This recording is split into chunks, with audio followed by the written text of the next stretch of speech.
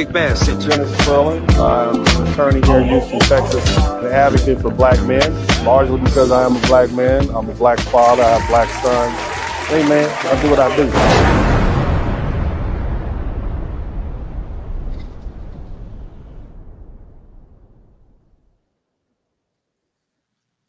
What's up, everybody? Welcome to the broadcast. This is Dennis Spurling. I'd like to welcome everybody here today. I hope you all have enjoyed your time.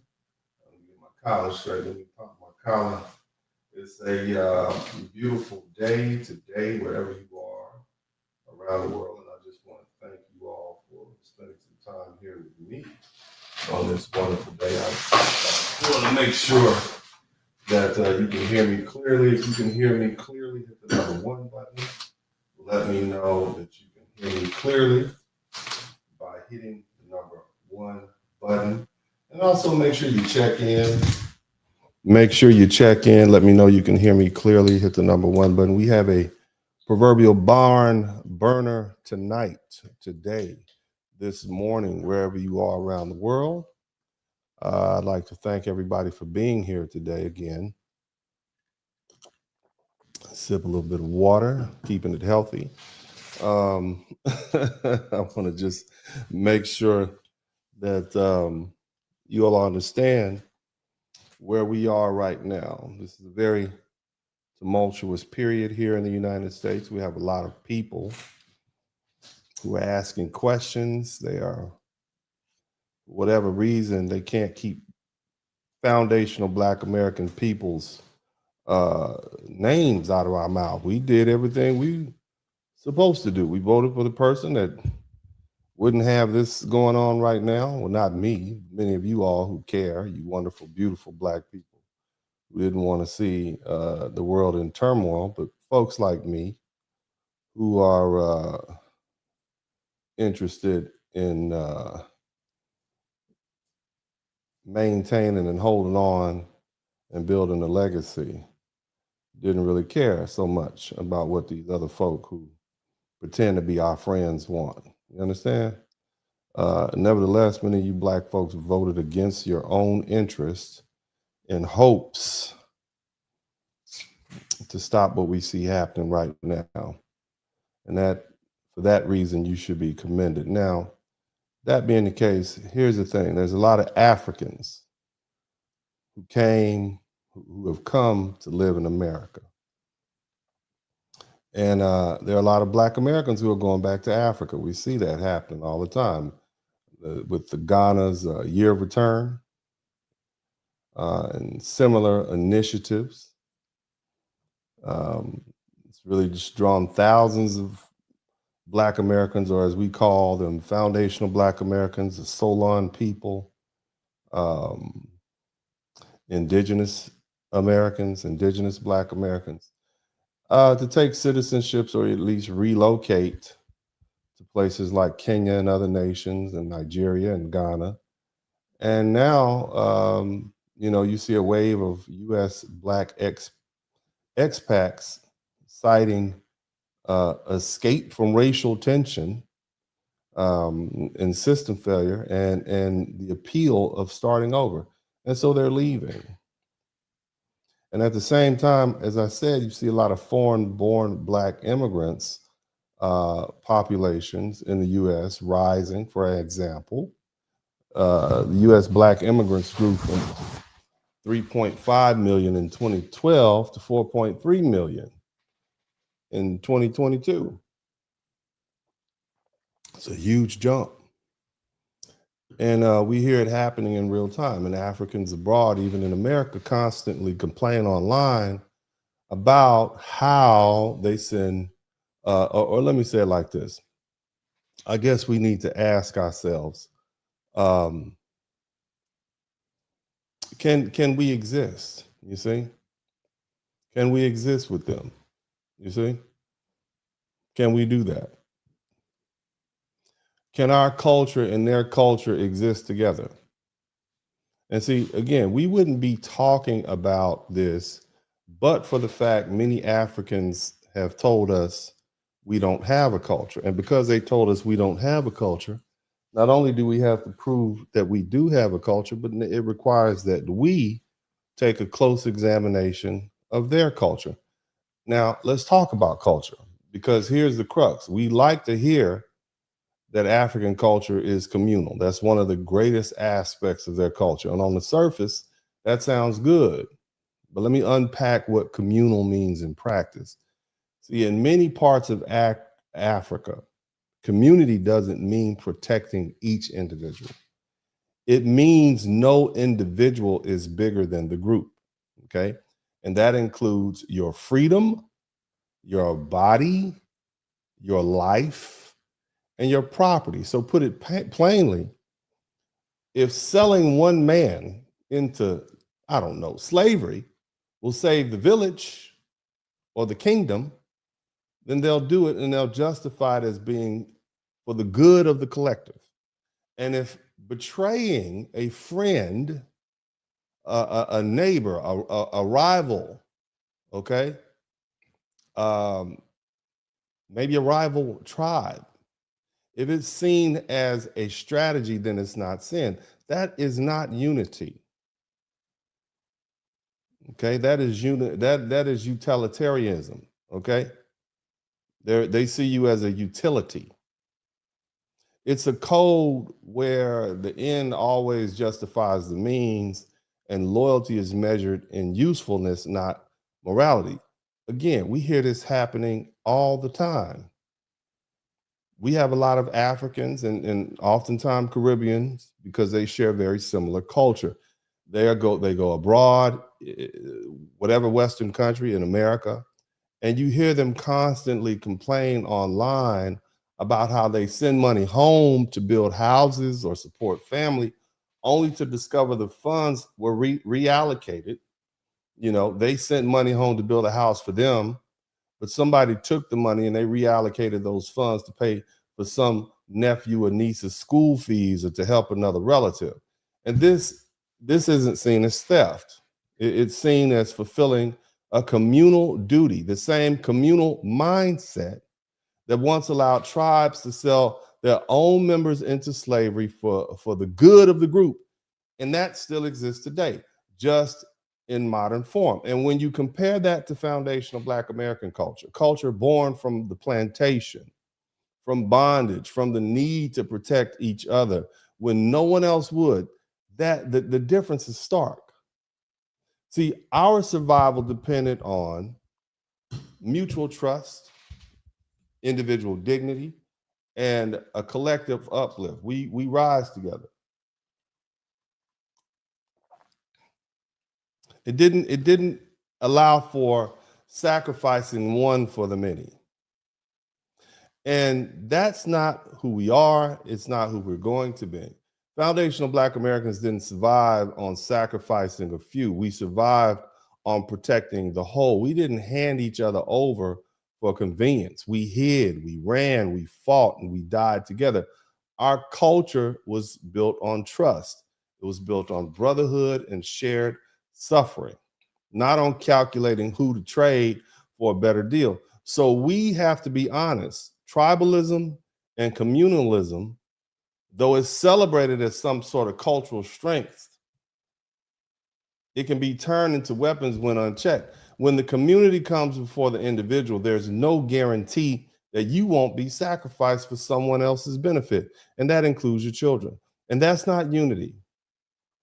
That's collectivist control. And that's why Black Americans, foundational Black Americans, we need to think carefully about before assuming Africa or even Africans in America automatically represent safety, brotherhood, or shared struggle.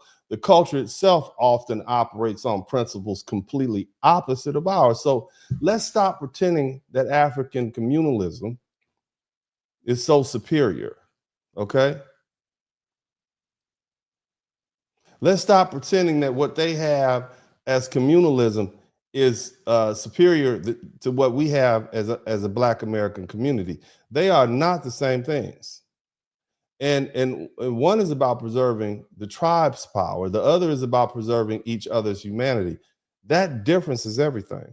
And because when you bring a culture that says if it benefits the group, betrayal is acceptable, into a society like ours, one born of struggle for individual dignity, you create nothing more than chaos. You create distrust, you create a system where manipulation replaces morality. And that's exactly what we see happening now. That's why we got to start asking hard questions. Because see, this so-called diaspora war is just the beginning. It's the impetus to cause a fight. They got the numbers up. They got their numbers up. They got their money up. They're here now. Ask yourself, family. Historically, Africans were willing and still are willing to sell each other into slavery for tribal gain. What makes us think they won't sell us out over here for political power or status or money? If their communal loyalty ends where their advantage begins, how can we ever expect protection from people who view betrayal as pragmatism? If this cultural mindset continues to grow unchecked in our communities, how long before we start turning on each other again, just wearing new clothes and using new terms is not the same. So check this out. It's dangerous. Shout out to Mr. Hunter 5150. We're drawing people into our spaces. We're letting them in, they're displacing our norms. Okay. They're trying to convince us that somehow we don't have a culture so that we'll accept theirs. They come under the banner of melanin and solidarity. These Pan-Africanists are nothing but Trojan horses to get us to accept something. They're trying to convince us to go back home so they can have a reason to come here and replace us. But again, they bring a mindset that says the tribe comes first and the individual is expendable. And we don't have a home to return to. See, they do. If they choose, they can leave. We built this land. When I say this land, I'm talking about the United States of America, and our future lies here. The stakes are higher for us now. See, when you bring a culture that says, yes, we're one, so we'll sacrifice you if it helps the many, into a culture that says we protect each other. Your life matters. We don't trade our own for someone else's gain. You create a mismatch. And the mismatches lead to betrayal. They lead to exploitation. They lead to us foundational Black Americans being undermined from within on our home territory. So ask yourself, are you safe in the land you built with these folk here, with these newcomers coming to this land, imposing their culture? Or are you risking your future by importing a mindset that doesn't value individuals' rights the way you do? Because see, here's the realistic thing about I need you to understand. This time it won't be Europeans coming to Africa. So the betrayal won't come from a foreign power. It will be someone who looks like us, a melanated person, a Black person, if you will. And what we're going to learn today is a harsh truth, one rooted not in hate, because I'm not a hater. And all I do is give you the history. And that's what this is rooted in. This is not new.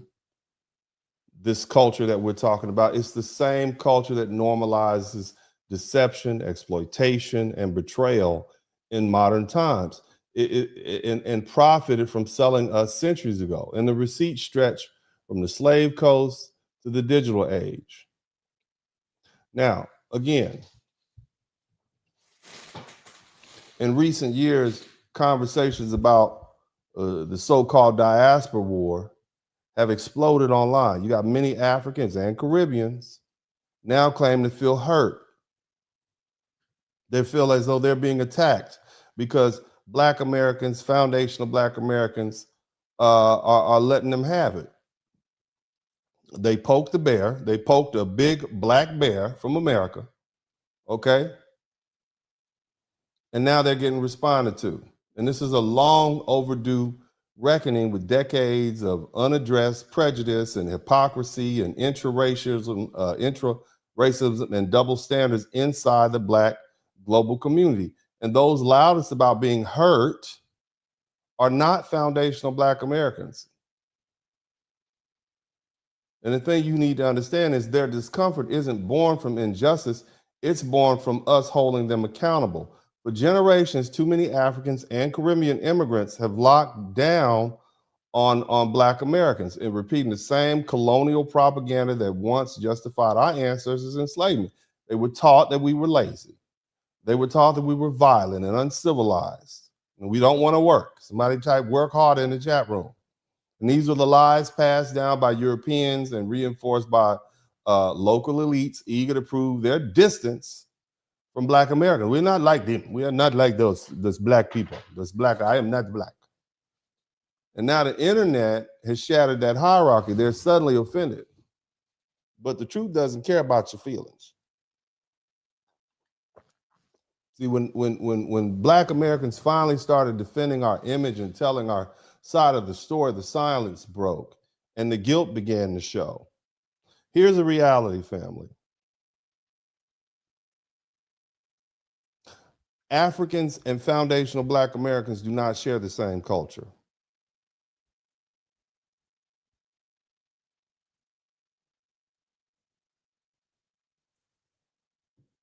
We may share the same ancestry in some regards, but not the same social codes or values or moral boundaries. See, we as foundational Black Americans, we were forged in a crucible of survival and rebellion. You understand? In fact, we had to reinvent ourselves. Africans were shaped by these tribal hierarchies that they have. They had to deal with colonial patronage. Okay? Centuries of internal commerce, i.e., selling each other. That's what they dealt with.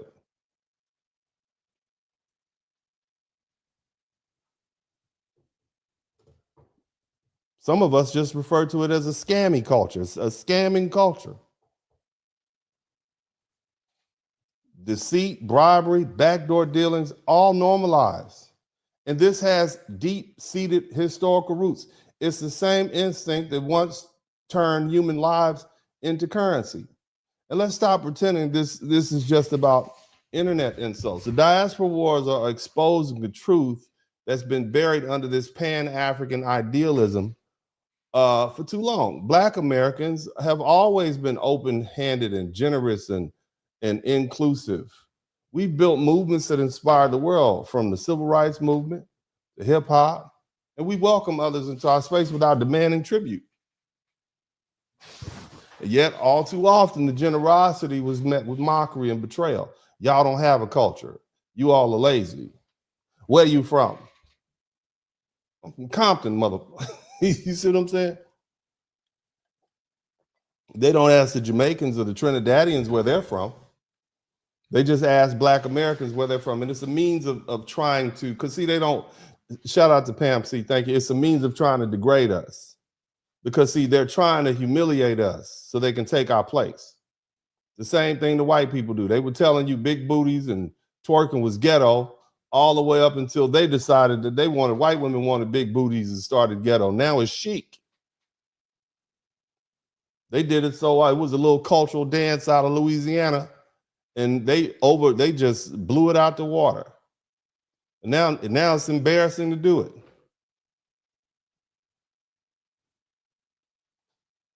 These same people that once called you cotton pickers and cotters are now crying for unity. Look, man, when you got O'Shea Duke Jackson, a man who actually lives in Africa, a foundational Black American brother out of Sacramento, California. Shout out to O'Shea.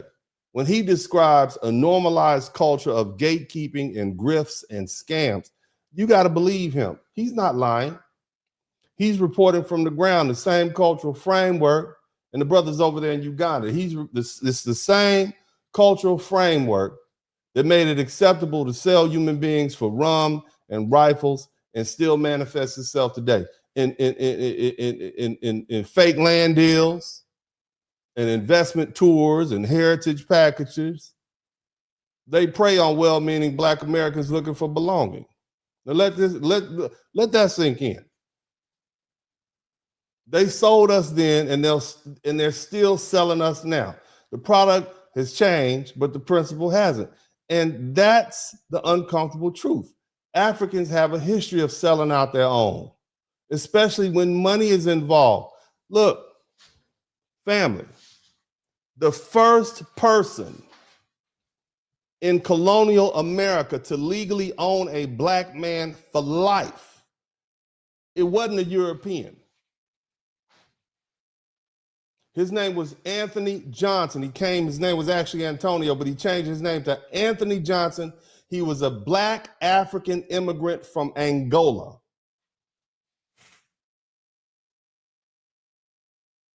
Think about that. Lifetime slavery, the concept of owning another person because of their race, owning them forever and their children, was not a European concept. It was an African from Angola who fought for that right. It was imported here by men who already understood the business of bondage. Shout out to Curly Locks. So before anyone tells foundational Black Americans to come home, remember this. Home is where you're respected and protected and valued, not where you're seen as a mark. We don't hate Africa. We don't hate Africans. But see, we're done ignoring history and your sins against our people for the sake of unity.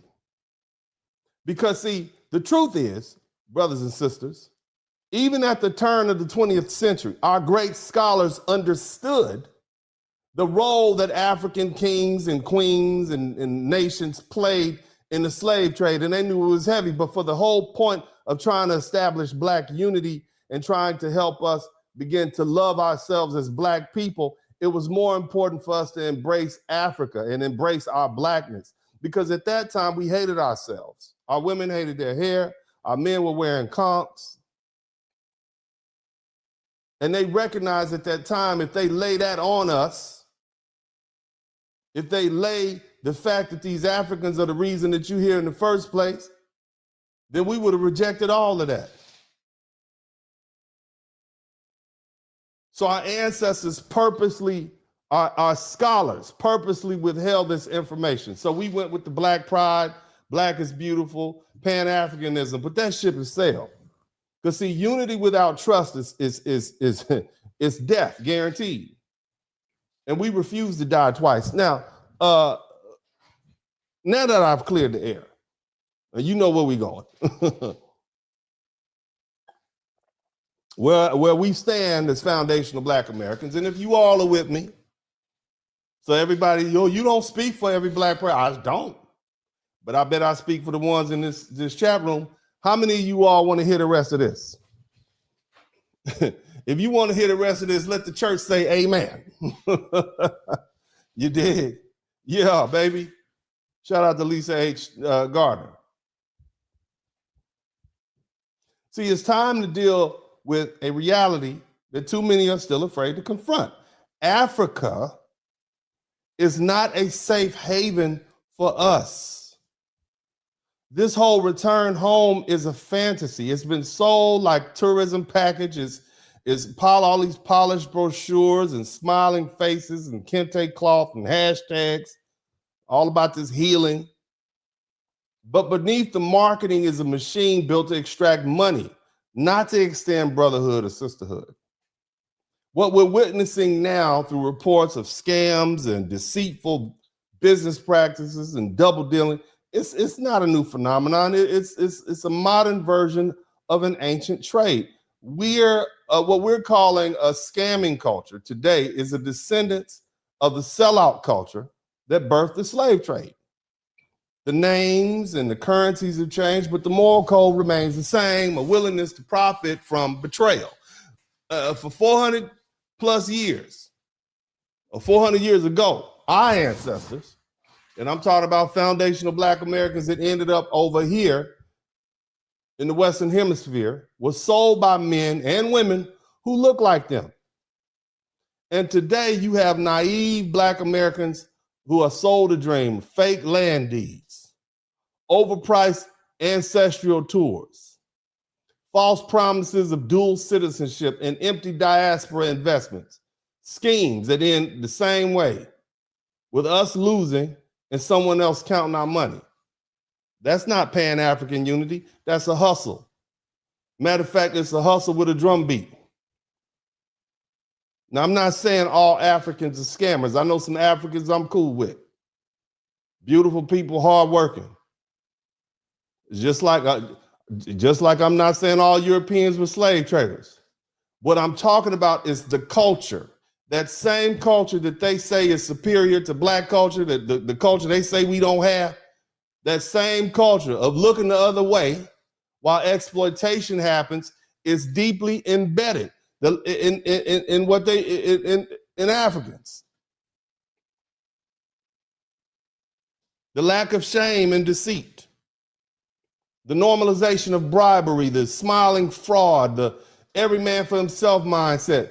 These aren't exceptions, they're patterns.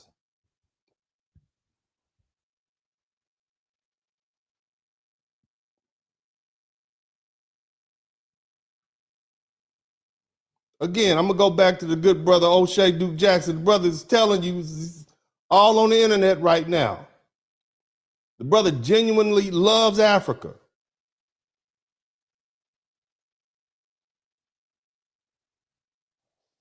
The brother's built a life over there in businesses. He's got a channel called King Ganda, African, Pan-African dating show. The brother's warning you about the corruption and the grifts and the manipulation of everyday realities. And when you got a brother like that, a pro-Black Pan-African who tells you that they will scam you if you let them, you should listen. Now, before any of you all start crying division, let's set the record straight. Telling the truth is not divisive. Lying about danger is. And Black Americans are not obligated to walk into the same traps that capture our ancestors just to prove we're conscious. Consciousness without caution is just delusion. So a lot of us grew up believing Africa was one family. Africa was just a single mother waiting with arms open to reclaim her lost children. Remember y'all used to have them African medallions on back in the 90s, the red, the black, and the green? Out here, you from Detroit, out here wearing your dashiki. You from Compton with a kente cloth. See, that illusion, family, it was part of our healing journey. It gave us hope to people searching for identity after centuries of displacement. But hope is not a substitute for history. And see, when we finally started studying not just our history, but our culture, we realized something crucial. Our values in our culture as foundational Black Americans is not the same. Black Americans, whether you call us Black Americans, African Americans, Indigenous Americans, we've developed a distinct moral, social, and spiritual culture that's centered around accountability and order and survival in the face of oppression. Africans, by contrast, have operated in systems where hierarchy and patronage that's what determines justice. And the difference is not color, it's conduct. And that's why we can no longer afford to be naive. We must treat Africa in the same way that we treat every other foreign entity, with due diligence and emotional distance. Love and love the land, if you wish. Love the people. But respect the reality. Because the same hands that once sold us for muskets and rum. Now they hold out passports and business deals with the same grin. You want this? It's the same intentions. History doesn't repeat itself word for word, but it rhymes. And the melody we're hearing now sounds hauntingly familiar. So yes, we will keep talking about reparations, but not just from the United States government. The debt is global. African nations that sold our ancestors into bondage owe us moral and historical accountability. They may not like to hear that. Many of you African immigrants and many of you Caribbean immigrants, you want this unity because it serves you. It doesn't do anything for us. Of course you want to be unified with Black folks in America. We got all the money. Of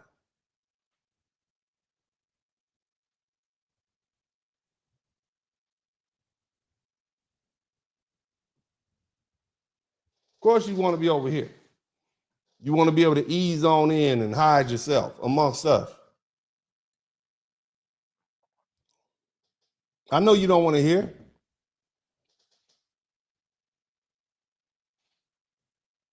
But what we understand and what we're not going to run away from is the Domi, the Homie, the Ashanti, and the Oyo, and those other coastal kingdoms built empires off the flesh of our people. They profited, they negotiated, and they kept the trade going long after they understood its consequences. The English literally had to come threaten those African nations, those kings, with war to get them to stop the slave trade. The English. After 1808, slavery was abolished. International slavery was abolished. The English had to come shut it down, but the Africans said, no, we're going to keep doing it. We're going to keep making this money.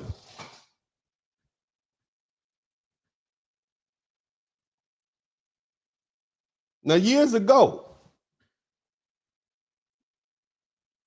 I publicly told you this very unpopular idea. I told you that Africans need to pay foundational Black Americans reparations. And you people, somebody type you people called me divisive.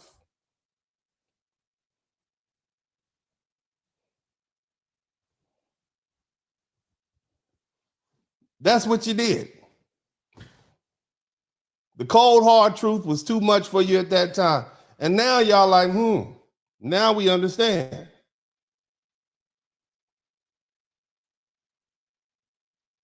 You even have African scholars now admitting what was once taboo.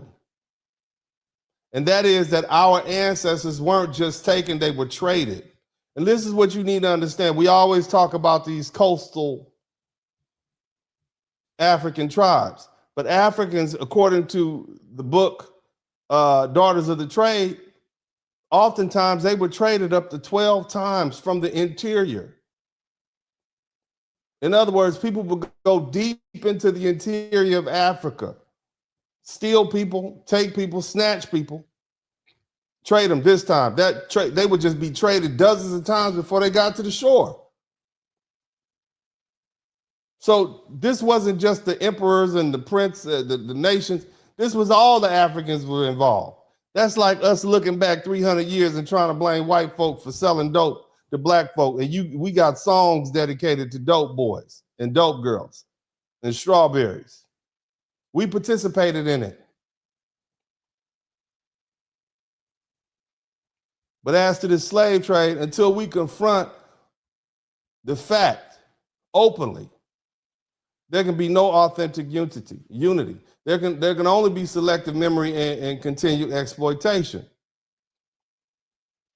You have to understand that Black Americans were born from betrayal. There would not be an African American community here in the United States but for betrayal of our own so-called people. But see, the thing is, God is good. And so because of that, we did not stay broken. We did not stay a people without a language or a people without a culture. We forged a culture from ashes. We turned pain into purpose, and we built a civilization that the world copies daily, from our fashion to our music to our movement. We're not the children of victims. We're the children of survivors. We're the children of victors. And because of that, we will not walk blindly into anyone else's arms again. We don't need them. They need us. So to my Black American brothers and sisters still clinging to that romantic vision of going back home, understand this. Home is not where your ancestors came from, family. Home is where your people are protected.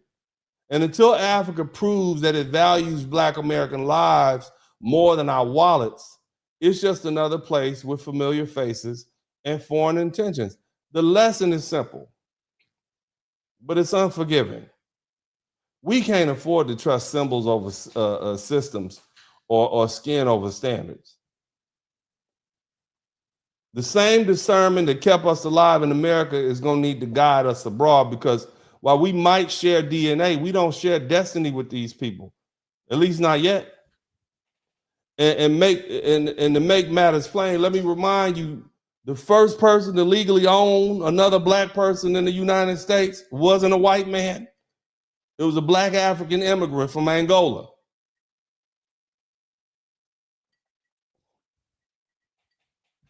It's uncomfortable, but it's documented and it's real. You see, I bring this up not to shame Africans, but we're going to do a complete story.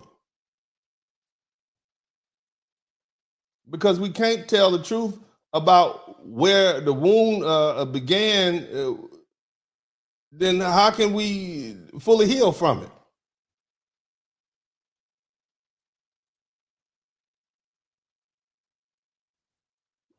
We're not just the descendants of slaves. We're descendants of the strongest of the strong. Because see, if you weren't strong enough, you wouldn't have made it on the ship ride over. Whether we talking about physically or psychologically. The ones who couldn't handle it psychologically, they jumped over the boat. They were eaten by the sharks and the stingrays. The ones who couldn't physically make it, they died in the hulls of the ships. So we as foundational Black Americans, we are the strongest Africans on this planet. And I challenge anybody on that. Just look at our athleticism, physically, and we deal with everything, and we still ticking. See, we're the children of those who survived both capture and captivity for centuries, and then built a nation the whole world watches and imitates. And let's not pretend the betrayal stopped in 1600. The same cultural DNA that allowed our ancestors to be sold for a handful of goods or a bag of gold, it still lives in parts of Africa. And that scamming culture, in the exploitation of their own people and the willingness to sell out Black Americans for access to Western wealth and influence. You see them doing it.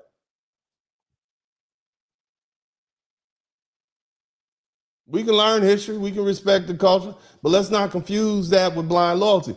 Culture without character means nothing. And when a culture normalizes betrayal for profit, when it turns selling out your own people as a survival tactic, then we have to look at it with clear eyes and not rose-colored glasses. So yes, we're going to talk about Africa. We're going to talk about Africans. We're going to talk about reparations. And we're going to ask some tough questions. Are Black Americans, or should I say, I'm going to make the statement that Black Americans are not safe in Africa. And I'm going to ask the questions whether or not we are safe with Africans in America, considering their tribalistic culture. Now, before I go any further, I have some video footage I'd like to share with you all, because that's what I like to do. And I will do my very best not to talk over the videos, because I know you all complain about that. Clearly, I'm not somebody you want to go see a new movie with, clearly. Okay, I understand that. Okay, but for the purposes of what we're doing now, it's important that we take a look It's some of what other people are saying. Y'all hit the number one button if you can hear me clearly. First off, and again, what we do here is if you learn something, I should earn something. And I truly believe this is probably going to be one of the most epic, controversial broadcasts that I do, only because it points out some truths that are inconvenient. And you're going to have a lot of people shifting blame. They didn't know what he was doing. You know how they do. But again, I'm the same one that told y'all years ago that at some point you're going to be stepping over the bodies. 5 years ago, I'm the same one that told you all many years ago that at some point they will be targeting Black women for incarceration because they make better prisons. Women in general make better prisons. I'm the same one that told you all that. I'm the same one that told you and did the research. Shout out to Urban Eagle. I told you all that Africans owe Black Americans reparations. Remember that? And see, a lot of people say that, but not a lot of people did the actual research. Now, my goodness, it's a lot going on. But let's go ahead and commence with the video footage. I want you all to make sure you let me know you can hear what's being said clearly. Now, the first thing I want you to understand, since we're talking about slavery, I'm not going to let this whole thing play. But actually, you know what? Listen to this first. Fair use, fair use, fair use. Well, I want you to listen to this. So you got a lot of Africans. I said this earlier. A lot of Africans who want to go back to Africa, right? A lot of Black Americans saying they want to go back to Africa. This is a video, the Pan-African channel. I believe that's what the brother calls himself. I forget his name, but he has a lot of people on his show. I'm gonna let this beat play. All right, you all check this out. Hit the number one button if you can hear it clearly.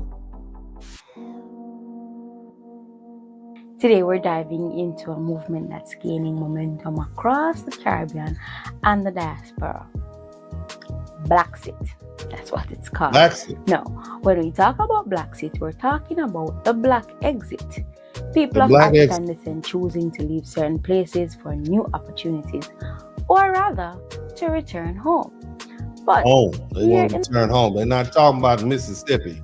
They're talking about Ghana or something like that. Shout out to Orange DNA. It's taking on its own meaning. Let's get into it. For many decades, Caribbean people have been migrating to the US, to the UK and Canada, seeking jobs, education, and opportunities that were limited back home.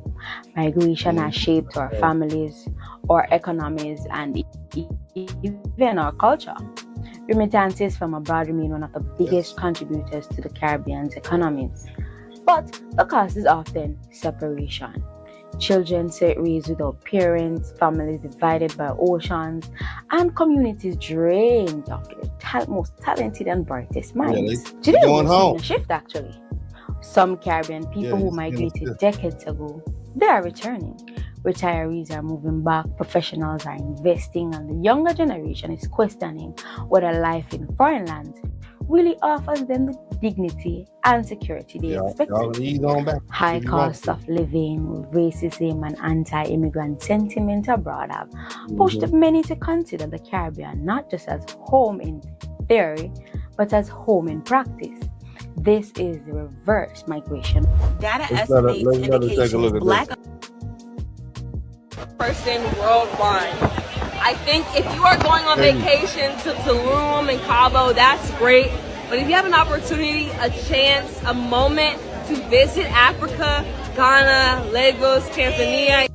I don't mind visiting, okay? Go visit. If you want to visit Africa, you go right on ahead and visit, okay? If that's your choice.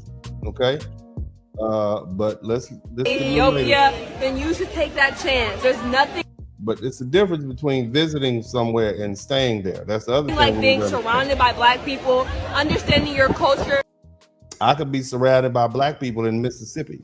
You understand me? If I just want to go be surrounded by Black people I could go to the Bayou Classic on Thanksgiving Day weekend in New Orleans, Louisiana, if I just want to be surrounded by Black people. Feeling welcome, feeling safe. It's nothing like what America Safe. will teach you that it is. It's nothing like what we learned about is. It's better, it's bigger, it's beautiful. The people are kind. You there visiting, baby. You there visiting with some people. Of course they're gonna be kind. How much? Hello, why would you like to go on the tour? We have a special heritage tour for you. You can see where your ancestors were taken from Akata. I mean, the Black Americans were taken. We can take. We will show you now. Come, yeah, they're gonna be nice to you because they want that money, baby. They want your money. Okay. So I encourage you to go and maybe your shoes. Okay. But understand your roots, find your people, and love them the way that they would love you.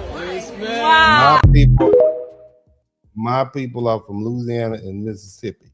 Okay, that's where my people are from. I got some people in Chicago. Okay, I'm just letting you know, baby girl. Okay, don't be trying to confuse me with all them folk. But anyway, see, here's the thing. What they're not telling you is this. Okay, I want you to listen to this. Fair use. Nigerian, Kenyan, Zimbabwe, and the professor one time called one of them black, and they almost lost their shit. They're like, "I'm not black." Really? 100%. So again, you over there visiting with folk, and you calling them brother and brother this and brother that, and basically the common consensus is they don't see you as brothers and sisters. Okay, and maybe the ones that you run across, convenient for convenience, say, yeah, that's my brother or whatever. But the truth is, they don't really see you as brothers and sisters. Listen to what this person is saying.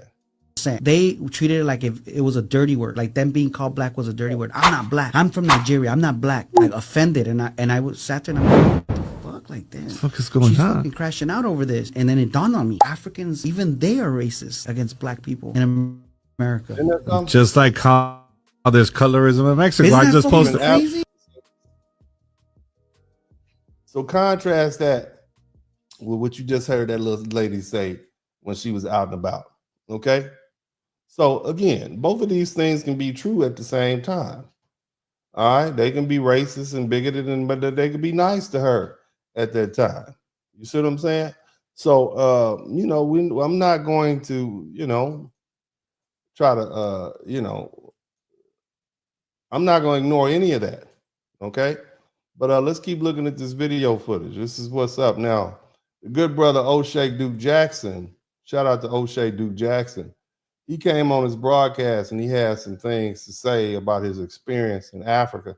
And we're going to let the brother play. Fair use. I want y'all to hear. Shout out to O'Shea Duke Jackson. He's a brilliant YouTuber, brilliant. His broadcasts have become tremendously enhanced tremendously over the past 3 or 4 years, notably very conscious. But let's look at what he has to say. This is a narrative. So let's get back to the Dr. Arikana thing. You literally will get scammed here in Africa. You will lose your money in Africa. And don't nobody care about your experience. Now, this brother, for you all who don't know who O'Shea Duke Jackson is, he's been living in Uganda and several other African countries for years. He's been there dozens of times. So he would know. And he is a brother from the United States. Keep listening. At the same time, why they marketing to you? All you're going to get is sorry about that. All they're going to tell you. They're going to tell you nothing else. I'm sorry. Jeremiah Kasimba, go sit on it. Okay? All they're going to tell you is, I'm sorry. Nothing else. You risk your stuff. Ain't no protections for your hear what the brother's telling you? Ass over here. For the most part. They want you to take the risk. Come over here. Come do this. Now, to be fair, I'm going to say this. Uganda never really says that. So, but most countries are even inviting y'all over there. Now, listen to what the brother's telling you. I mean, I'm just listening to what the brother, this is him telling us the truth, and you'd be foolish not to listen to when somebody's speaking the truth to you. Now they trying to even take you over to Burkina Faso, where your ass don't have no level of a chance to really do nothing over there. Even if you were to get residency, who that cares about you takes you to Burkina Faso? Tell me one person. It's almost like this. Listen, I'm gonna take you to a dangerous place that just had a military coup, and I'm gonna get you residency there. Good point. Okay? Now, I could take you to my home country, which is Zimbabwe, and that would be better. But let me take you to a place that you have francophone issues, you speak French, it's dangerous. The country, the president has 18 assassination attempts. Wow. Tell me what kind of person even positions that to you and love you and care about you. What kind of person that care about you even tell you some shit like that? I mean, you heard what the brother said, okay? And so he had another video he put up. I want to let that play too. Shout out to O'Shea Duke Jackson, the brother. Y'all make sure y'all go check his channel out. You know, but again, this is somebody who loves and appreciates and respects Africa. Here to this country for 6 years. I've been here 20 plus different times. And of course, I'm thankful for the friends that I do have and the people that assist me. But yes, when you come here, you are giving parity to people from here, but they're not going to give it back. And for us, that's disheartening. And people are great here. Don't listen what he's saying. You give parity to people, but they're not going to give it back. Fair use. get me wrong, but there's a difference between somebody being nice to you and overcharging me with that same niceness for 400% of what the product is. That's not nice, right? And like, oh, the people in Africa, nice people, they can be true, but is their intent behind being nice? That's the problem that we have. And you have the ability to try to want to love the brothers and sisters here, but again, you are looked at in many cases as a dollar sign, and that is why you're here. No matter what your intentions are, their intentions could be different towards you. Okay. So, you know, what he's basically telling us, family, is all skin folk ain't kinfolk. Just because they nice to you don't mean they won't try to run your pockets. Okay. Now, something else that I often find interesting is that, you know, when we start talking about Africa, and you know, they got all these horrible things to say about us, man. You know, they always talk about our culture. They say we're descended from slaves and whatnot. And this fella right here, and I'm sure many of you have heard him before. Listen to this. They have no culture. African Americans in this country are the only groups. They have no culture. It depends on who you meet, where you meet them. Okay, and what I want you to understand is, and I'm gonna turn the music down for this. They want us to accept the fact that we have no culture, so they can then supplant their culture for our culture. That same culture that has that sold us out and has them selling themselves out, they just now getting the French and some of these other European out of their countries. These same folk, they want us to take their culture. You see what I'm saying? Because that would make it easier for them to you know, take over. You see, our spot, replace us, if you will. But currently, there's not an African American culture. No. Yes, there is. What is it? Name two value systems in the African American culture.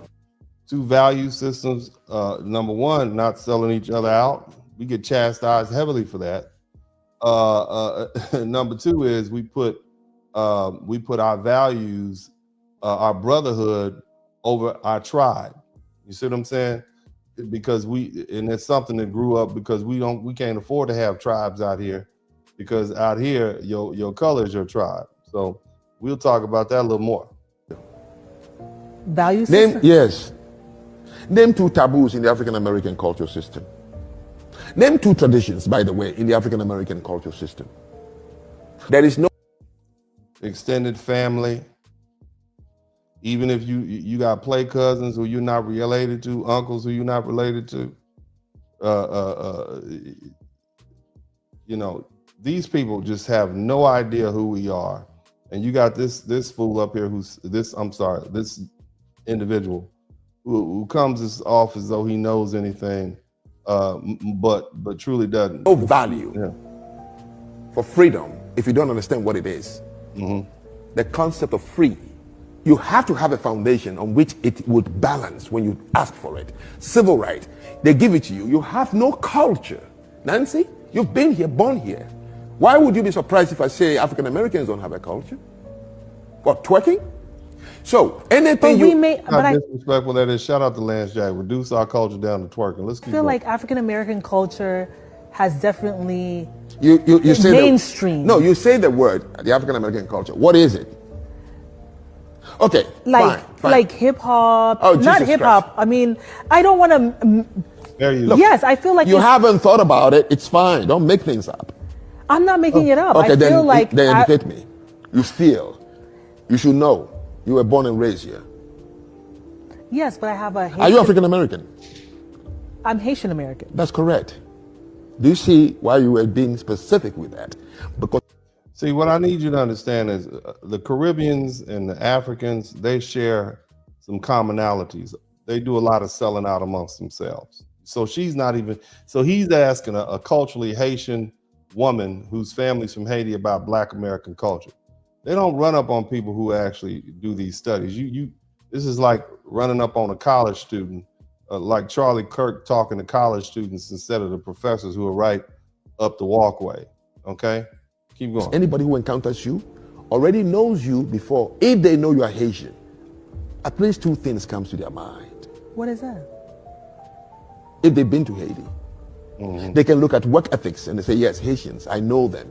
Service industry, they know where they do well. Food, they can say yes. And even language, Creole. Right. And they can say, oh, I love They have a language and we don't. Because they saw the culture in abstract before they encountered you. So people go over the bridge of your culture, your tradition, your customs, and that helps them to know how to address them. Exactly. I'm saying to you, any people who ask for these things, which are abstract, freedom, for example, independence, for example, and civil rights. I hope y'all listening to this. I hope you're hearing everything. For example, voting right, for example, you must have a foundation on which these things are going to balance. Because the people there have to uniformly agree with consensus. This is our way of life. The do's and the don'ts involved in our culture. Even if you have to create an artificial culture. Is that why the civil rights movement is considered dead? It's dead and useless. They got it, but they could not balance it on any foundation. Oh, groups, that's they what have no. We couldn't balance. So, I find that interesting, and maybe it's us. Maybe we just don't know anything about, African culture. But, I find when I look on the internet, there are people who do know a lot about African culture, and they have a lot of things to say about Africans and African culture. And so what we're going to do now is we're going to allow the people who apparently know about African culture, we're going to let them describe to us. These African Americans, their average IQ is about 85. They'll shoot you for no reason. They'll mug you. They'll take your phone. But you are not ready for real Africans. Because real Africans, on average, have an IQ of 65. Wow. Different animal altogether. No pun intended. Totally. This is a different kind of person. All you Africans out there who are sick kissing up on these white folks and all of this is what they think about you. And we're talking about. Why are you talking about? You think it's bad when they're running after you? They're going to kick the shit out of you, steal your iPhone, your AirPods. Yeah. These people are going to chase you down because they think you have gold nuggets inside your head. Yeah. And they're going to crack your skull open with crude stone. This Africans. This is what this white man that you love so much thinks about you. Okay, this is what they really. These people you want to run up. These so nice white people. This is what they think about. Own tools to get it. That's a different ball game. They're going to be throwing spears at your neck, at your throat, bow and arrow, and they're cannibals. They will eat your. This is what. You all got the nerve. This is what they think about your culture. Okay, let's keep going. These people you love. Organs, they will literally gut you like a fish and eat your internal organs. You thought it was bad holding a gun sideways to your head? Hey, give me your money, bitch. This is advanced darkness. This is Heart of Darkness. This is the jungle drum. This is the fertility goddess of chaos. They're literally going to eat your balls. They're going to cut your fucking nuts off and eat them. What they think about you all. While you all family friendly, by the way, I apologize, YouTube. I didn't know the man was going to use all that profanity. But let's continue since you all have so much. Can't run things. This is a very. Now this is the Honorable Richard Nixon, former president of the United States. This is a candid conversation between him and what would be the future president of the United States, Ronald Reagan. This is what they think about you, dear Africa. While you all are talking bad about us, this is what they think about you. Okay, this is their objective view. Yeah, we might not like our local N-words, but these African N-words are something else. They damn near cannibals, spirit chuck. This is what they think about. Keep listening while you kissing up. The Africans just can't run things. Now, this is a very, very fundamental point in the international scene. I love them. They're so kind and so nice. And they're children. Yeah. Children. Yeah. Huh? You know? And they always want something like children. Oh, God, yes, they want. Well, what can you do? You're begging. That's what they say about you all. You're out here begging. You're begging the white man. That's what they think about you. You're just a bunch of children who like to beg. That's what old Tricky Dick Nixon thought about you. This is the white man that you love so much that brought you Jesus and the Bible. I know, but what I meant is it's so childlike, the childlike faith and the this and that. And of course, a lot of them are crooks, but we have crooks. A lot of them are crooks. Are many. Even he recognized the scammy culture. Okay, even he recognizes the scammy culture of that. This is way back in the 1960s. Other areas, as you well pointed out, where they can beat the hell out of us. Now, and they should be proud of those. Athletics isn't a bad achievement. Be happy you can run fast. That's what he's saying, okay? And you look at the World Series, for God's sakes, and what would either of these teams done without, what would Pittsburgh be without hell of a lot of blacks, huh? I'm just talking generally about all black people. Let's keep listening. And music, the dance. Now, and these things, are they to be there for just pissed upon? Hell no, they're important. Keep it going. This is what y'all asked for. We're gonna give it to you, right? So what else?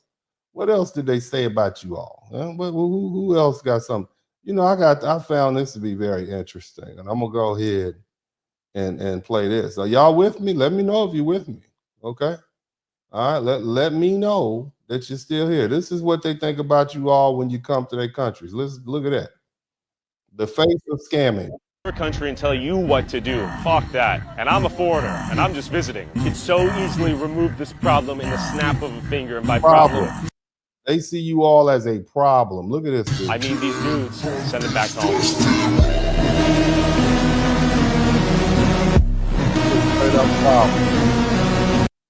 These are Africans. These are not black Americans. These are Africans over in Europe, and they are seen as a problem. You all are a problem everywhere you go. Are you talking about us and our culture, the culture you say we don't have? We are invited. They like when we come to their country. We come as GIs and military people and investments and singers and whatnot. They like us. Okay, now they don't necessarily mean they want to stay us to stay, but they like us better than they like you all. You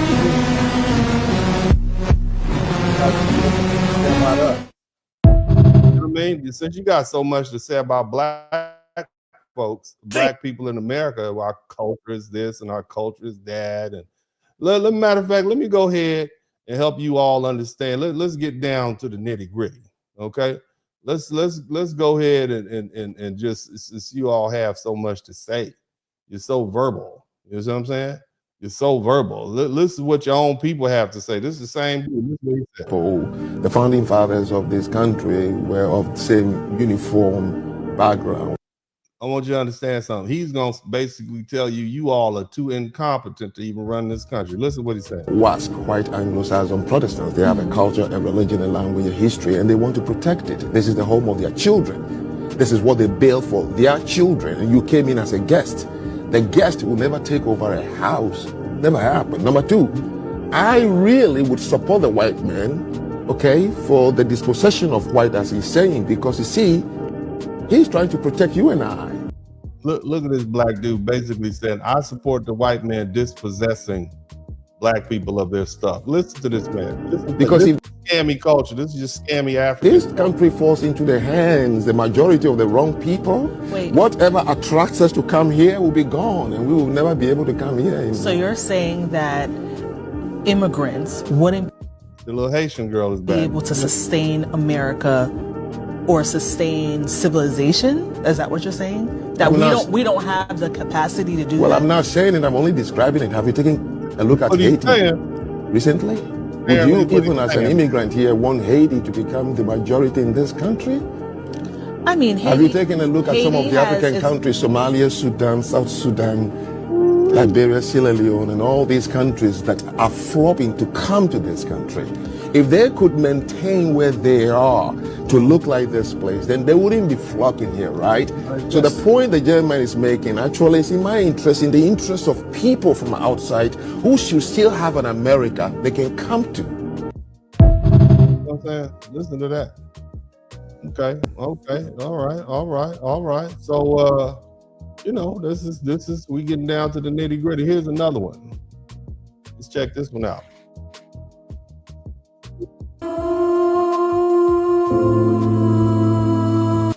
This is the Arabs determining the price of an African slave. I want you all to understand something. The Arab slave trade is still going on right now. The Arab slave trade is still going on. On top of that, it pre-existed the Western slave, the what we call the transatlantic slave trade, by 1,600 years. That's 1,600 years. Okay, before we even start, before they even started dealing with selling the Europeans, they were selling the Arabs and sending them east. Keep listening.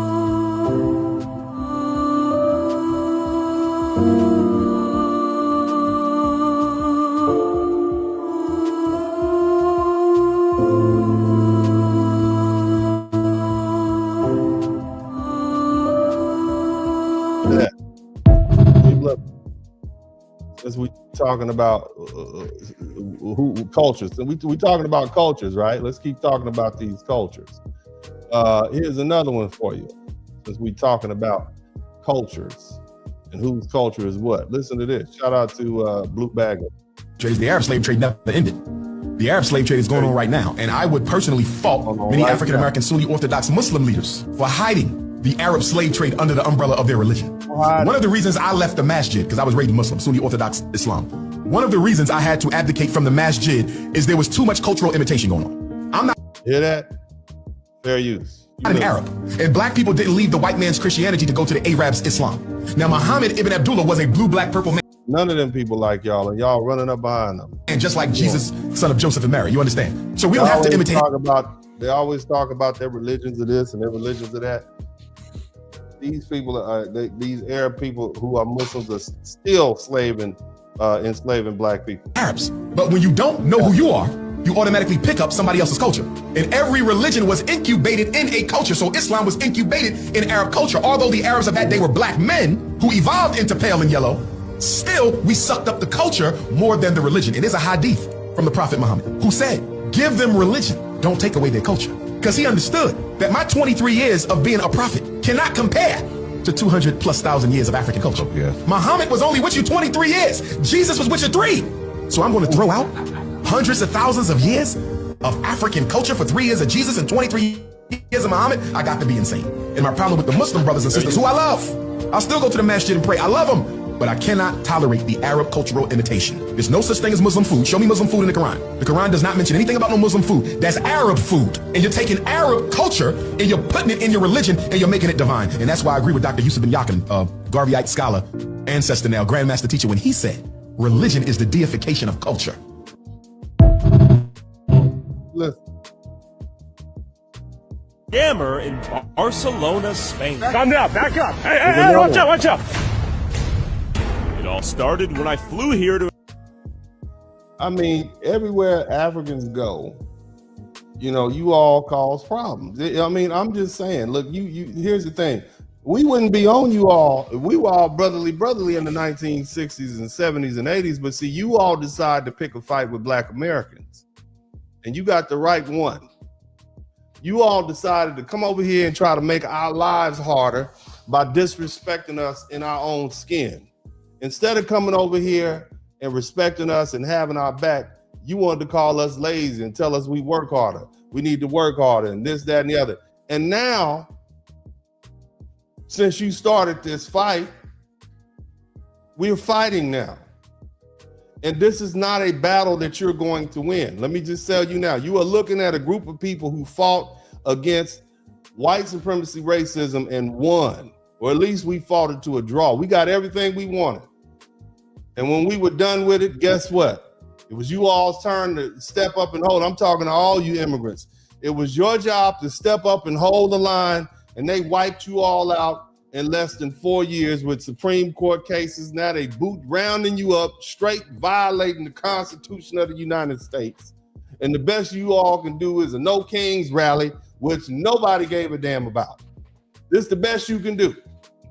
You all are complaining. It's been, what month is it? It's October. It's been 11 months. It's been 9 months. And y'all already tired. We fought this battle for over 400 years. Y'all not built for this. Y'all gonna lose this battle. Expose scammers like these who harass peaceful tourists just trying to eat their food. Oi, mate, are you giving away free stuff? I saw you give a guy a belt. For free? Ah, you sell them. That's all you do. You're scamming. This is your reputation. Since you want to talk about our reputation, and again, I'm giving to you all this in love.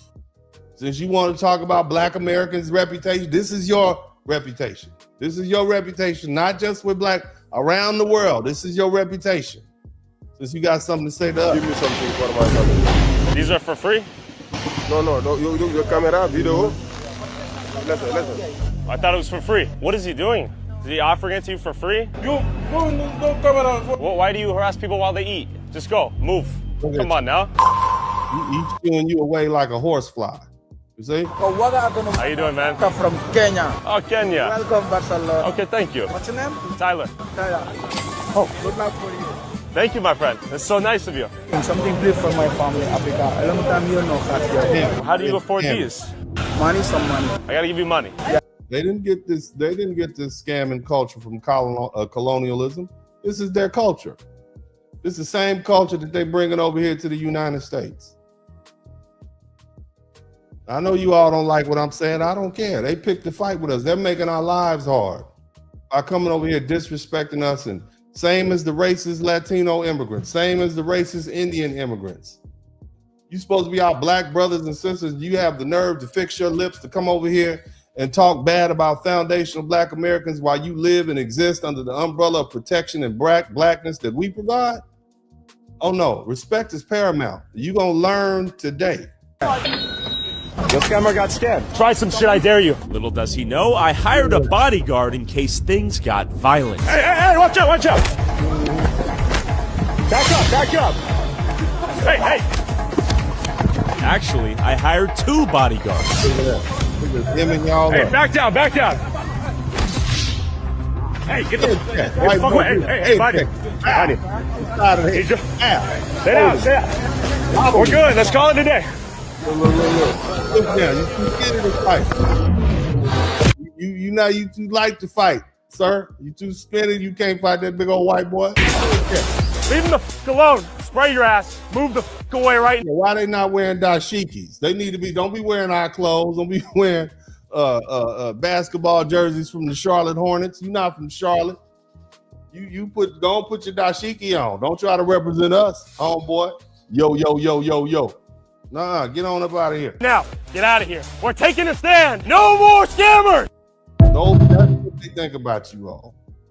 As you fix your dry, ashy lips to speak ill about Black Americans, this is what they think about you all. And you got the nerve to sit yourself up there and talk bad about foundational Black Americans. You should be consider yourself blessed to even be our same pigment and skin tone. Look at this. Look at them. Look at that. Look at that. He's whipping him. Kind of like a wild dude. This is in the airport in Africa, in Tunisia, where the Arabs are just whooping them. This is how you get treated in your own country. This is how you. I want y'all to look at this, okay? They are hitting them with bullet clubs. They're getting woo-wopped. you getting woo-wopped in Africa, and you got the nerve to talk bad about her. Who do you think you are?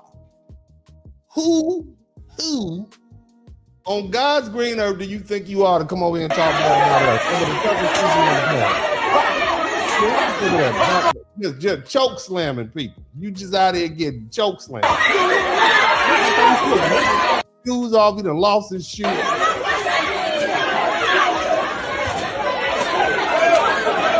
Yeah. Ain't fight.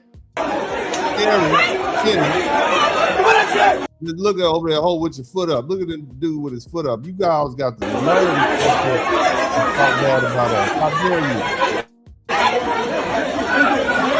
How dare you? See what I'm saying? See, the internet is undefeated. All these little horrible things you all are saying about us, and it just gets exposed. You know what I'm saying? It all comes out. And it's a sad situation. Y'all just out here just being terrible. Terrible, terrible, terrible. Look at this one. Something that Muslims should be ashamed of. Slavery in Islam is true. Now, this is a Muslim religious leader or imam, whatever, justifying putting black Africans in slavery. They said, you should not be ashamed of these. They deserve, look to it. We bringing them to the light. Look how they live. Look at that, listen to them. Is not something that Muslims should be ashamed of. Slavery in Islam is true. Prisoners of wars, none of that. Muslims, disbelievers, we enslave them. Oh, this is against human rights. This is human rights. It's your human right to be enslaved by these. That's what they think about you. You folk. While you sit up here and fix your lip to talk bad about black, they still got y'all in slavery over there. How? He is a slave. He's like an animal. You coming over here trying to tell us how we should conduct ourselves in the United States of America, and y'all don't even have a united Africa. So much so that they are still enslaving Africans there. Being sold and bought and not having rights. Yes, but this is for his sake. I am amazed of. They're gonna put you. This is what the Arabs are saying right now. Okay, this is what they saying about you all right now. People being dragged to paradise in chains. They're gonna drag you to paradise in chains, as you water their camels and milk and herd their goats. That's what the Arabs think about you all. Be dragged in paradise in chains. Everybody goes to paradise willingly. The Prophet is giving us a metaphor, because these prisoners of war, they were enslaved, so they were in chains, and these. This is a recent speech. I want you to understand that. Chains made them accept Islam and hence enter paradise as if they were dragged into it. This is the man who freed Palestine. Yeah. My man. Just in case, now I said something earlier. I said slavery is still going on right now in Africa. They're still taking Africans and trying to ship them off to other countries right now. Okay, right now. And here's some video footage. I want you to see it. Hit the #1 button. Fair use. I've seen that video going around of that woman who was abducted while on vacation in Tunisia. Tunisia's in Africa. Now I wanted the backstory. This is a black one. It's too long. I'm not gonna let the whole thing play. But this black woman was vacationing in Tunisia. And for you all who don't know what Tunisia is, on the north coast of Africa. And they saw her this is a black American woman. I believe she's from the West Coast. Okay. They tried to kidnap her and put her into whatever. We don't listen to what the sister is saying. When y'all taking y'all black behind over to Africa, talking about you gonna relocate. I cannot believe this shit. Like, they really tried to kidnap me in Africa. And if that shit happened to me, I know it happens to other people. And I just was blessed enough to get the fuck away. But all right, so when I came out here Friday. Friday night was cool. Saturday night we went out. I'm not a party person, so like an hour into the club, I'm like, you know, I always do this, nothing new. I'm like, all right, I'm going to the hotel. It's hella taxis outside. It's a lot of people out there. So the taxi brings me back to the hotel. I come upstairs. Well, no, I go to the front desk because I needed a key. My key, I don't know what my key was, but I went to the front desk to get a key. So they gave me a key. I come upstairs. Then I'm like, dang, it ain't no tissue. I go back downstairs. Somebody say they're gonna kidnap me. I'm 315 pounds, sir, and strong as a bull. Okay, I ain't nobody gonna kidnap me. I'm gonna fight, and it's gonna happen. Whatever's gonna happen is gonna happen right there. You understand? I want you to keep that in mind. 315, 6'4". I am the size of a a NFL lineman. Okay, I will not be kidnapped. I'm too big to fit in them little ass cars anyway, just so you know. And they don't want my organs. Okay, I got a little too much too much of that brown from back in the day. But anyway, let's keep it. I go to the front desk. God, that is the last thing I remember, being at the front desk. The next thing I remember is waking up in the back of a fucking car. I start freaking the fuck out. Like, I'm trying to get out. Saying they tried to steal her. Okay. And once I get out, this guy, that shit is blurry. I thought the front desk, all that shit is blurry. And she's gonna go on to say that not only was she kidnapped and she managed to escape, but when she went back to the hotel, she had left her purse and stuff in the hotel, and they tried to say she never came. She said, well, how did my purse get here? And miraculously, the video footage disappeared of the incident. Okay, it just disappeared. So y'all can take y'all black behinds back to Africa if you want to. I'm gonna stay right here in the good old US of A. You understand me? I'm gonna stay right here, but you're welcome to go back on, ease on back down there. You know, shame they you know, fool you once, shame on them. Fool you twice, shame on you. You understand what I'm saying? And they already done kidnapped you and brought you over here. Okay. And now you gonna go back? Go ahead and make that make sense. But you know, there's some black people, more black people have more to say about that. Listen to this brother right here. And one, why Nigerian Americans were my least favorite people when I lived in America. But before I get started, a couple of things. I do want to say that this pertains to Nigerians who were born and raised in Nigeria. The ones who were born and raised in America, not so much, you know, they've given the dose of this black American culture. That's why their mindset is more westernized, but I'm talking specifically the ones who were born and raised in Nigeria. Like, they became adults in Nigeria before they moved to America. Actually, this is also applicable to a lot of Africans. And I also noticed that this is also very applicable to a lot of Caribbeans who were born and raised in the Caribbean islands and moved to America as adults, not necessarily the ones, you know, who were born and raised in the US. And I also do want to address the comment that some people are dropping on here that I'm always coming from for Nigerians. First of all, Chair, I don't give a shit. I've clocked out from this word completely. This is a world that unalived a perfect man. And that's not even the worst part of it. Y'all unalived a perfect man, and several thousand years later, still have the audacity to claim to be worshiped. This dude right here. Okay, I want you to listen. Taken the joy. Now you got Africans complaining about black Americans delineating. Listen to how he describes it. Being black in America. FBA, what you say, sir? Have taken the joy out of being black in America. You can't hide no more. There was a time where any black person who came to America from any part of the world was proud to be black, was proud to join the African Americans, was proud to join our brothers and sisters in solidarity against any form of racism and bigotry.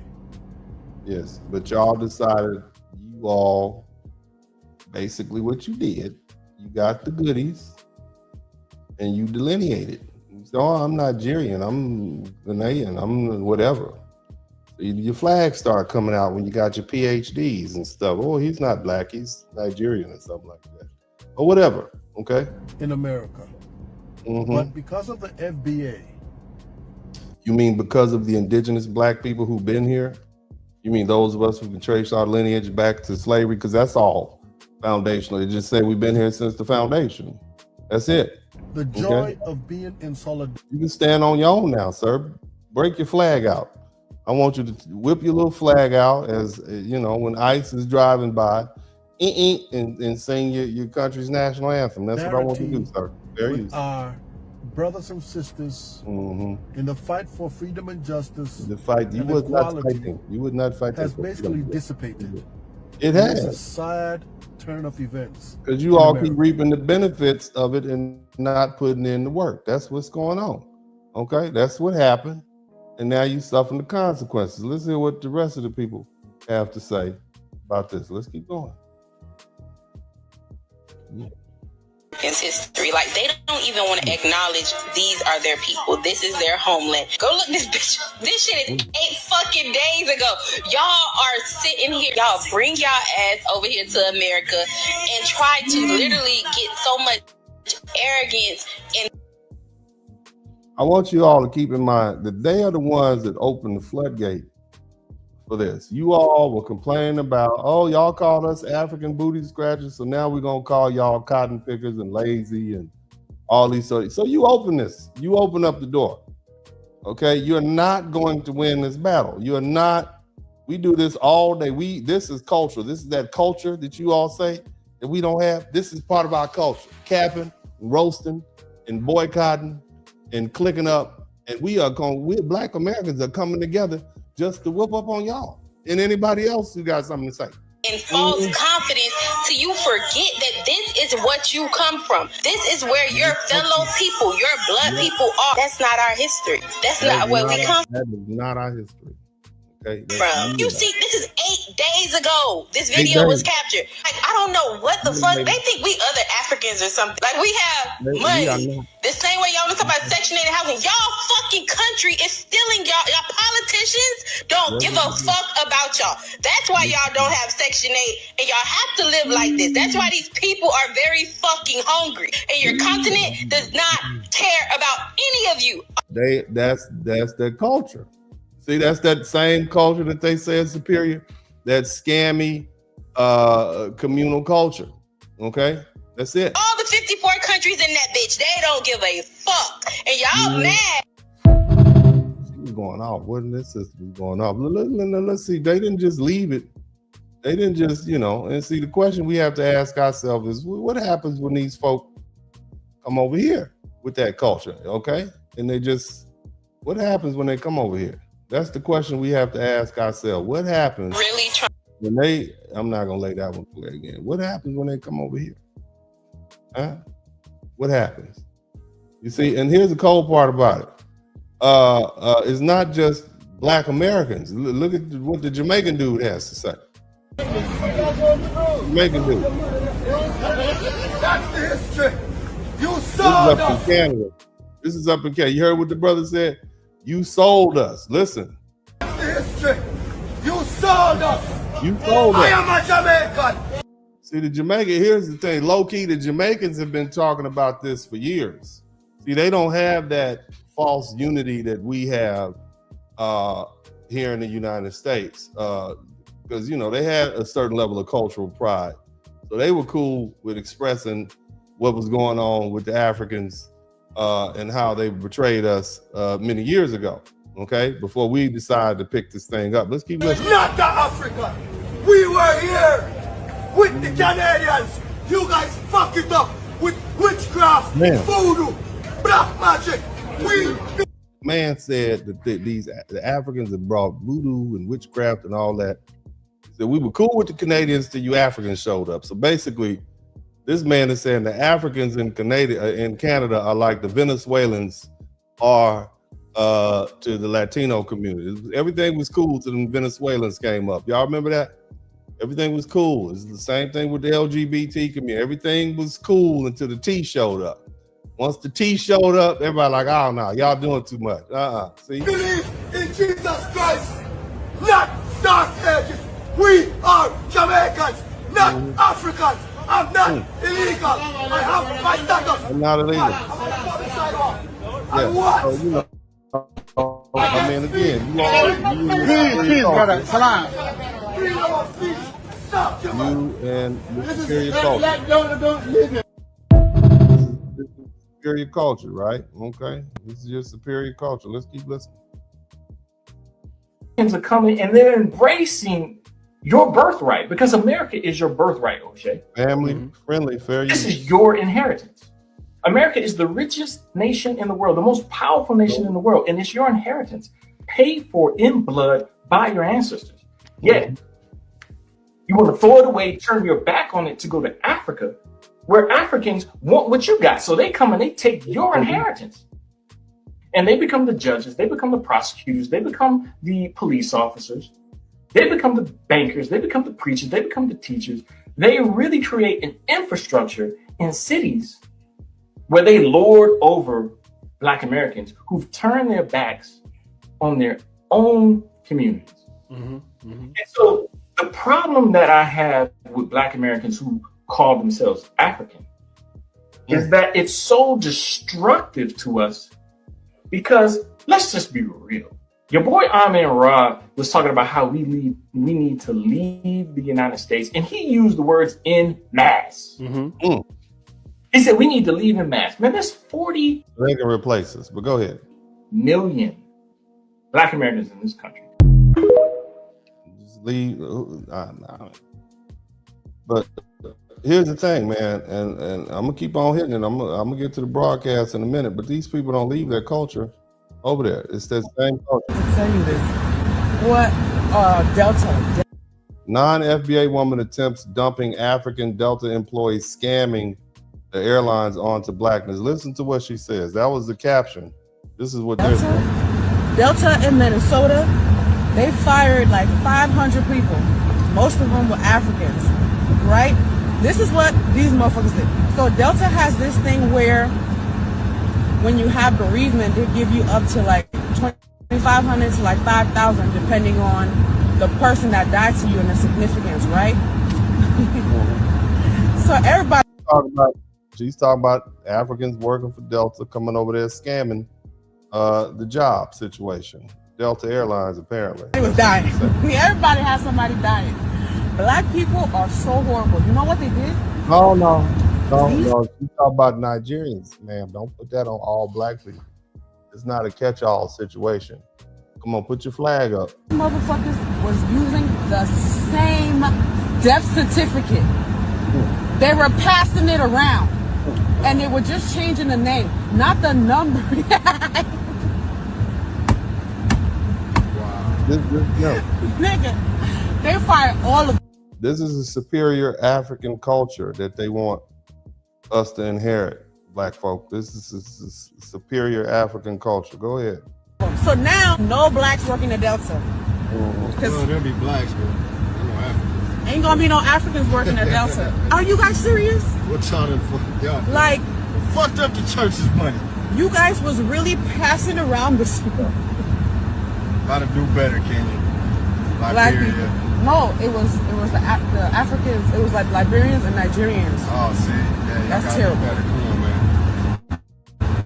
Liberians and Nigerians. That's not us. That's not us. I'm just saying. But let's continue. Let's continue to look. Sentenced to 70 months in prison for a large-scale immigration fraud that he was running in his office in the Bronx. Kofi Amankwa, some of you might have heard of him because maybe you've worked with him before. He was finally sentenced for the immigration scam that he was running through his office, where he took... Cultural Took thousands of dollars from his victims. They've complained with the Justice Department over the years, which led to this investigation. From September 2016 through November 2023, Amankwa and others at his direction met with clients and instructed them to sign fraudulent Form I-360 VAWA petitions, falsely stating that the clients were abused by their U.S. citizen children. And he had also directed many. You hear that? Basically, they're saying that the children abused them. And that's an exception. If you suffer from abuse, you can stay in America. Trump is shutting all that down. But let's of his clients to apply for advanced parole documents so that they could travel and leave the United States and come back and have a lawful entry on their record for the purposes of applying for adjustment of status. The press release says that many of his clients were unsuccessful with getting a green card because their applications were denied. They weren't eligible for the VAWA cases that were pending before USCIS. In addition to his prison term, he was also sentenced to 3 years of supervised release, and he has to pay $16,000 in restitution to his victims. He was also disbarred. Guys, be very careful about who you work with. Immigration scams occur on many different levels, including through attorney offices. Yeah. What's going on over there? This where you want to go? Back to all you African folk, y'all want to go? Want to live over here? And they quick to tell you, oh, we got somewhere to go. Listen to this. We can go home. Shout out to everybody else. Where you gonna go? If Trump decided to kick everybody out, with this dude sitting up there with his little light-skinned lady. Let's shout out to Red Signal. If Trump decided to kick everybody else, where you gonna go? If they start, they proud to tell you they're gonna go back to Africa. Go on back then. Kicking everybody out. Go back to your country. Where they gonna go? This is our country, sir. But go on. Where you gonna go? Going straight home to Africa, in my village where the land, I got a land 30 acres, 40 acres. Why don't you go back there now? You can go back right now. You can take that little light-skinned woman, bring you plenty of what's that stuff, that sunblock, and y'all can go on back right now. You can ease on back over there, right? You don't have to wait for him to invite you over here. Why don't you? Why he got to ask you to leave? Okay, let's keep going. Where the African American gonna go? You got no place. You can't go nowhere. Jamaican are gonna go back home. Haitian are gonna go back home. That's because you all are runners. That's why you gonna get up out of here when it get hot. We don't run, we fight. See what I'm saying? That's the difference. But keep on. Anybody from Colombia are gonna go back home. Brazilian gonna go back home. Mexican gonna go back home. Where you guys gonna go? Where you gonna go? Once you all leave, this will be a much better place. Have you considered that if we can get all you all to leave, that America would be a much better place after that? I just want you to understand that we'd have more resources, not so much competition for housing. You know, we can get back to speaking the same language, welcome to, worshiping the same religion, black and white. If you all would leave, it'd make things a lot less complicated, sir. Oh, nowhere. And I need you guys to screenshot this. I need you to put it anywhere. Matter of fact, I want to go viral like this. We appreciate you for giving us this ammunition that we need to continue forward. So we can talk. We can have that conversation. Where are the African American gonna go? Why would we go anywhere? So why are we gonna go? That's exactly my point. Think we wouldn't fight to stay on our land? Point. This is what makes you think we haven't been fighting? I'm saying to you guys, as African American been there for years, they still can't be claimed. They still. Somebody say he looked like an African spirit. Y'all cold-blooded. The most disrespected people. This might go from one ear to the next, but you guys are gonna understand me one day. They're the most disrespected race in the world. They get pulled over by the cops. Cops are doing all kinds of stuff. African American claim that you all said you all get disrespected in your own country by your own people, your own cops. The African cops are worse than the worst LAPD. Hey, I'm just saying. Listen to some of these America stories. is so good. Oh, you African booty scratcher. Okay, I can take my booty scratching self to Africa, back home. Where you gonna go? Go then. Leave. Go on back where you came from, sir. You and your little lady friend. Go on ahead and get on up out of here. You see what I'm saying? Because see, you gone. You need to go. Cause can be when they come from the motherland, mommy. It just makes it that much nastier. Check this out. My experience became more of an experience of prejudice and discrimination. I know you're probably like, how? And it's like I went from one experience of prejudice and discrimination to another. So how are we home if we got to pay y'all? Why aren't the visas free? If this is home, why don't you make this visa free for us? Because it ain't home, baby. This is black people talking about how their experiences in Africa. It's not home, baby. If this is home, why do we have to pay to be a resident? If this is home, why isn't our citizenship automatically given to us? Oh, so what they be thinking is that they gonna get the same red carpet treatment over there that we give our immigrants here. Newsflash! That's not really normal outside of the United States or other European countries. Therefore, you're gonna get your ninja wake-up call. Why do you think the Prince of Pan-Africanism himself, who has citizenship in Ghana, hasn't up and left? And he's here in the United States panhandling with his beard grown out to his chest with bits of trash and birds laying eggs in it and shit. Oh no. Why you do that? Brother, talk to Mark Johnson. A lot of strays this year. But let's listen to some more. Let's listen to some more of that. The roads, some of the potholes are like literally they will take your car apart. And this is the singer Kalia, I think it's Kellis. She's married to Nas. She's decided to move to Kenya. They have these speed bumps. You know, like in the States, the speed bumps, like they give you a warning. These speed bumps are in the dark. They're not marked. And you will like hit a bump. Just riding across speed bumps in the middle of the night. And leave your soul like behind you. So the roads are definitely takes a little getting used to. And the drainage system is not working. So when it rains, it floods. Also, the trash, the waste management here is trash. Like it's absolutely awful. It doesn't exist. The other big con for me is like shipping, importing. If you want to live like an American here, it's definitely going to cost you like triple the price. Or anything imported, not just American, but European, anything that's brought into the country is they're gonna jack you. The last con I would say, oh God, the car situation here is an absolute nightmare. I have never seen such a bad car situation. First of all, they say if it's not used here in Kenya that it's like new. That makes no sense.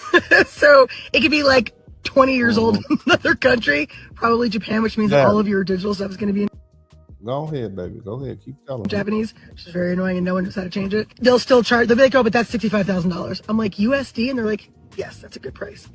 No, it's not. So a lot of that's a big wig that she has on, but go ahead. Sometimes when I see videos of people talking about like how cheap it is to live here, I think you can do things cheap and there are things that are definitely cheaper. But I think if you're coming here thinking like you're going to live like an American, that's like definitely triple the price. You will not be living. Okay, so that's my 2 cents. Bridging the gap with Khalees. I love the continent. I appreciate you too, because it's where you're from. We love it. We love it. Americans in their village. Now I done replaced them. And they are looking at me like, who, you? You that look like us? You're here to help us to say. So the black people are saying that the Africans don't even treat them with a level of deference and respect because they're black. Us? What happened to the white people? And you bald, you ain't got no hair, and you childless, so you really not a woman. In their culture and at that time, you're not a full woman if you don't have children. So this chick went to Kenya and apparently the Africans didn't even want her. You listen to what she just said. These Kenyans told her that she's bald, that she doesn't have any children, so what can she teach them about anything? And they knew that probably they looked at her and they could, see the bald hair, they could see the hair coloring, and they could see that she just looks like a leftist, and they're probably like, well, what is this woman going to teach us about anything, right? And they probably preferred the white Christian missionaries because at least the white Christian missionaries could teach them about Christianity. I don't know what this woman thought that she was going to give to Kenya. I don't know why she thought that she had some kind of roots in Kenya. Like, Black Americans need to start realizing that our roots are in America, okay? They are not in Kenya or Nigeria or Ghana or any of these other places in Africa. But like I said, a lot of people like Baldy. Break from Africa for a bit. I love the food, love the weather, Shout out the to Austin people, Howard. all that begging, man. Everywhere you go, somebody trying to scam you. Women ain't got no money. I mean, some of them do, but the majority of them don't have no money. Every now and then they trying to hit you with a okie doke and try to get $60 here, $60 there. You need to pay for their Uber. Africa is not as cheap as it seems. Once you start living there, you start actually seeing it's really not that cheap, especially if you're gonna be. If you all don't know, this is Austin Holloman. A young man has traveled all around the world. He's settled in Kenya, I believe. And so he's telling you, what he thinks. This is honest opinions. It's not cheap at all, so it feels good to take a break for my bank account to take a break too. Look at that. You know what I'm saying? I'm just letting you see the footage. Don't blame me. I'm just letting you look at the footage. Okay? I'm not Nigerian. This Tariq Nasheed. Why are we gonna? I'm not a continental African. We're not continental Africans. So what are you talking about? Africa is within you. So No, your ancestors are African. No. Really? Your bloodline is African. Your culture is African. So now what? Really? What's African about my culture? The food that you eat, the hairstyles you do, the music. Who? What music? The hip hop. You don't think that has influence from Africa? Name the African Nas. What is it? The beats that you use, it comes from Africa. Name the African Dr. Dre then. Look, we are of African descent, but we are not African culturally. Okay. Well, let me go see. Okay, if we got it from you. Name the African Rakim, the African Nas, the African Dr. Dre. This is God. My God, Charlie. Oh my God. Oh no, my God. Oh my God. Charlie doesn't deserve this. What is going on? What is going on? 31-year-old, beautiful wife, 2 children, now he's gone. This is evil. This is not acceptable. This is evil. Why?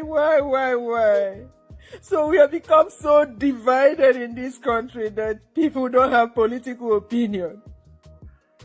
People have taken it upon themselves to kill anyone that speaks truth. Doesn't Charlie have the right to speak the truth, irrespective of the fact whether you agree on what he said or know what he believes? What kind of word is this? This is not America. This is not the kind of America we dream for our children. Charlie is gone. I think I admit it. Confirmed by President Trump. Oh my God, this is unfair. This is evil. The media has done this. The leftists have done this. They have ridiculed this man for years, calling him and rebranding him what he's not. This is political violence. This is out of terrorism. This is not acceptable. If it's Charlie today, tomorrow, it can be me, it can be you, it can be anybody. Now, I'm just asking, is this, do we think this is authentic or is this performative? Are we going back into that scammy culture? I'm just asking.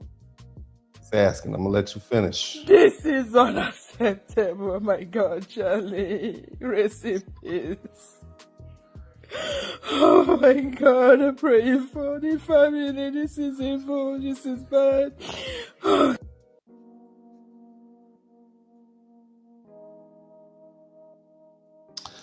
Well, I think that's a good place to break and go ahead and dig into the lesson for this evening. I want to And I don't want to take away from the wonderful things that Africans have done. They you know, in centuries, millennia past, they had brilliant, beautiful things. And we as Black Americans are inspired by what they did. You know, the Mali Empire, all their great accomplishments in mathematics and science, all the sort of things. And that's not what we're talking about. Okay, we're not talking about that. We're talking about the current sellout culture that exists right now. Now, here's the thing, family. See, now we're about to get into the meat, about to get into the nitty gritty. Okay. The question of the day is whether or not Black Americans are, I'm saying Black Americans aren't safe in Africa or with tribalistic African culture in America. Okay. Now, earlier I mentioned something, and this is the evening's lesson. Okay. And I know it's been a good warm up, but we got to get down to some history because there are so many people, and I'm going to actually start something where I'm going to give y'all actual history, because there's always people saying we don't know our culture, we don't know there's no inventions, all that sort of stuff. They try to take away from us because we kind of let our guard down. But I want to talk to you all about the Black African immigrant from Angola, who was the first person in America's history to legally own another Black man for life.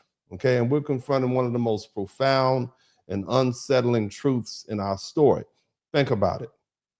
The very concept of lifetime slavery, or of holding another human being in permanent bondage, it didn't originate with Europeans. It came from an African mindset carried across the Atlantic and codified into law right here on this soil. In Europe, people were enslaved temporarily. They worked off debts. They served for years, not life.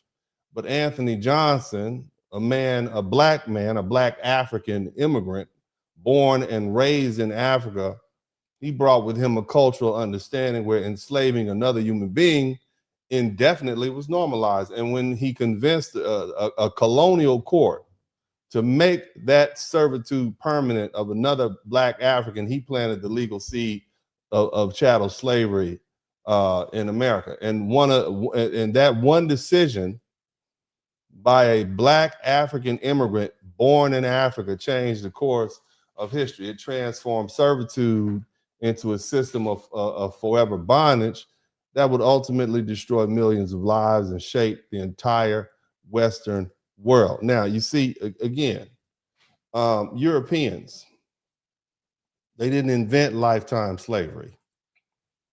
Okay, in Europe, the dominant form of labor, I should say, or the dominant form of labor was called indentured servitude. Okay, and I think I have a video here. History had slaves, so why do you focus on America? We get this a lot in the comments, and it's a little weird. American slavery was different. English slavery wasn't based necessarily on skin color. America has everything and only to do with the color of your skin. Slaves in England were encouraged by their masters to learn, to learn more jobs, to understand more, because it would make them more money. It was literally illegal for a slave to be taught anything, and you could go to jail for simply teaching them the alphabet. Just one of many, many, many differences not passed on to your kids in England or anywhere else. Your enslavement had to do with you. In America, because of the Pardis decision in 1662, slavery is about whoever is born from a Black woman will perpetually always be slaves. American slavery wasn't the same. It was cruel, it was inhuman, it was terror, it was simply evil. The question is, we have to ask ourselves, well, where did they get that from? You see what I'm saying? Where did this come from? Okay?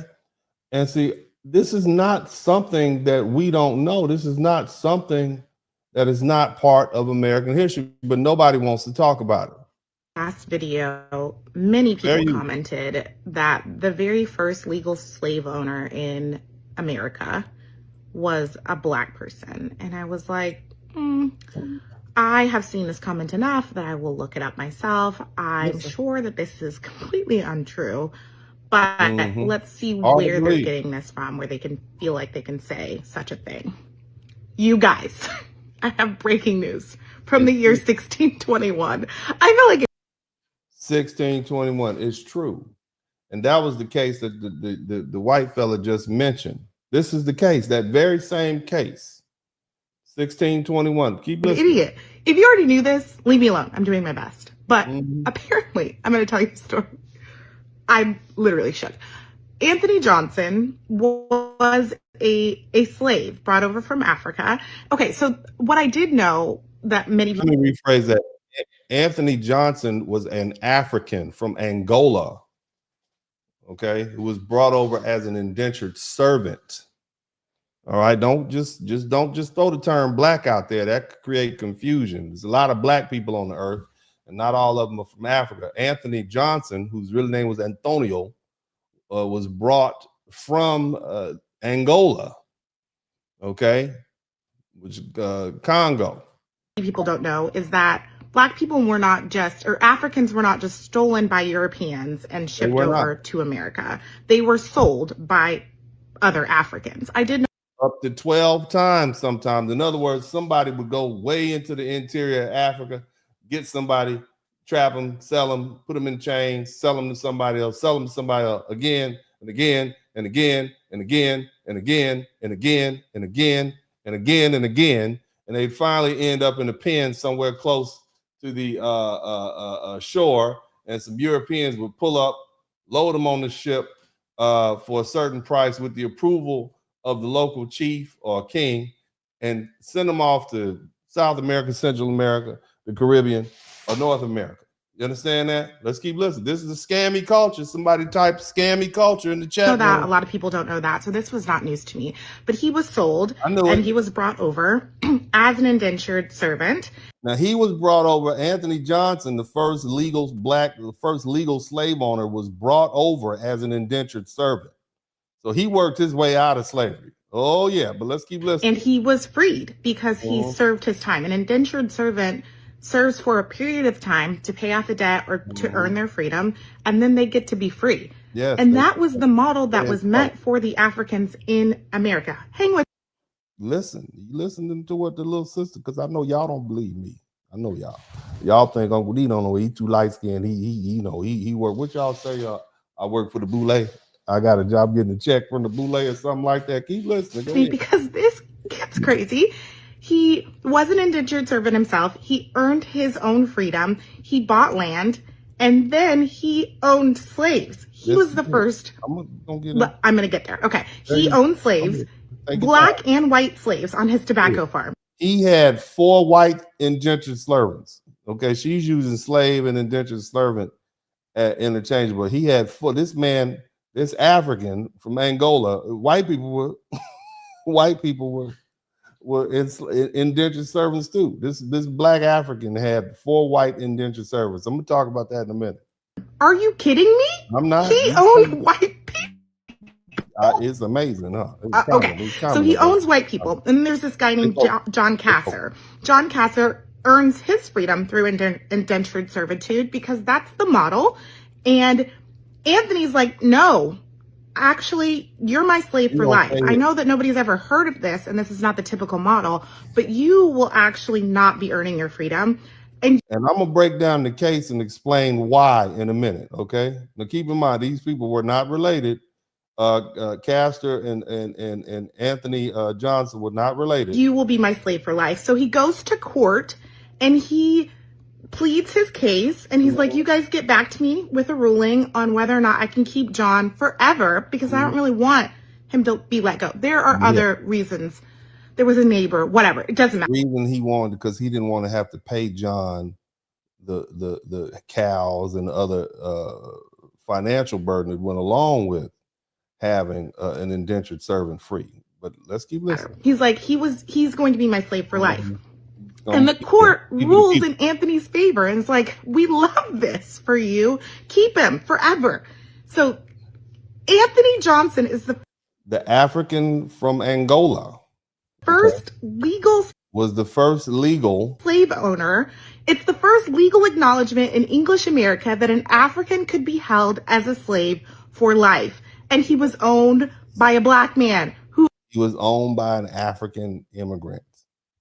Not even an immigrant. And actually he is an immigrant because not immigrant, he didn't come in voluntarily, but he stayed after his indentured servitude was over. Owned other slaves who were both black and white. Yes. And when they were writing our history books, they were like, they wrote it in the history book, baby. They don't teach that during February Black History Month. This is the uncomfortable truth that you can only get here, broadcast to all these thousands of people who will watch this right here with Uncle D, the Blizzard King, because I'm not about to sit up here and lie to you. I'm gonna tell you the truth, and what you decide to do with it is on you, okay, baby girl? But I'm gonna go ahead and take it from here. I appreciate you. You seem like you are shocked and awed by the fact that these Africans, how dare, well, I thought we were unified. And I'm gonna explain in detail why this is possible. Now, here's the thing you have to understand, first of all, okay? In Africa, slavery was not new. See, again, Europeans didn't invent lifetime slavery. In Europe, the dominant labor system was indentured servitude. We talked about that. But in Africa, again, it was ancient. Slavery was ancient. It was a system that had existed for thousands of years across the continent, north, south, east, and west. Long before the first European ship dropped anchor, Africans were capturing, trading, and owning other Africans. And let's be clear, lifetime slavery began as an African concept, not as a European one. The idea that a man could own another man forever, that the entire bloodline could be enslaved from birth to death, was born on African soil. It was later codified into law in America, but the mentality that allowed it to happen came from Africa, that same scammy culture. See, when people try to excuse Anthony Johnson's actions by saying he learned that from the white man, that's false. He didn't need to learn it. He brought it with him from Africa, okay? And before Europeans ever built any slave ships, Africans were already running their own slave markets. They still have slave markets. But across West, Central, North Africa, slavery existed nearly in every major kingdom. The Domini, the Benin, the Ashanti, the Mali, the Oyo, you name it. Slavery wasn't an institution. It wasn't an anomaly. The entire economies were built on human bondage. Slaves were used for labor. That's why in Arabic they like this. These are the slave people. This is who we put in slavery. They even preaching that now. It's so common over there. Slaves were used for labor, military service, sexual exploitation, even ritual sacrifice. You had these kings and monarchs over in Africa. They offered human beings as tribute or currency. The Scottish explorer, his name was Mungo Park. He wrote in the 1700s that in West Africa, the slaves in Africa, I suppose, are nearly the proportion of 3 to 1 to the freemen. In other words, 3 out of 1 or 3 out of 4 were slaves. That's how normalized it was. And let's not forget the Arab slave trade. I talked about that earlier. It been operating for over 1,000 years before the first transatlantic slave ship set sail. The Arabs enslaved millions and millions of Africans. They exported them through the Sahara, the Indian Ocean. They castrated men. They enslaved women. They had raised generations after generations. That system stretched from North Africa to the Middle East, from what they call the Swahili coast to Persia. And so when Anthony Johnson, this African born in Angola, where the systems were normal, came to these English colonies, he didn't invent lifetime slavery here. He introduced it. He took another black man whose name was John Casor to court in 1955 and convinced the judge that Casor should be his slave for life. There had been no such precedent before that case. Until that moment, everybody, white, black, or otherwise, worked under a fixed term of servitude. But this African immigrant, Antonio, or Anthony Johnson, changed that whole system forever. He imported an African cultural practice into a European legal framework, okay? And from that fusion, you got what we call American chattel slavery. That's how it was born. And don't let anyone tell you that slavery in Africa is just some ancient thing and it happened 1,000 years ago. Again, it's still going on right now. Right there in Tunisia and Libya and even Mauritania. You heard the young lady say they tried to kidnap her. You understand? And everybody was in cahoots because the film disappeared. They have, even right now, they got open air slave markets right now. You got sub-Saharan migrants are being brought and sold and traded like cattle. You understand me? Right now in Africa. They calling us cotton pickers and slaves. Y'all making slaves right now. They've been bought and traded like cattle. And the reason it happens is because they allow it to happen. I'm saying Africans allow it to happen. They've passed laws, these anti-slavery laws, they're on paper. But the practice continues in the shadows, in the deserts, in the detention camps. And the same mindset that a man's life can be reduced to a private, it still breathes there. It is alive and well. So when people romanticize Africa as the homeland of unity and brotherhood for all Black people, we as foundational Black Americans, being the wealthiest, the richest group of Black people on the planet, we have to confront this with truth. Because whether we believe it or not, whether you accept us or not, we are the most important Black people on this planet. Okay, and I'm gonna let you see something. I want you to hear what these people have to say. This like to be disrespectful, and maybe this is, some people are gonna think this sounds dumb, but I feel like there's a deeper reason why, you know, people of color and specifically the Black community have been relentless.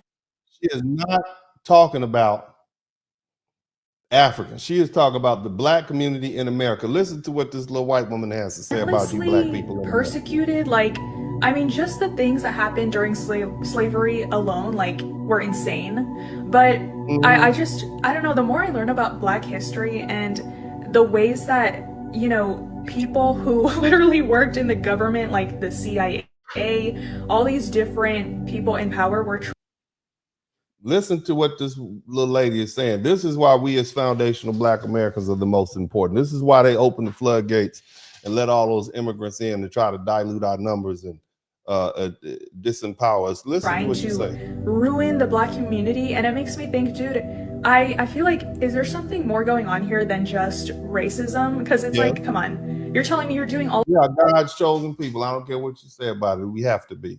There's only one book. There's only one group of people in the Bible that fits the description of what we're going through, what we've been through. All this stuff just because you don't like someone's skin color. I feel like, what if, I have this theory that, like, what if Black people have some type of superpower? She is not talking about Africans. She is talking about foundational Black Americans, the Solon people, the indigenous Black people of the United States of America. This is who she's talking about. Like, what if they have, I don't know, if they're just born with something very valuable that we don't really know about, but maybe, you know, like I said, these people, these rich people and these people in power, maybe they figure. And you all want to give up your birthright to go back to Africa just so you can get trapped and sold again. And if not you, your children and grandchildren are not safe because it's the same culture. Figured it out a long time ago, and maybe that's why they were like, oh, we have to, like, get rid of them, blah, blah, blah. I don't know. I feel like maybe they have something special that we are not taught about that is linked to them being people of color, you know? And I've seen some Black creators come on here and try to explain how special it is to have melanin in your skin and how it has all these different properties, but I don't know, I just feel like I have this theory that this goes so much deeper than maybe a lot of us realize, because I'm sorry, but I don't think you're gonna go out of your way for all these hundreds and hundreds of years to try to ruin one group of people over something as silly as, oh, their skin is a different color. Like, I feel like there's something that we don't know. All right, I'm gonna let you sit on that, little lady. But here's the thing: when we again, all right, this betrayal, okay, this lifetime of slavery did not start in Virginia in 1619. Okay, it started in the villages and the palaces and the ports of Africa over 90% of the Africans sold into the Atlantic slave trade were first enslaved by other Africans. They were captured in wars, manufactured wars for the sole purpose of having raids, okay? Or as punishment, and then sold to European traders. And as Harvard professor Henry Louis Gates Jr. put it, without the complex business partnerships between African elites and European traders, the slave trade to the New World would have been impossible, at least on the scale it occurred. They might have snatched up a few people, but not everybody. That's not hate, family. That's history. So when we say that that lifetime slavery in America began with a black man or a black African immigrant, we're not shaming anyone's heritage or their heritage or ours. We're finishing the story, because until we trace the wound all the way back to its source, from Virginia's courtrooms to the slave ports of Elmina, from the sugar fields of the Caribbean to the dunes of the Sahara, we'll never truly understand what we survived. We are the children of those who endured both betrayal and bondage and rose above it. And we're not going to let anybody rewrite that truth. Now, let's talk about Antonio, okay? We're going to go back to Angola, or what we call now Angola in 1621. If we're going to talk honestly about this man, all right, he was, you know, we need to know where he came from. So we're going to talk about Angola in 1621. Angola wasn't some peaceful African kingdom. This wasn't Wakanda. It was a slave factory. It was carved up by the Portuguese Empire and fueled blood and betrayal. The Portuguese have been in the region for decades. They built forts. They had trading posts. They had coastal ports. They funneled human beings from Africa into the Atlantic. Okay, and they had just opened a new slave port in a place called Bengali in 1616, and it was designed specifically to expand the export of Angolan captives to Brazil and the Caribbean. And this was a time of permanent war. The Portuguese armies allied with or against local kingdoms like Ndongo and Congo and Matumba, and turned human beings into currency. Remember, all these people had different tribes. They were warring with each other. So it's like, look, we're just going to exploit these fools, okay? And we're going to get this money. You see? And then you had what was called the Mbangala, also known as the Jaga or the Kasama, these mercenary raiders who specialized in mass capture. They made a living out of terrorizing villages and burning down towns and selling people to the Portuguese for guns and alcohol. They were out there getting drunk. You were on the bottom of a ship, stripped away, headed overseas because somebody wanted to have a good Friday night, because somebody wanted to get lit on a Friday.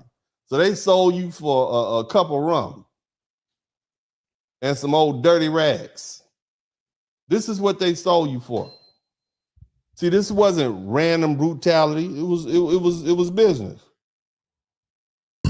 Manufacture a war, pick a reason why you don't like this person. Oh, they call me an African booty scratcher, so we just gonna disempower them. Any reason is good enough for these people with this scammy culture. Nevertheless, they manufactured a reason to fight, okay? And then you had middlemen that converted war into wealth. But by the time Antonio was born, Angelo in Angola, it had already become a society where raiding and capturing and selling human beings was routine. That's not exceptional. The infrastructure, the incentives, the culture of enslavement were backed into daily life. Angola didn't exist in isolation either. It was the southern funnel of the massive regional slave network, and it stretched all the way Central West Africa, okay? The Dutch were involved, the French were involved, but again, the Kingdom of the Congo was one of the earliest African states to trade with Europe, and it had been entangled in the slave trade for over a century. Its ruler, Alfonso I, from 1509 to 1542, he initially embraced Catholicism, okay? This man, he was friendly with the Portuguese. This is their king. Your king. This is your king. This is their king. The king used the Portuguese. He built schools. Yeah, you know, we could be friends. You could have some of these blacks, you know, no problem. You see? He built schools, he built churches, he built armies. But guess what? It was financed by the sale of other Africans, other black people.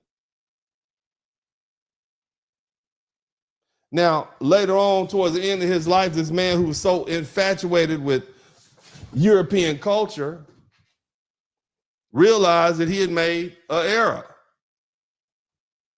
See, in letters to the Portuguese, he's begging. He's sending letters to the king of Portugal, begging them to end the kidnapping of freeborn Congolese. Because see, it wasn't that they just started. They might have started off getting the people on the outskirts, but after a while, they were snatching anybody, freeborn. Okay, the king of the Congo, Alfonso, said our country has been completely depopulated. So they weren't just taking people they were taking everybody. And see, that's how deep the corruption ran. Even the king who tried to reform it, he was trapped inside, nothing he could do about it. Now you do have people like Queen Nzinga of Matamba. She reigned from 1620 to 1633. She fought fiercely against Portuguese domination. But even she participated in slave trading when it became clear that the economy and the survival of her state depended on it. So when push came to shove, she even sold out. Scammy culture. But the thing is, across the region, African hands captured and sold other Africans, other African bodies. It wasn't universal, but it was wide enough that by the time Antonio, the one that got it cracking over here, young man, it's like he knew it was normalized. That was the thing. You see?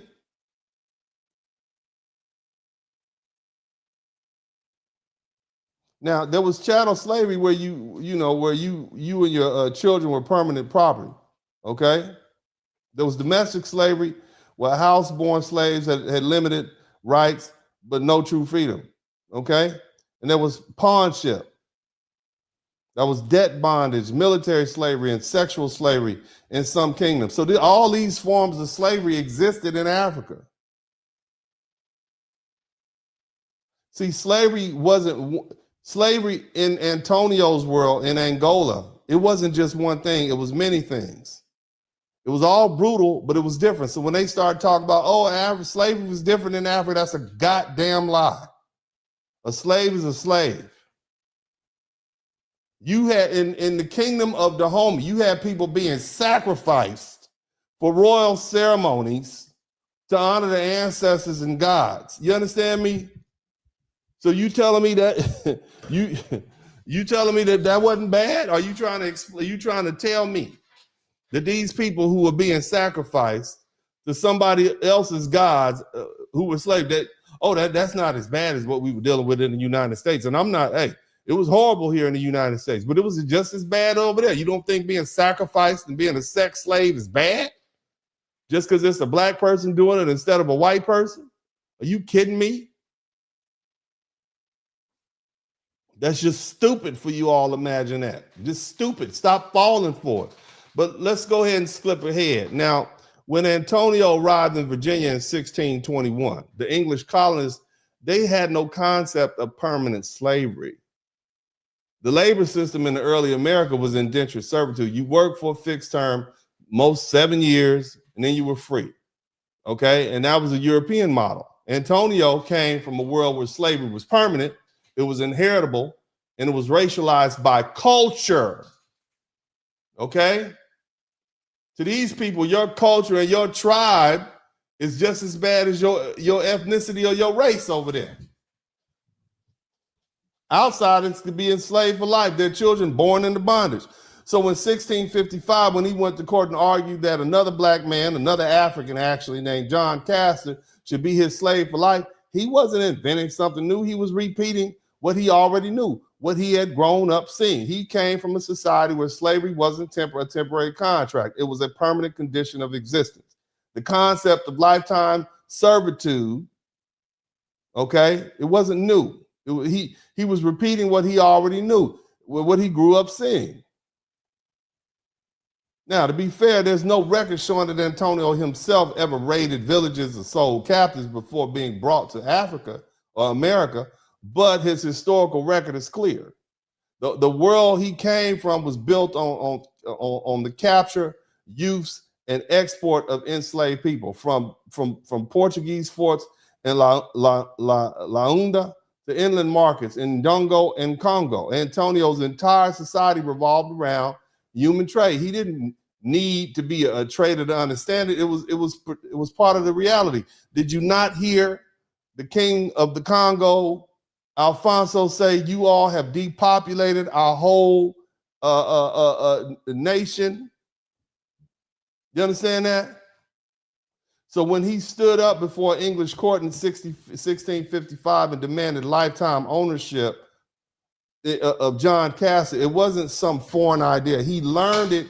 He didn't learn it in Virginia. It was a cultural reflex. It was a worldview imported from Angola's slave war economy, formalized to the power of European law.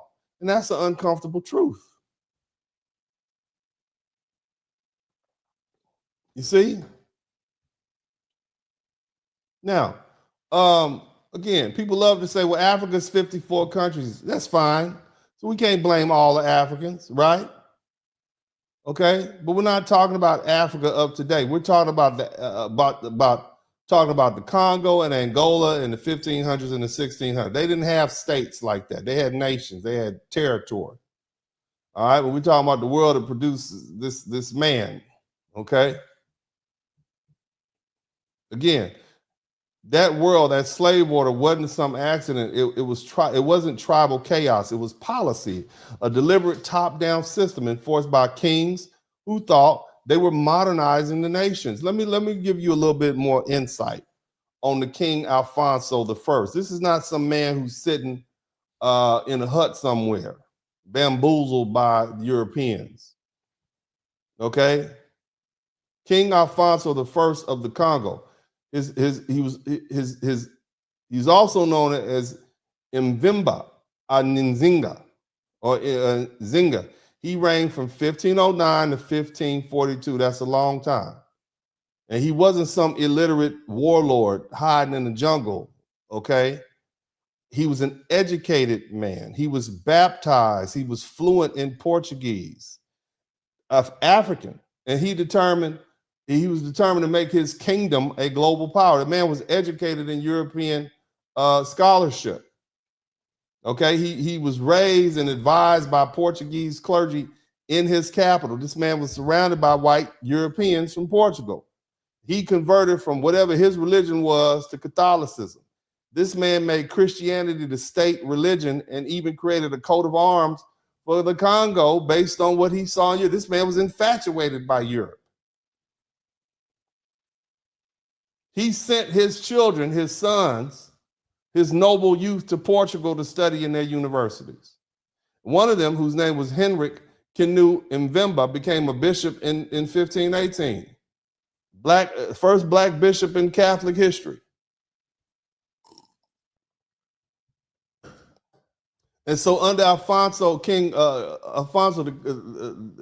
Congo elite, they didn't just imitate Europe. They became European in form. This is 500 years ago. They gave themselves new titles, new names, a new coat of arms. They ran there in Africa dressing with European clothes on, going to church and schools.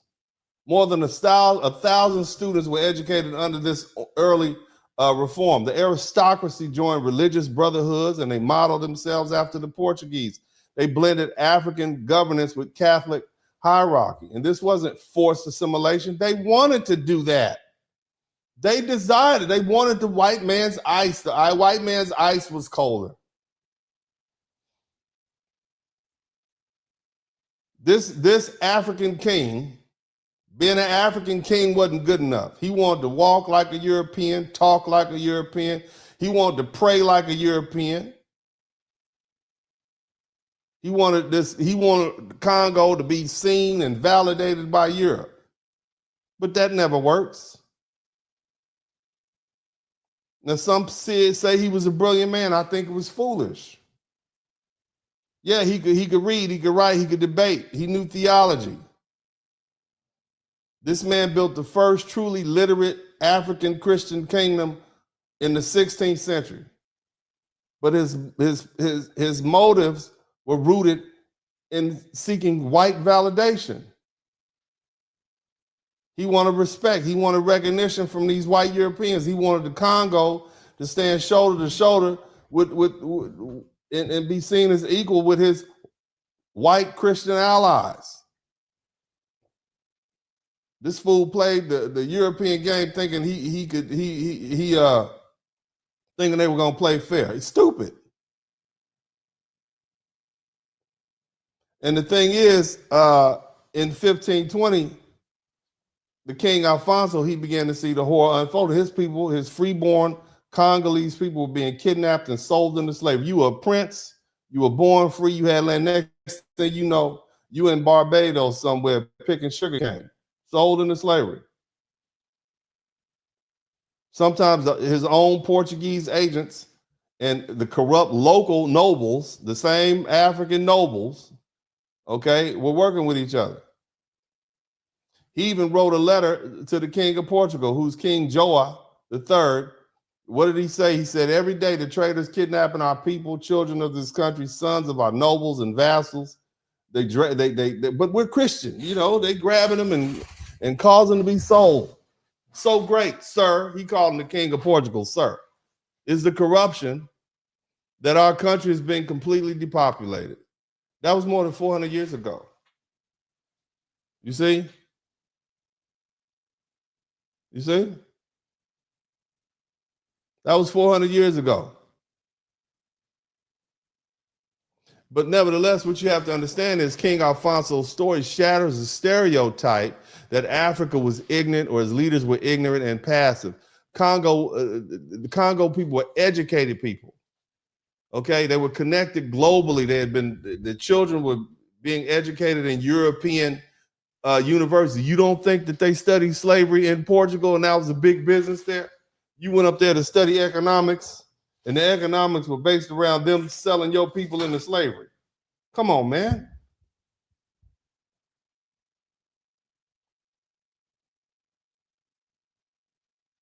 They thought assimilation would bring equality, just like many of you do. And these people would never accept you. All it's going to bring is what it always brought. It brought them exploitation, and it's bringing you exploitation. And the downfall didn't start with the change. It started with compromise. It started with African rulers open the door thinking the guests came to trade when in fact they came to take. You understand me?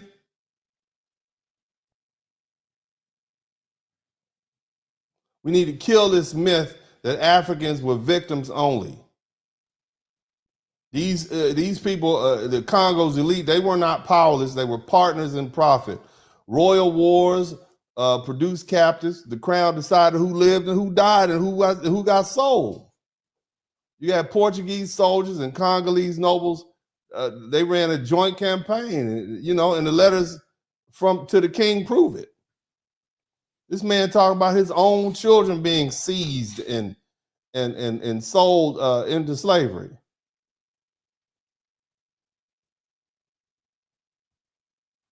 And guess what Portugal's reply was? Just import more people, convert them, and breed them. That's what they said. That was the king's response. That was the king of Portugal's response. That wasn't a moral apology. That was a business reply. Two powers arguing not over whether slavery was wrong, but over who got the better deal. You understand me?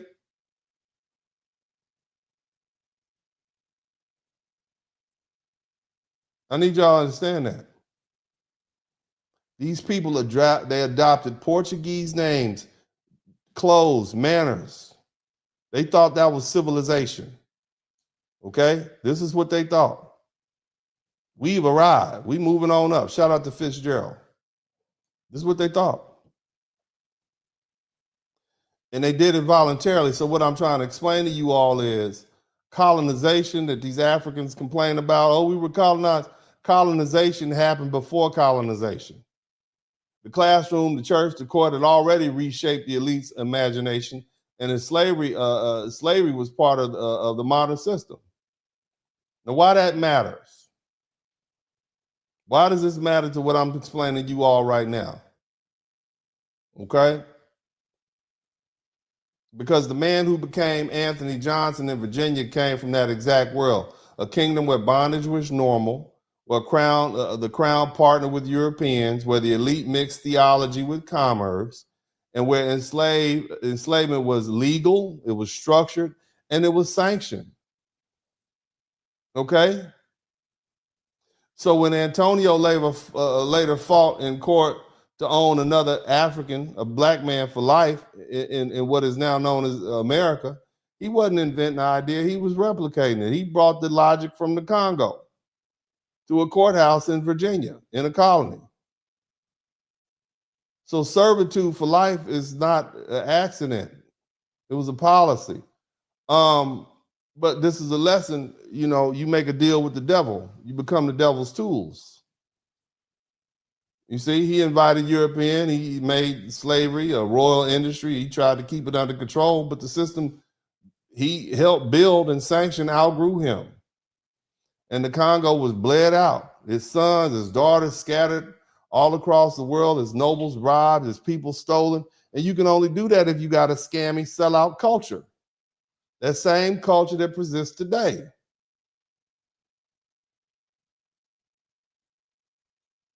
You understand me?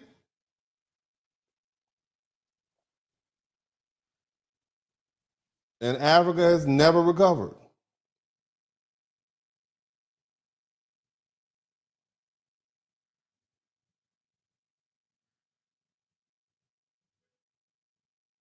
Now, from this conveyor belt of slavery came Anthony Johnson.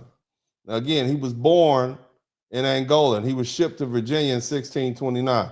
He wasn't just some random victim of European greed. He was a product of a system Africa itself helped construct, a living legacy of decisions made in royal courts a century earlier, okay? And his inheritance of slavery, of a slave economy. This is what we're dealing with.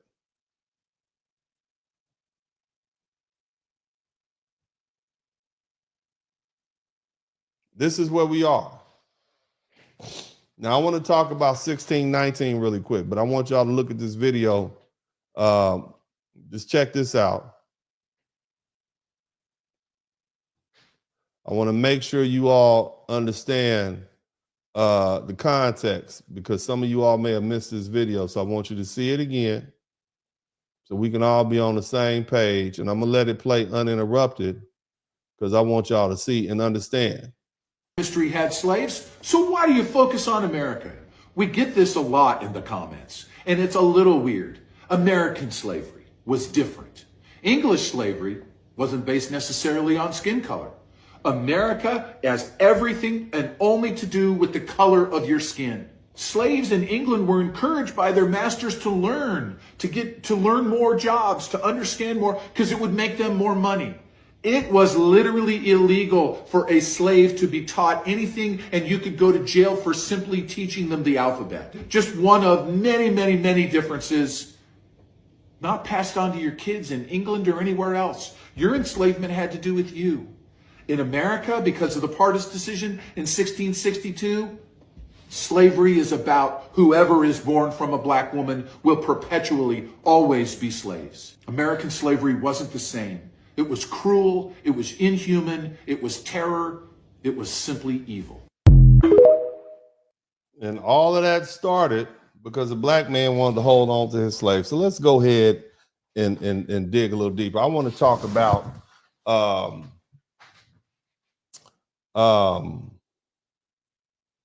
I just want to go ahead and get to it.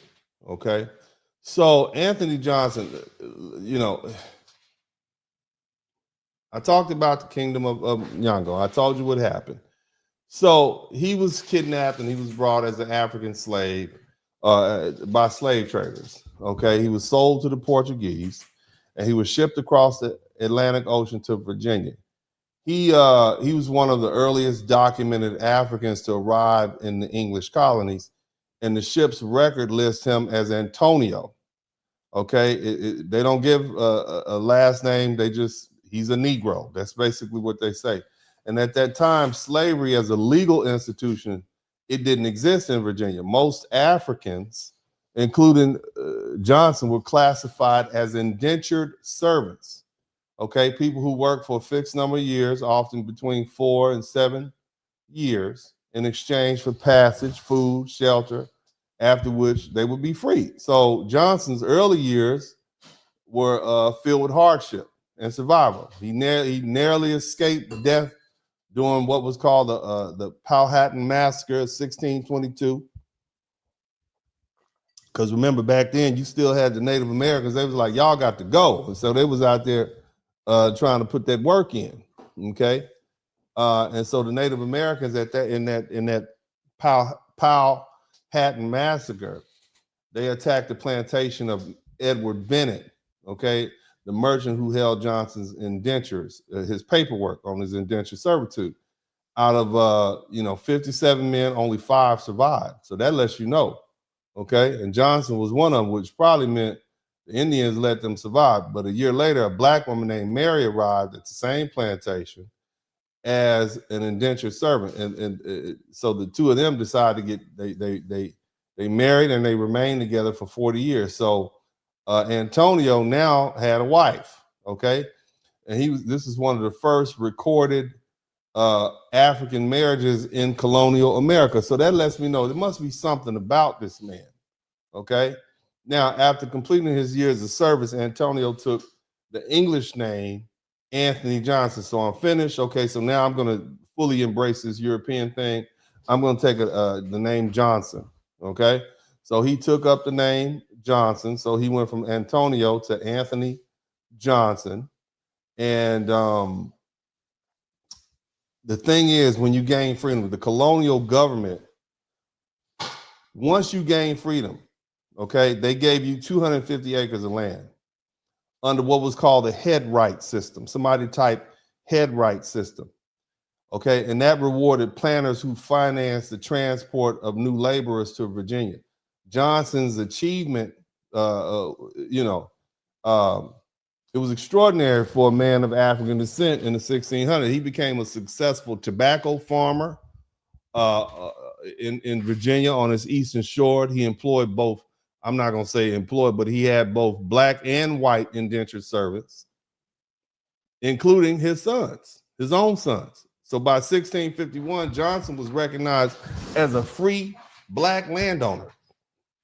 Okay, and this man was all in. He and his family were even exempt from certain taxes. This was a special Negro. Okay? He's special for whatever reason. We don't know. History is silent. But this is a privilege that was usually reserved for white colonialists. And in a society still forming its racial boundaries, the Johnson family held a rare position, not enslaved, not fully equal, but clearly prosperous and respected. So, Anthony Johnson's name entered the American legal history through the case of John Casor. Again, another African, another black man who worked for him as an indentured servant. This was around 1653, okay? Casor claimed his time period was up. His 7 years was over. He had been keeping track, been 7 Christmases, you know what I'm saying? 7 Easter Sundays. It's time for me to be free, boss. I'm trying to get up out of here. It's time for me to go. You got to give me what I'm supposed to get, just like you got what you're supposed to get. I want my 250 acres, right? You got your 250 acres. I want to be a special Negro like you, boss. And guess who wasn't having no parts of that? Anthony, I'm going to be the only special Negro around here, apparently. That's apparently what Anthony was on his mind because, anyway, just to kind of skip ahead a little bit, I guess there was a little rancor between the two. And, Casor said, my time is up. And I was free, okay? So what did he do? He went and hooked up with another local white planter named Robert Parker, who hired Casor, believing everybody thought you said this time period is up.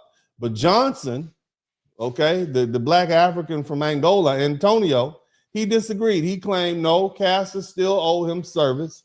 And guess what he did? He sued the white man, okay, the other landowner. He sued Robert Parker in Northampton County Court in 1654. This is a legal case. You understand? This is a real legal case. This is part of American jurisprudence. Okay, so he sued Mr. Parker. He sued his neighbor. You took my Negro. He's still under my indentured servitude. Okay, and at first, the court ruled in favor of Robert Parker. He said, look, this Negro's free. We all know he was free. This man had this black dude, Antonio's getting beside himself. So the local court said, yeah, he's, we know he's free. So but guess what? Johnson, he said, no, I'm going to appeal that. So he appealed it. And in 1655, the appellate court reversed the decision and declared that John Castor, not only was he still owed time, but now you're going to be his servant for life. You understand me? So what if John Castor what if Johnson had decided not to appeal the case? Okay, you free. But he decided to spend more money and time and energy, and he appealed it. So what was the motivation? But we'll get to that in a minute. This ruling made John Castor the first person in the English colonies to legally be declared a slave for life without committing a crime. Okay, and I'm going to talk about that earlier because there was another case where somebody tried to run off, and the punishment was you're going to be a slave for life. And I'll deal with that a little bit. But unlike earlier cases, this wasn't a civil. This was civil. It wasn't criminal. Okay, this is just a property issue. He hadn't committed any crime. It wasn't about punishment. It was about property rights. And in hindsight, this decision marked the turning point. It set a legal and moral foundation for what we now know happened, which was chattel slavery, where a black person, a human being, can be treated as property. Ironically, the first recorded lifetime slave in America was owned by a man who had once been enslaved himself, a black man. So Anthony's story, it challenges a simple idea about race and slavery. He was the first documented black African slave owner in North America, and his life reveals a complex system of slavery. Okay, and so you see why. All right. The Europeans fully institutionalized slavery. African leaders, traders, warriors had already taken part in capturing and selling Africans. Okay. But again, this is why history can't be ignored. When we talk about reparations today, we need to acknowledge that the slave trade was not some one-sided crime. Okay. It was a global enterprise involving European colonizers, African planters, African elite, and everybody else. Again, I told you all years ago, if we're serious about reparations, we're going to have to look at the whole picture. The responsibility does not just fall on America alone. Africa, too, must reckon with the role its leaders played in supplying people to the transatlantic slave trade. The life of Anthony Johnson reminds us that this was not just an American sin. It was a human one. It was rooted in greed and power and survival long before the United States existed. Now, I need you to understand something, how this case unfolded. Are you all with me? Hit the number 1 button if you're with me. See, it helps to look a little closer at Anthony Johnson. Who was this black man who was cool with enslaving other black people? Who was this guy?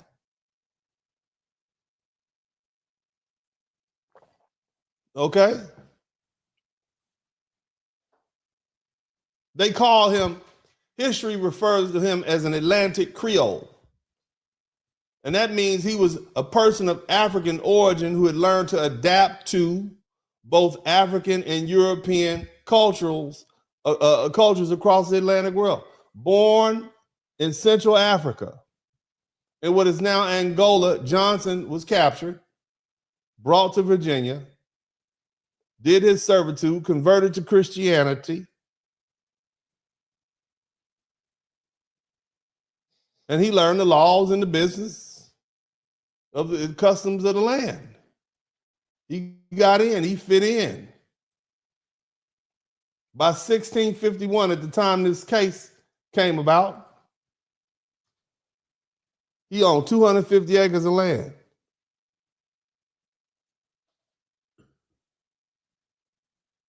He referred to it as mine own ground. This was what he called it.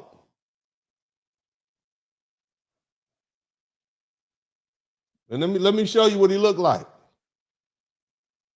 because I need you to know this is a picture of the man. Because when I say Creole, y'all, he must have been light skinned. No, he was clearly not. I want you to see what he looked like. This is him right here. This black man right here. You understand? Anthony Johnson, first slave owner. Black man, that's a face right there. That's him. That's the reason we have lifetime slavery right here in the United States of America. This is the man right there. All right? Think about that. An African from Angola. Now, let's get back to the business at hand. He had 250 acres of land, gave it a name, mine own ground. He also had 5 indentured servants, 4 European. He had 4 white folk as slave and 1 African. Now, what do they say about him? He was known as hardworking. And I'm talking about Anthony, that he was successful. He was a respected man in his community. The county court in Northampton praised him and his wife, Mary Johnson, for their hard labor and known service. When a fire destroyed their home and property in 1652, the local officials reduced their taxes and even exempted Mary and their daughters from lifetime tithes. This was a special tax break usually given only to white women. These were special Negroes.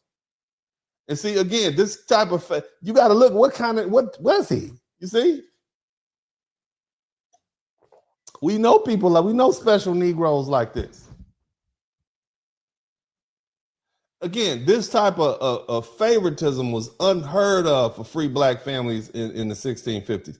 And it showed how much influence he had earned with the white folk. You see? And Johnson was also a practical businessman. He used the colony's head right system. Listen, what this did was it granted land to those who brought laborers to Virginia. Remember, we talking about some untamed country. These are settlers. These are not immigrants. These are settlers we talk. This was untamed country. They needed people.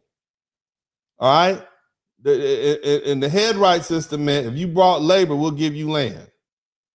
You brought more people to this land, more people here, we'll give you land. The thing about him is when disputes arose, he used the courts to defend his interests. Even the famous case that declared John Castor his servant. He didn't go over there and try to capture the man. No. Now, the thing is, he used the court system. This was a white black man. Now we have to ask ourselves, why did these white landowners treat him so special?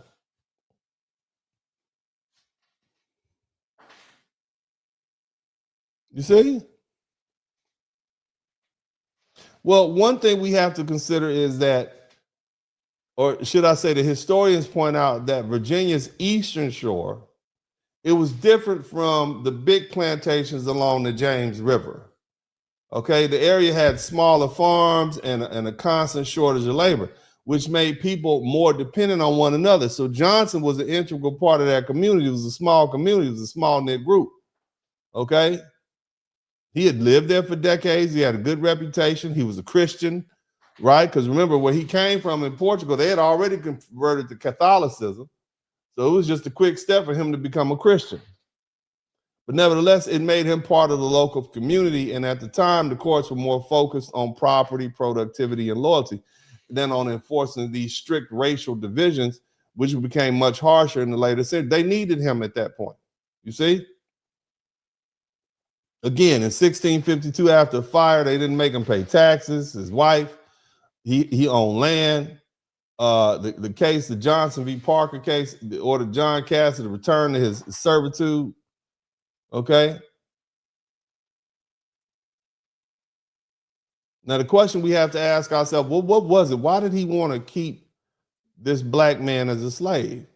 We don't have any letters or any personal record explaining Johnson's his motive, but historians have tried to piece things together. And here's some likely reasons. And they base this on the court case and the local context.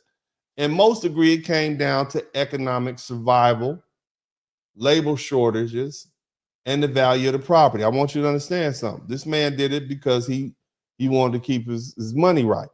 He did it for the money. So we have chattel slavery because a black African wanted to keep his money together. So historians, there's a man named T.H. Brim and Stephen Inez. And in Mine Own Ground, he argued that the courts at the time often sided with whoever could claim ownership of labor or land. And so Johnson, the black Antonio, saw John Castor as a valuable worker. You see? He was property in economic terms, and he wanted to fight to keep that claim. And the other landowners like, yeah, this sounds like a good idea. I wonder how this is going to turn out. So here's the thing. There was a fear of losing his wealth. There was a man named Captain Samuel Goldsmith who testified that Johnson was in fear that Castor might take most of his cows if he were declared free. And this detail suggests Johnson was worried about losing money or livestock, not just labor. Why? Because once your servant was freed, you had to give him something. And in this particular case, Johnson was concerned about him, Castor demanding livestock, which would do what? Take away from his part. You can use this man for 7 years, right? And now, you know, he wants to exercise, do the same thing you did, and you want to close the door behind him. The other thing is, consider this. There was a shortage on labor, and tobacco farming was hard work, and people were making a lot of money on tobacco. There wasn't enough labor to go around. And many of these indentured servants eventually became free, and they started their own farms, which meant competition for the land. So if I keep this man a slave, then I don't have to worry about him being the special Negro and being my competition. You see these self-motivated reasons? Are y'all with me? Hit the number 1 button. Okay? These are self-serving reasons here that we're talking about. There was no highfalutin reason behind this. This is about money. The other thing is this: social standing, status. You know how us Negroes like status. Some of the people say, well, you know what? He just wanted to protect his status. He was a free black landowner. He was seen as respectable. He was law-abiding. You know, he wanted to keep his privilege. He didn't want this man, this John Castor, this African Negro, okay, taking it. Remember, Johnson had been there for like 30 years at this point. John Castor was relatively new. He didn't want him taking his cows and, you know, nah. He also wanted to show that he could play the same game the white planters play. He played by the rules. So what wasn't motivating him? There's no solid evidence that there was some personal rivalry or jealousy or anything like that. Okay? It looks more like business. You see? Looks more like he put business in his own interest before anything. Now, the thing is, you probably ask yourself, well, how usual was it to keep someone past their indentured servitude? Well, in the early Virginia, both Africans and Europeans came as indentured servants, meaning they worked for a set number of years in exchange for freedom, dues, okay? What did they get? They got land, they got tools, they got money. And normally, after the term ended, they were released. But contracts were often lost. Sometimes they were ignored, and sometimes they were altered. And the courts hadn't yet drawn clear lines between temporary servitude and lifelong servitude. That's why this 1655 Castor case is so important. Because, see, unlike John Punch's case, which happened 15 years earlier, many of you all have heard of John Punch, okay, where lifetime servitude was punishment for Castor, okay, because of a crime he committed. He had run off. See, Casor was made a lifetime servant because of a civil ruling. You gonna be mine because I say so. You my property. You went over there and I sued you. The new person you work for. He didn't commit any crimes. He thought it was over. There was no bad faith. But what this case did, what the 1965 case, the 1655 case did, was it helped shift Virginia from a race-based hereditary slavery, which became the law in the 1960s. So bottom line, Johnson, he was smart, he was ambitious, he was resourceful, he built a successful farm, he earned respect from white folk, and it was an extraordinary achievement. Okay, but his victory in the Casor case also showed how deeply he had absorbed the colony's economic value. This was a white European in his mind. It held up, housed in black skin. You see? And all the historians agree his interest was his self-interest, fear economic loss, and the court's growing belief that property rights were more important than human freedom. And Antonio Johnson went right along with it.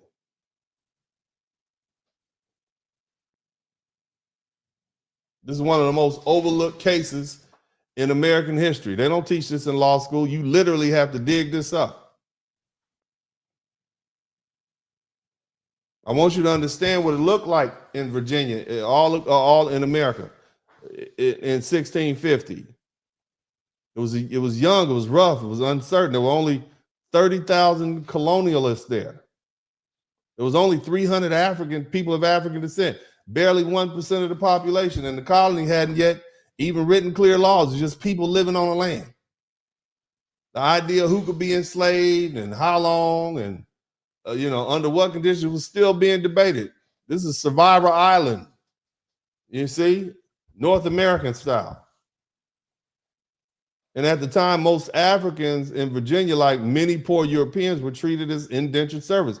That meant they worked for a set number of years to pay off their costs and their free passage to the New World. And when the time was up, they were legally free. But in practice, things weren't that simple. Some contracts were lost. Some contracts were misplaced and some were forged. Okay, and some of the masters refused to release their workers, and the colonial courts hadn't yet decided whether Africans should be treated like white servants or should they be treated like something different. See, in this uncertain world, the gray area between servitude and slavery, because remember, at the end of the day, it's still black. Okay, but this gray area is how we meet John Casor. His story marks the turning point where those blurred lines began to harden into something permanent, lifelong race-based slavery. Remember, Anthony Johnson, this free black man from Angola, had earned his freedom, built a tobacco farm, and even owned 250 acres of Virginia's eastern shore. Land he proudly called mine own ground. Okay, but he was still black. And let me tell you something about what I've seen. If white folks ever want to do something treacherous and dirty to black people, they're going to put a black face in charge. Look at the director of HUD. Whatever you think about Section 8 and food stamps and whatnot, it's not a white man who's the face of taking your food stamps away. It's a black man, former NFL player. Anytime they want to do something dirty to you, they're going to get somebody black and use him as cover. They had the commander of the Caribbean, that you see that brother quit. He said, y'all are not going to have me out here throwing bombs at these doggone drug boats and committing these crimes. You understand what I'm saying? I want you to understand the game hadn't changed. The players do, but it's the same game. And you got so many people lined up to be tokens and sellouts. They'll do it. But let's dig a little deeper, okay? We're going to dig a little deeper. I'm going to go over this layer again, over and over again. We're going to dig deeper and deeper. So, anyway, Johnson, you see, he had the 4 white slave owners. He had the 4 white indentured servants, the 1 black. And basically Casor said, hey, I've done my time. I've worked beyond my term. And Johnson said, no, you belong to me. Okay? The 2 more Africans, one claiming freedom and the other one claiming ownership. All right. And that caught the attention of the legal system. And somebody said, yeah, we can use this. So he filed, here's the thing, the freedom suit. In 1653, John Casor took the stand. He left Johnson's plantation and went to work for a neighboring white planter named Robert Parker. And Parker and his brother testified that they believed that Casor was free, that his contract had run its course. But Anthony Johnson didn't let it go. In 1654, he sued Robert Parker in Northampton County Court, accusing him of detaining his servant. That's my property. Send my Negro back. You see? And of course, Casor said, but I'm free. I've been working for 7 years. It's a clear cut. But somehow the paperwork got lost. Again, the district court, we'll call it the lower court, agreed that he was free, he'd done his time. The appellate court on March 8, 1655 reversed that decision. So that's the day the chattel slavery started in the United States, on March 8, 1655. You see, and what did the judge say? The Casor, that he be returned forthwith to the service of Anthony Johnson, and that Parker pay all the court costs. Ooh, I bet it was some hard Christmases around there. I bet old John Casor was sleeping with all of Johnson's daughters at that point. Probably got them all pregnant. You understand? But again, this ruling made John Casor, this black African immigrant, the first English colonial in America to legally be declared a slave, have a slave for life, without committing any crime. Okay. And that's what makes this historic. See, it wasn't a criminal punishment. It wasn't about rebellion or escape. It was about property. The court had, for the first time, recognized a master's claim of lifelong ownership over another human being through civil law. You said you free, I said you not. Okay, well, your punishment now is to be my slave for life. Damn. So that means if you contest it and you rule and the ruling is against you, you're a slave forever. If you see the trap, all they have to do is contest it. The burden is for you to prove that you weren't, and they have the paperwork. So if they come up with the paperwork or forge the paperwork, isn't that crazy? That is insane.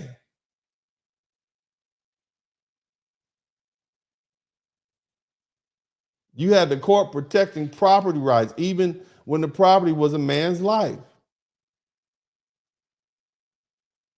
And the person put forth to do it was Anthony Johnson, a free African immigrant. Shout out to GCLA. The court effectively affirmed that a black man could legally own another black person. And that single ruling showed how the idea of property, not race, was starting to drive the system. And the logic of ownership was overtaking the old flexible norms, okay? All right. And soon race and property would merge to create a permanent hereditary system of slavery. So what happened next? Well, John Casor, he remained enslaved to Anthony Johnson. And when Johnson later moved his family to Maryland in 1665, Casor went with them, still enslaved until his death. Meanwhile, Virginia lawmakers, they got busy. Okay, they start turning these scattered rulings and these stare decisis into, and they brought it all together. In 1662, the Assembly passed a law called Partus Sequitorum Ventrum, and that's a Latin word, means that the child follows the womb. And this meant that the child status came from the mama, because remember, there's a lot of white men and a lot of folk getting black women pregnant, and we can't have these children free, because before that, if your father was free, you were free. But now, if your mother's a slave, you're a slave. And what that did was it automatically enslaved the children. And that law broke from English tradition, which had always followed the father's line. And so it made slavery hereditary. So over the next 30 years, new laws restricted Africans and free blacks. What they could do, they couldn't own white servants anymore. They got rid of that. So you can no longer have an Irish indentured servant anymore. They weren't allowed to carry weapons. They weren't allowed to testify in court. And by the 1690s, Virginia had become fully racialized as far as a slave society. All of this started because a black man was too greedy. Shout out to Intricately Tangled. A black man was too greedy and a black African named Antonio Johnson didn't want to give up his cows to John Castor. Okay? Because he was selfish and greedy. He wanted to keep his status amongst white folk. See, that lawsuit it wasn't about fairness. It was about a man who worked his term and wanted his freedom. And instead, he became the foundation of slavery as an institution here in the United States. And from that moment forward, the line between servant and slave was drawn in blood. Okay? This is the exact moment when it started, when freedom became negotiable and race became destiny. And by choosing property over humanity, the Virginia courts helped build a system that will last for more than 200 years. You understand me?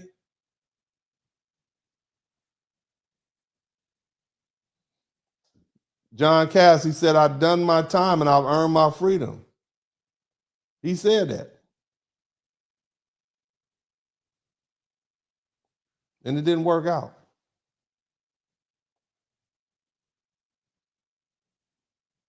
You see? Now, let's dig a little deeper into this. Because the evidence, and I want you to understand that, the evidence the court credited Goldsmith's deposition. Goldsmith was a captain, okay? See, this is the most important testimony. It was a sworn deposition of Captain Samuel Goldsmith that was taken in open court in 1865. Goldsmith stated in essence, hey, at Johnson's house, Castor told Goldsmith, John Castor being the person who did, he came to Virginia about 7 or 8 years ago as an indentured servant, and he demanded his freedom, saying Johnson had kept him for 7 years. And Goldsmith then asked Johnson to produce the paperwork. And Johnson said, he never, I didn't have one. But that he was sure he had he was sure he had the guy for life.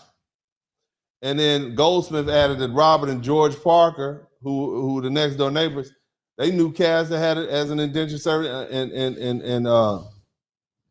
they lived on the other side of the bay at that time, so they were neighbors. And he's saying the reason he didn't want to do it, he might have to surrender cows to Castor. Okay? You see? That was his reason.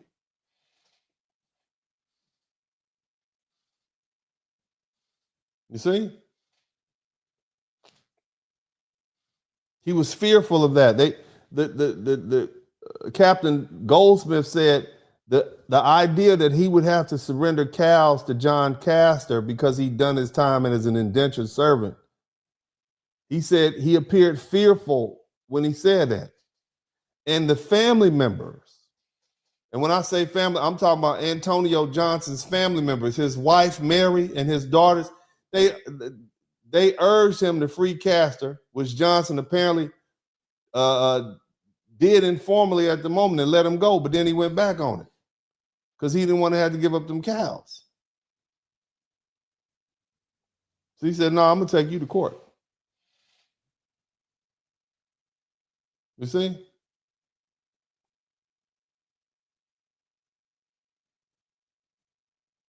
See, this part of the testimony called the deposition, he gave the court 3 important pieces of information.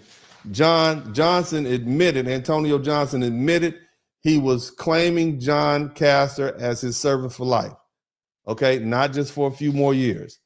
Other colonialists confirmed that they thought Castor's work contract had already ended and that he was supposed to be free.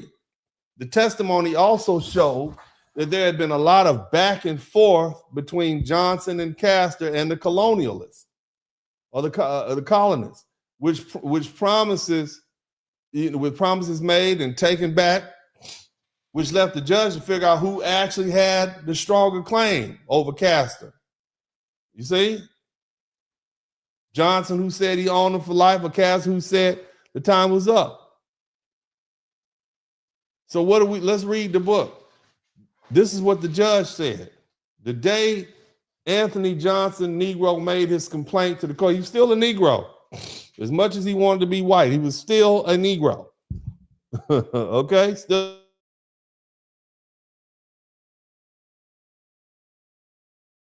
All right? But let's hear what the court said.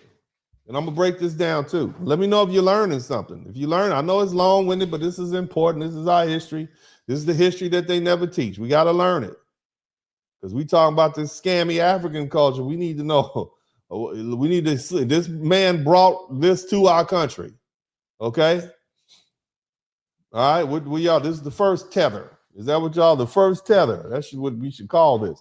This day, Anthony Johnson, Negro, the first tether, made his complaint to the court against Mr. Robert Parker and declared that he denieth his servant John Casor, Negro, under pretense that said Negro is a free man. In other words, he denied it, he was a free man.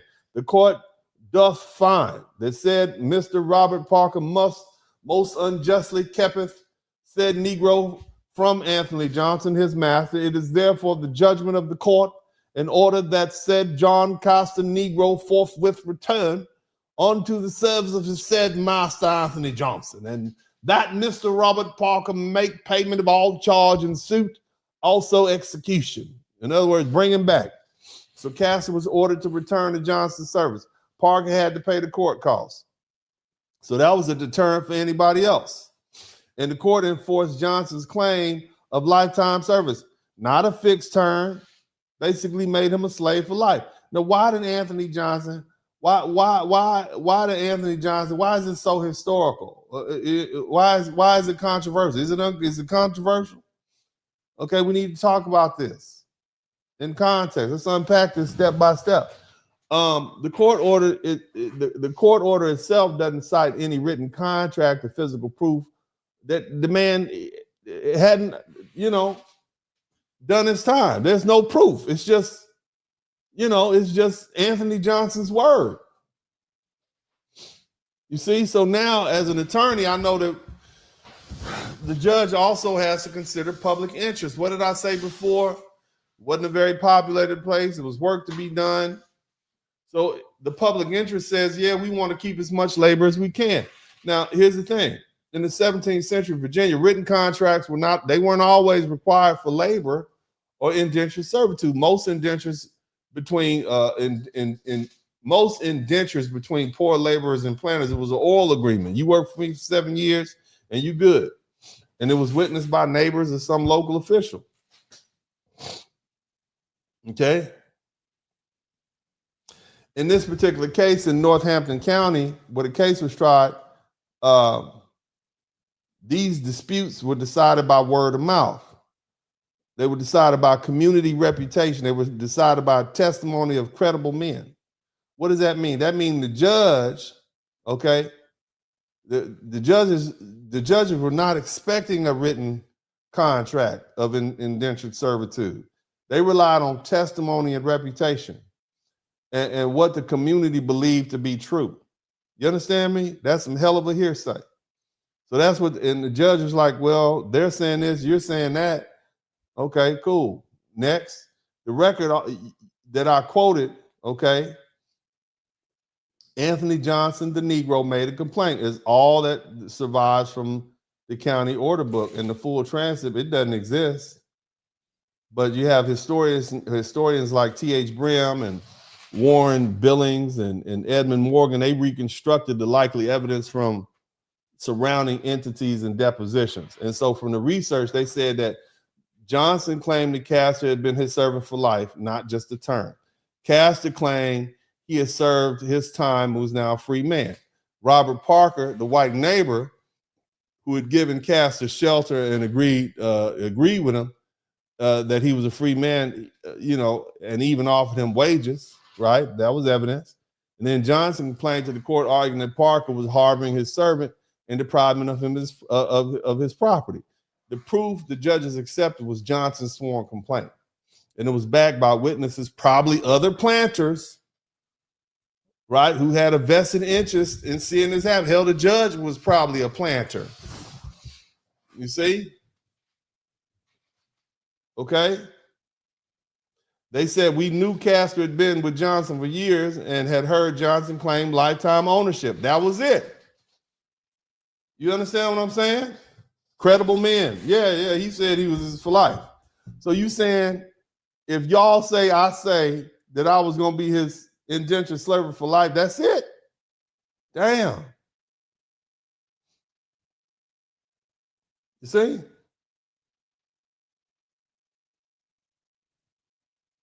Here's the thing you need to understand. So there was a time where the neighbor, he tried to make peace between them. Hey, but then Parker changed his mind and treated Castor as a free man. And that flip-flop made the judges see Pastor as unjustly keeping another man's servant. So the fix was in, you see? The fix was in. No documents. It was a sham case. You see? Now, why is it that the court favored Johnson? Because, well, it was, we're looking at colonial Virginia courts. They were obsessed with social order and property rights. And even though Johnson was black, he was a landowner. He was a taxpayer. He was the head of the household, and the judges saw him as a legitimate member of the planter class, not as a slave himself. And on top of that, this would be great for all of them. On the other hand, this other guy, the neighbor, he was seen as stirring up conflict, undermining the man's claim to his servant. And so to the court, Johnson's property rights mattered more than Castor's freedom. Castor, the black dude, he was just a football. But see, Parker pretending Castor was free made him the villain in their eyes. Because remember, they needed these slaves to get out. They needed these blacks to get out here and work. This was untamed land. They need all the labor they get. You see? There was no indentured record. There was no written record. The judges didn't require it. In that time, custom was treated as law. The court believed Johnson when he said this man was always mine and will always be mine. And Castor's inability to produce his own written proof of freedom, it sealed his fate. Best evidence. And so the courts tended to presume servitude. Just like the courts tend to assume that baby is yours if you married to the woman. You understand? Now let's dig a little deeper. Greed, economic motive. Johnson saw Castor as a valuable labor. A lifetime servant meant guaranteed productivity, and Johnson was getting old. Remember, he's been there 50 years. He's getting old. Owning the slave, owning a lifetime servant elevated Johnson's prestige amongst the white folks. He's one of them. And of course, Virginia law hadn't yet hardened in the full chattel slavery. Okay, and so the lines were blurred. Mind you, this is 1650. This is well after the first people that came in 1619. You understand? And of course, the judge's primary instinct was to defend what they saw as a property, even if the owner was black. It wasn't about him. It was about how we could benefit from this. You see, we just gonna use this black dude. This is great, but it was his mind. It was a good idea. Remember, Antonio had brought the idea of slavery as for life from Africa.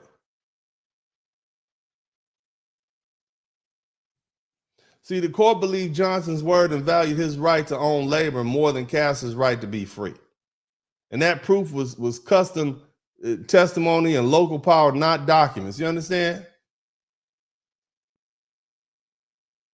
Now, the other thing I need you to understand is this. Well, number one, it became precedent. Now, that was just the law of the land. Okay? And there was an economic incentive for the planters because now they could gin up a permanent labor class, perpetual servitude. Children would inherit the status of their mother. This was perfect. It was the perfect setup. You see? All right. And the fact that you had a black man doing it gave it unintentional legal credibility. Can't be racism. It's the black man that did it. Now look, check that, and then think about this. Anthony Johnson, his personal victory came at a moral cost, and it rippled through history. He sought to secure his own household and preserve his wealth. The same motivations that white planters would later use to justify mass enslavement of Africans. And his triumph over his white neighbor, Robert Parker, is symbolized ambition, survival, and the right to protect one's property, even if that property was another black man. But now, by the time Johnson died in 1670, the colonial officials refused to pass his land to his sons. Ain't that something? Because his sons were Negro, and the laws had changed because of the case. Negroes could not legally own property in perpetuity. So the same legal system he once used to claim another black man's life and labor would eventually strip his own black family of theirs. You see? Again, came back and bit him in the butt. See, Anthony Johnson's case didn't create slavery overnight, but it set a legal and psychological precedent that a black body could be held for life without crime or contract, and that courts would enforce it. And from that seed grew the entire system of American slavery, a system that lasted over 2 centuries and defined the racial order we still feel the effects of today. You see? Now, of course, there was the case of John Punch. I kind of talked about that a little bit. Basically, in 1640, it was a criminal punishment of life of service. You had 2 white boys, 2 white runaways, and 1 black dude, okay? And, they decided to run off and go hang out, and they got caught, and eventually, your punishment is to be a slave forever. They gave the white men an extra 4 years, and they gave John Punch lifetime of servitude, okay? And so to understand how slavery became permanent, that was 15 years before. Now, again, he had committed a crime, okay? This was a criminal punishment for trying to run away and not fulfill your obligation, okay? Keep that in mind. Are y'all learning something? If you learn something, hit the L button. Let me know you're learning something. Type learning. I don't want to bore anybody, okay? But again, so what happened? I'm going to give you this brief story. We're going to talk about the first person to be punished. This is criminal servitude. So in 1614, John Punch, another African servant, he was working for a planter named Hugh Gwynn, and he ran away to Maryland and with 2 European indentured, 2 white dudes from Europe, and all 3 were captured and brought back to Virginia to face punishment before what was called the Governor's Council. And in July 9, 1640, the council ordered that all 3 men be whipped. However, the 2 Europeans were merely, their indentured servitude was extended for 4 years and to their masters, and 3 more to the colony. So they had to do an additional 7 years. Shout out to Ashton Mulkey. But John, on the other hand, okay, his sentence was to serve his master for the natural, his natural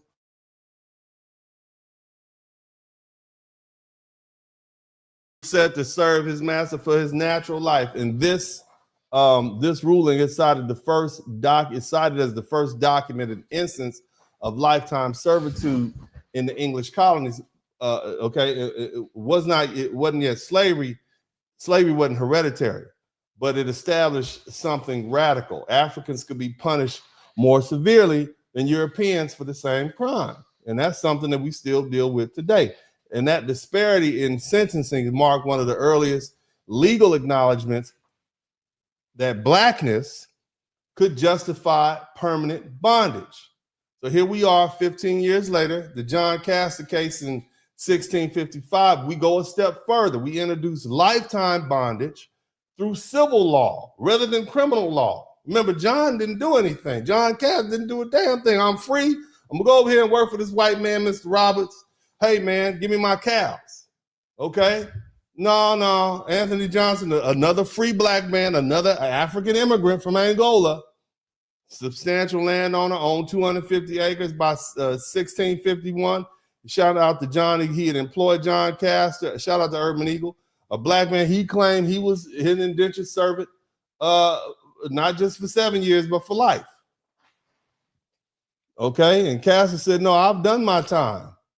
All right, white neighbor got involved. He testified, court with the case. Originally, he lost, but the appellate court said, nah, we're going to let him stay with you forever. You're going to stay with him. He died in his service. Okay, again, that court decision officially recognized Johnson's claim that Casor was his servant for life. In a civil matter, he committed no crime. Okay, in this case, became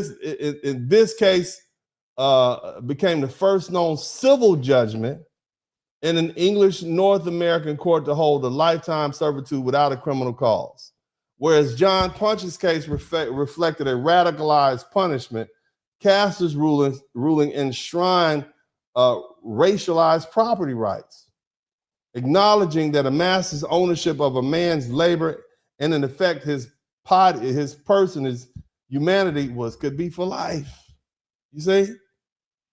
Again, this was a gray area. And they made it black and white. Now here's something else I need you all to understand. I want you to listen very carefully, okay? Because this is when it all gets down to this. Listen. So in the broader legal climate, okay, in the 1650s, okay, Virginia, it hadn't codified slavery as a statute. African laborers occupied, as I said, it was ambiguous. It was a gray area between indentured servant and perpetual servitude. Local courts, they prioritize property rights. Look, man, property owners could do no wrong. It's in the public interest. And so Johnson's argument fit neatly within that logic. Additionally, and it paid very close attention, the colonial lawmakers increasingly framed Africans as non-Christians. Basically, they were seen as heathens. They were seen as aliens. Okay, they stood outside the protections of English common law. And this mindset provided a moral and legal cover for the courts to enforce lifetime service on racial and religious grounds. In other words, they're saying the mere fact that you are Black or African, you by definition cannot be a Christian. That's basically what they were saying. You can never worship God like we do. You see? Think about that. Now fast forward that to today.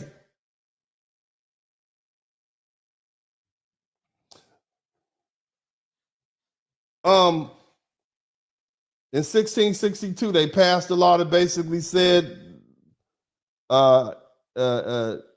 children inherit the status of their mothers. So that created the heredity on the matrilineal lines, because you had a lot of white men getting a lot of Black women pregnant. But throughout the 1600s, Virginia continued building a legal wall around Black freedom and restricted Black people from employment, punishment. They outlawed interracial relationships, and it culminated in something called the Deportation Act of 1699. You know, they always talk about Black people could be deported. There was a time when we were deported. We were deported from the territory of Virginia.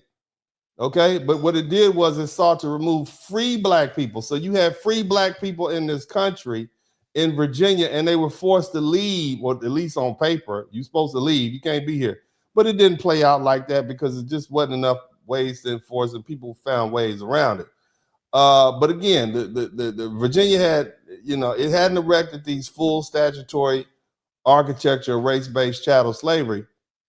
But again, this gray zone existed. So you got the Casor case, you got Anthony Johnson. Okay, again, the local judges cared more about protecting people's property than about protecting some servants' rights.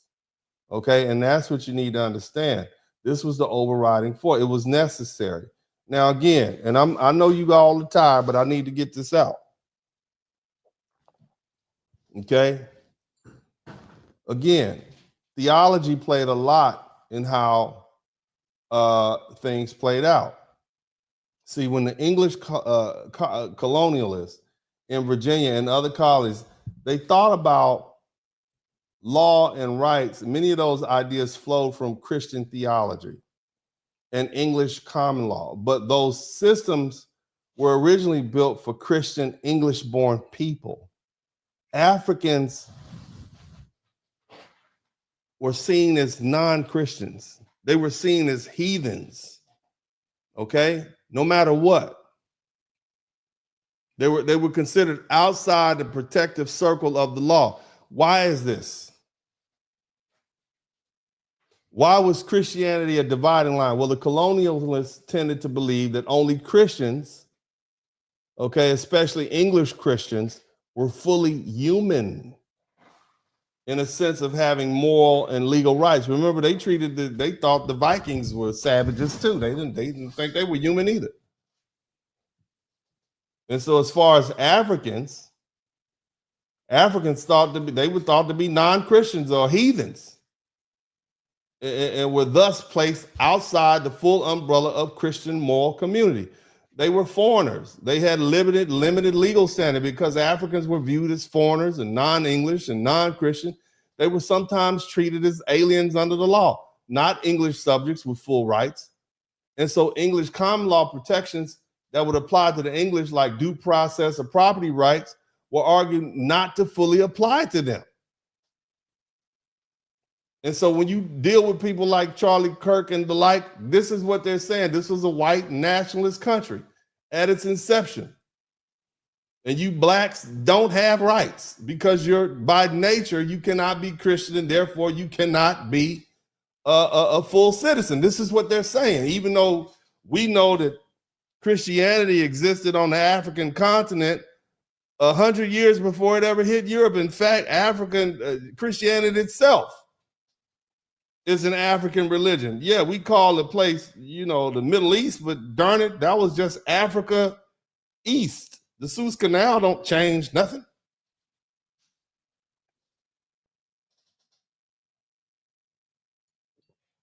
Hell, even some of the colonists, they claim that converting Africans to Christianity justified temporary servitude. Listen to this. Because see, the idea that enslaving them would give them time to evangelize. They were so enslaving Africans permanently was saving their souls. And this logic implied that their non-Christian status made them suitable candidates for bondage until they were converted. Think about that. They even use verses from the Bible about servants and masters, which sometimes twisted to support slavery. They had a whole English Bible. I put that in my membership. Y'all make sure you join the membership. Check out some of my Sunday sermons that I used to do over here. You see, they pointed to the Old Testament, the New Testament. I talk deeply about the slave Bible. Okay? But nevertheless, because of these beliefs, legal authorities and planners often felt that they could deny Africans full rights and justify enslavement of non-Christians and rationalize perpetual servitude. Remember, shout out to Norwalk.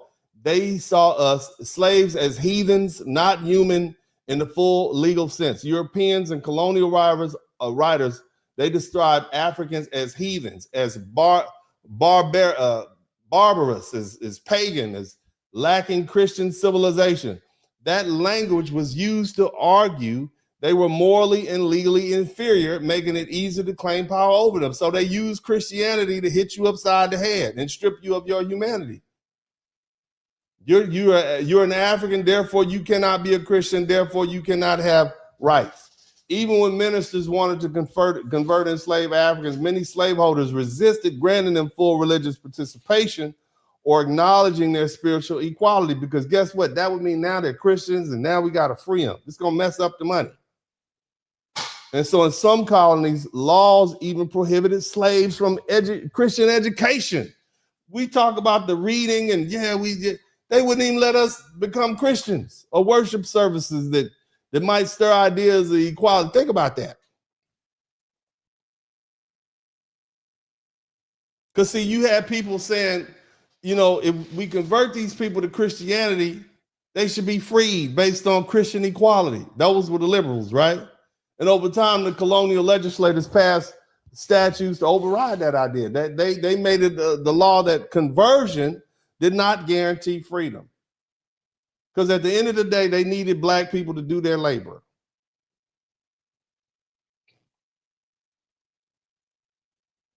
Now, this mess that we got in is because some African kings over in Africa wanted to do business with some Europeans. They wanted to be like the Europeans. And then you had an African man, a product of that slave system, brought his black behind over here as a slave, then decided he wanted to strip another black man of his his freedom because he didn't want to share his doggone wealth with him. Think about that. He wanted to do him dirty. And the white folks went right along with it. I want you to think about this scammy culture.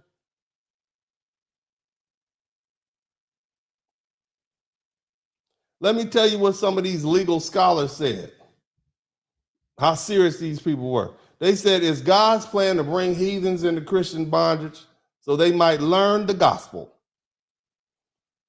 And this kind of language, it appears in these religious tracts at the time. How did this happen? Right?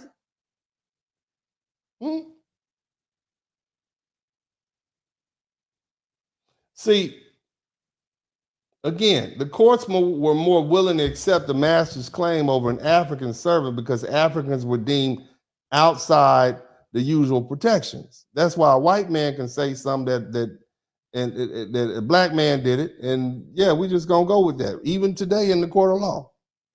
And the legal logic gradually shifted so that race became a shorthand for non-Christian or foreigner. You see? Instead of saying white, they would say non-Christian. And so Africans became the default class of people whose freedom could be denied. And over time, as the colonial statutes hardened what began as justifications based on religion and foreignness, and it transformed into racial laws. They replaced heathen with Negro. They replaced the Christian with white. And the laws treated all Africans and their descendants as slaves, regardless of religion or behavior. And this thinking helped courts accept property claims over Africans even before explicit slave codes were passed. You see?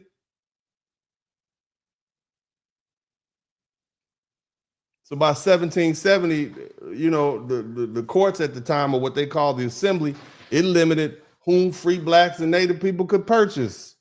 They barred them from getting these white indentured servants anymore. Okay? They were only limited to indenturing people of their own nation. And I just find this peculiar, you know, all of this going on. Why did they let Anthony Johnson? He was clearly black. Why was he treated as the special Negro? Well, how? I mean, again, in 1655, they hadn't barred free black people from holding slaves. Again, you know what they did to his son, because they stripped the sons of the rights to even own land, so the sons couldn't inherit the land. In 1691, they outlawed interracial marriage. So before that, black people, white people, Indian people, everybody could get married to each other. But they stripped it between, they barred interracial marriage between whites and blacks, or whites and mulattoes specifically. You could still marry an Indian or a black or Asian, whatever, but you couldn't marry white. And they gave him 6 months to get out of Virginia. See, they made it illegal to manumit. You see?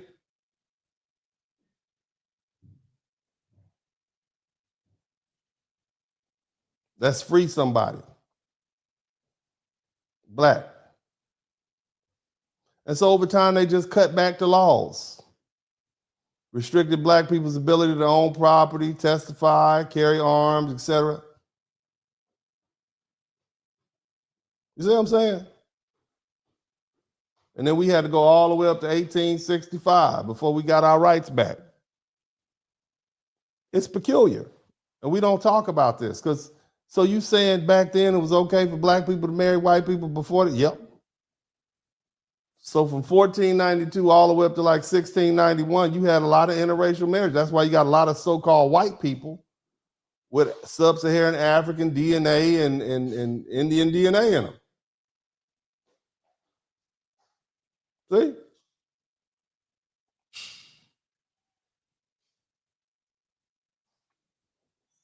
And see, the law didn't just remove people, it literally erased our memory. It rewrote Virginia's history so that Black freedom appeared unnatural and dangerous. That's what they did. That's how insidious it was.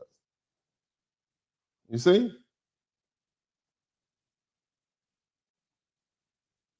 Now, I know you all learned something and I have more work to do. I got a lot more to talk about because I want to bring this all home, and I have a really good closing statement to kind of gather all this up together and bring it on home. But I want to take the opportunity to read the 20 super chats. Now, I'm going to be a little honest with you. It's a little disappointing because I know you all learned something tonight. But I certainly do appreciate you. I feel as though I've worked hard, but if I hadn't worked hard, fine. I'll try harder next time. I'll do better next time. But it would be great. We got 20 super chats. It would be great if we got more. Okay?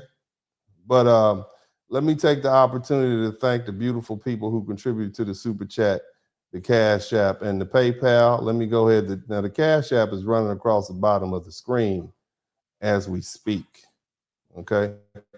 So, but what I'm going to do at this point is just take this opportunity to thank the people whose Cash Apps and super chats that I see on the screen right now. Let me go ahead and just go ahead and cue these up. Shout out to, well, first we'll start off with the Cash Apps. Let's see who we have.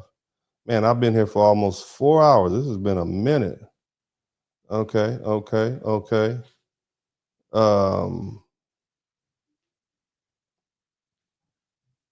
Let me see here if I can pull this up.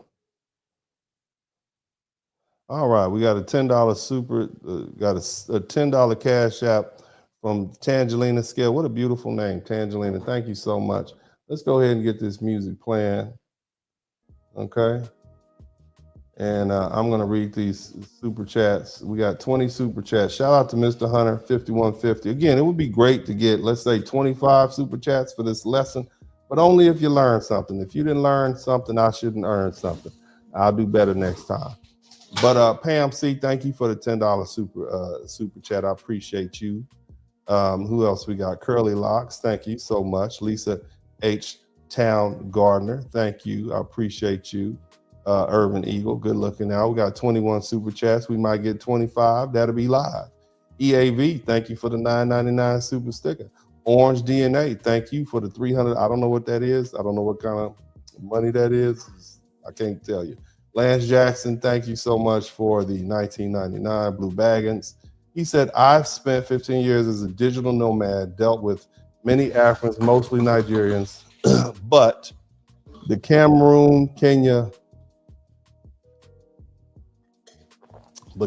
and Kenya, they do not like us. They are jealous, will talk poop about us and say we have no culture while trying to act like that. Isn't that something? That's just ironic.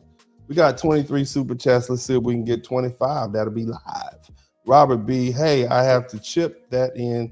Thank you so much. I appreciate you for that. Also, Red Sigma, he says, keep teaching, brother, man.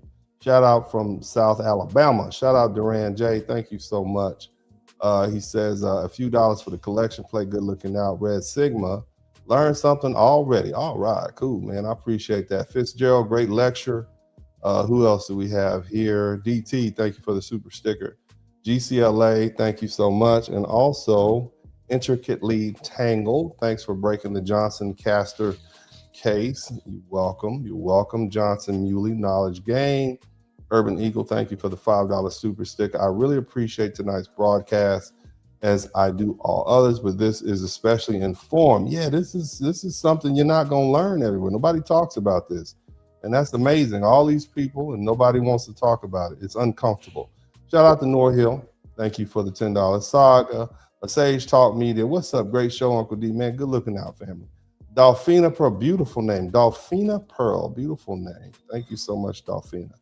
Jermaine Reese, I definitely learned a whole lot. Thank you. Corporal ST Smith, thank you for the $2 super sticker. I love how you looked at this and broke it Thank you so much. That was 24. We almost got 25. We might get 25 before we end this live. But you know what else I want to also thank? We got $100 super. We got $100 cash out. And I want to make sure I give a big shout out to Sheriff Lucas. Sheriff Lucas, thank you so much, Sheriff Lucas. I appreciate you, man. Good looking out. Sheriff Lucas D. Memorial, D. Amaron Memorial. Good looking out. Okay, so let's go ahead and let's bring this on home. Now, we're going to be here for a minute because I got to explain something. What's the title of this broadcast? The title of this broadcast was Black Americans, okay, okay, Black Americans are not safe in Africa. You guys remember how we started this off? And shout out to Sweet Jean too. Thank you for being 25. We might get 30. I know you all learned something. I know you never heard none of this, okay? And they never go into detail, but that's okay, okay? They never tell you what these people's motivation was. We can't just automatically assume, you know, they don't want to mess up. Our Black scholars don't want to have this Pan-African bend on everything they do. So they don't want to mess up the so-called Black unity that we have. So they don't want to talk about the truth, okay? But I'm going to talk about it because I love you more than any ideology and I want you to know the truth. And I take this, what I'm doing, very seriously as part of my legacy, okay? And so that's where I'm coming from with it, all right? But, you know, you got to teach people, you know, let them make their own decisions. You're free people, all right? And now, especially now, I don't want y'all to think y'all can run back to Africa. And the culture hadn't changed, okay? It's the same culture, same people, all right? Now, listen up. Okay, from the start, we started off and, you know, well, let me say it like this. Black Americans, we got to move. We got to move with clear eyes, okay?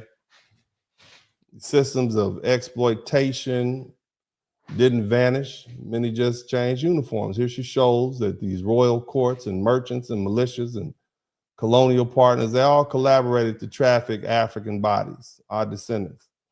And, you know, that's the record. And the question isn't whether you love, you know, it's not whether you love Africa or not. And I'm not here to disparage all Africans, but we're going to talk the truth. You see?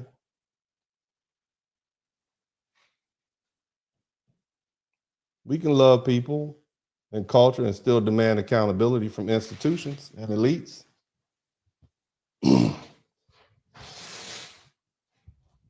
I'm telling my people they shouldn't feel safe.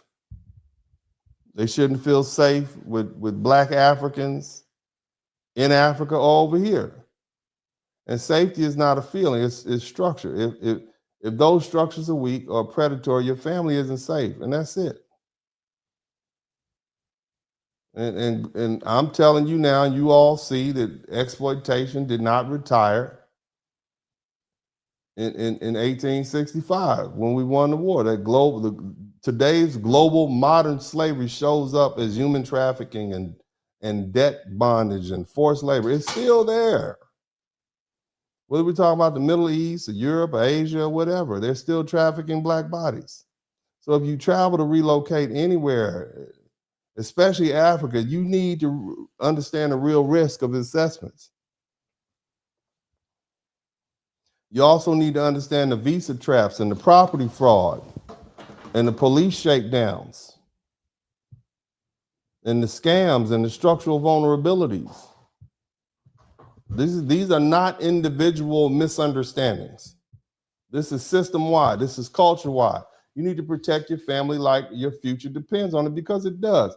And to my Black sisters, you need to trust your instincts. You might be an American over here, but over there, you just another Black female body. And unfortunately, you treated, I hate to say it, but you treated pretty good over here in the United States compared to how Black women are treated across the world. You have more rights here than most Black women will ever have. So you need to trust your instincts. You need to register with the embassy. And you need to use reputable lodging and transport. If something feels off, it probably is. See, predators target the isolated and the uninformed anywhere in the world.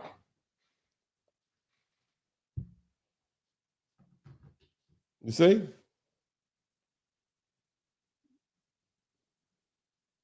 Go where you chose. Don't go blind.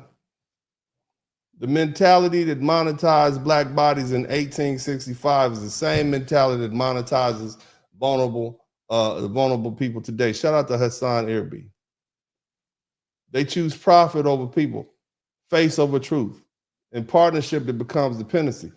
Don't outsource your safety. Okay? If you guys need me to help you out, you can call me at 713-229-0770.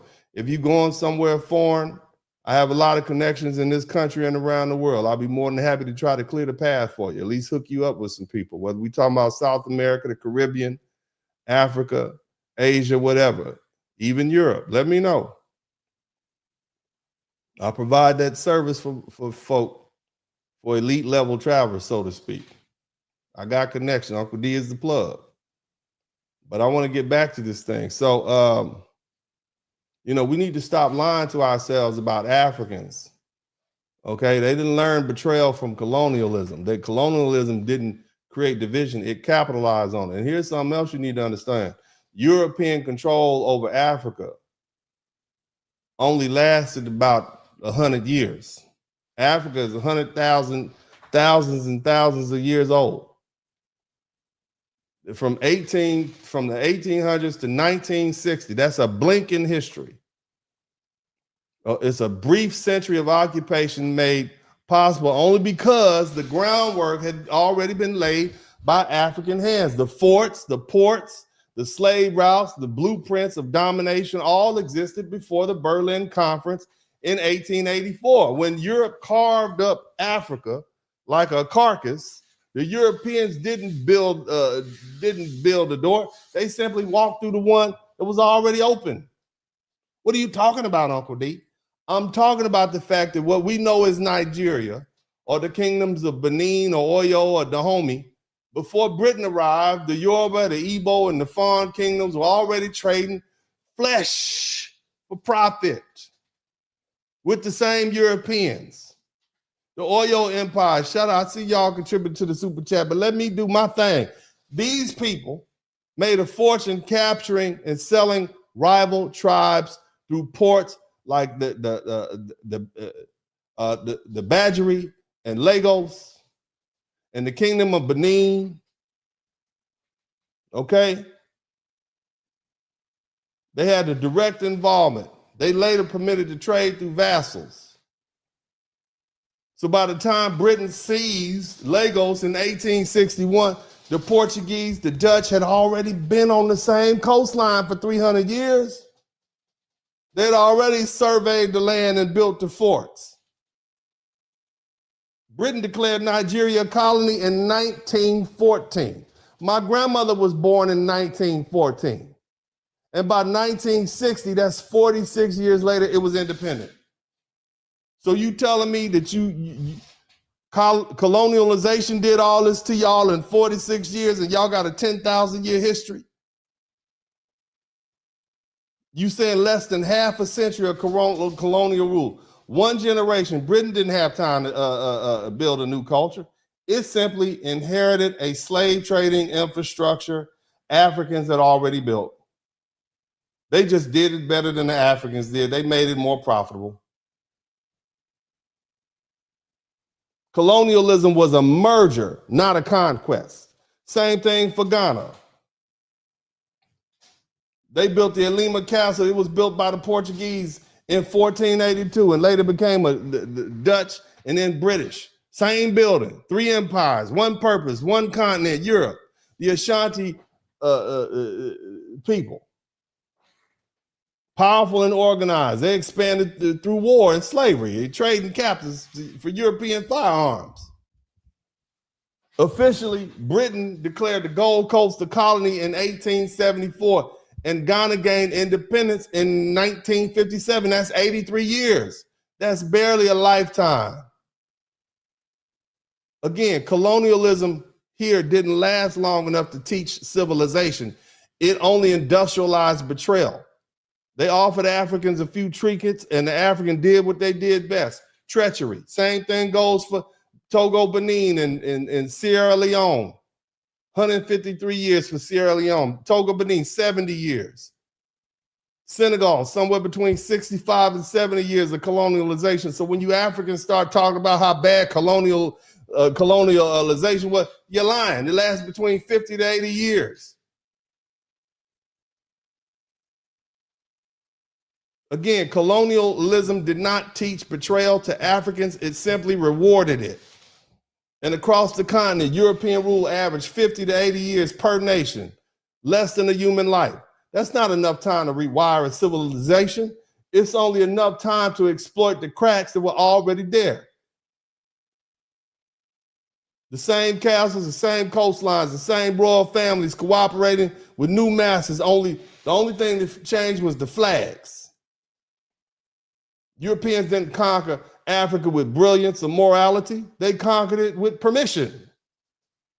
The kind bought by greed and vanity and betrayal. By the time the gunboats came, the door had been wide open for centuries. Colonialism wasn't the teacher of Africa, it was a mirror. And what it reflected was already there: division, ambition, and betrayal dressed up as diplomacy. The world keeps saying Africa was conquered, but the truth is uglier. Africa sold itself. And that's the truth that we got to face when we start talking about tribalism. Tribalism was the first betrayal, not colonialism. Long before there were colonies, there were rival clans and kingdoms that warred with each other, fighting for dominance and pride. And then the Portuguese and the British showed up. They didn't have to teach Africans how to fight each other. You all did that very well. All they had to do was offer a profit for it. The kings, the chiefs already had a system built to hierarchy and conquest and selling people and war and rival tribes. It became a business. And from the business grew the transatlantic slave trade, not because the Europeans forced it, because hell, it was already there. It was selling them the Arabs the whole time. It's still there. The Africans just had a new supplier. And you want to fast forward 400 years. That same mentality still lives among us today, dressed up in modern clothes. You can see it in this diaspora today, in how these people come from Africa and the Caribbean, and they immediately start separating themselves from foundational Black Americans.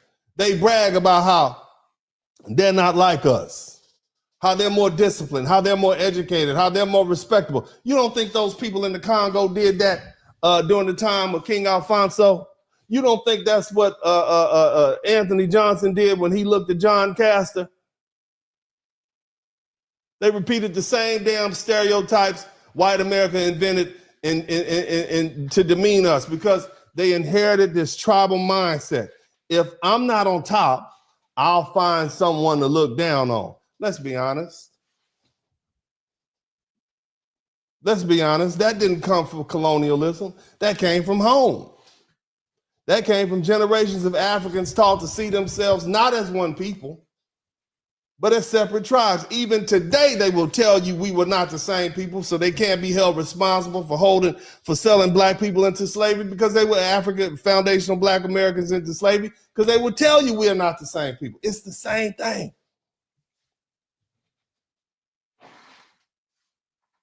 Generation after generation, they've been taught we're not the same people, we're not one people, that we're separate tribes. It's the same thing that fueled the slave trade, and now it fuels this diaspora divide. When they say we're not like those foundational Black Americans, what they're really saying is we're still fighting old tribal wars, just on new soil. You see it in the politics. When America wants a black face to calm things down, they don't go looking for someone who will speak truth to power. They find someone who will toe the line. Someone who will wag a finger at black Americans, lecture us on respectability, and blame us for how oppression while staying quiet about global anti-blackness. That's Anthony Johnson's mindset all over again. Align with the system, profit from it, and justify your place by stepping over those who share your skin tone. And economically, it's the same old song. The minute they get access to money, education, opportunity, too many diaspora elites run to integrate with white folk in white spaces instead of building their own and helping us with our own. They join the oppressors. They want to sit at the oppressor's table instead of building their own house or helping us reinforce ours. They chase titles, not freedom. That's when the flags come out. They chase validation. My son got accepted to all 17,000 Ivy League schools. Flags come out. He's a special Negro. Every time they do, they prove the spirit of Anthony Johnson, the first African immigrant, black African immigrant, first man to own an African for life, fought for it. He got that I'll sell you before I free you spirit. It's still alive and well. We can't sugarcoat this anymore. That betrayal that started in Africa never stopped. It just evolved. The weapons changed from spears to social status, from slave ships to scholarships. But the result is the same: division, distrust, and decay. That's the real diaspora war. It's not about who said what on social media. It's about integrity. It's about whether we can finally break the curse of selling each other out for acceptance. Until we face the sickness, the tribalism that made us easy prey, we will never heal. Because the truth is eternal. No one can enslave you unless someone who looks like you opens the gate. That's how it happened then, and that's how it's happening now in politics and business and media, in every place where black unity should be our greatest strength, but instead becomes our greatest weaknesses. That's why Anthony Johnson's story is still matters. He wasn't just the first African to own a slave illegally in America for life. He was the blueprint for betrayal. The first living proof of what happens when pride and greed and tribal arrogance overpower solidarity. And you throw a little white validation in there, oh Lord.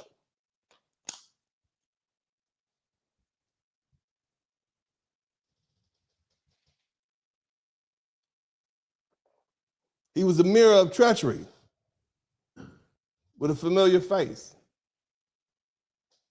And for 4 centuries later, many of us are still staring in that mirror, pretending not to recognize ourselves.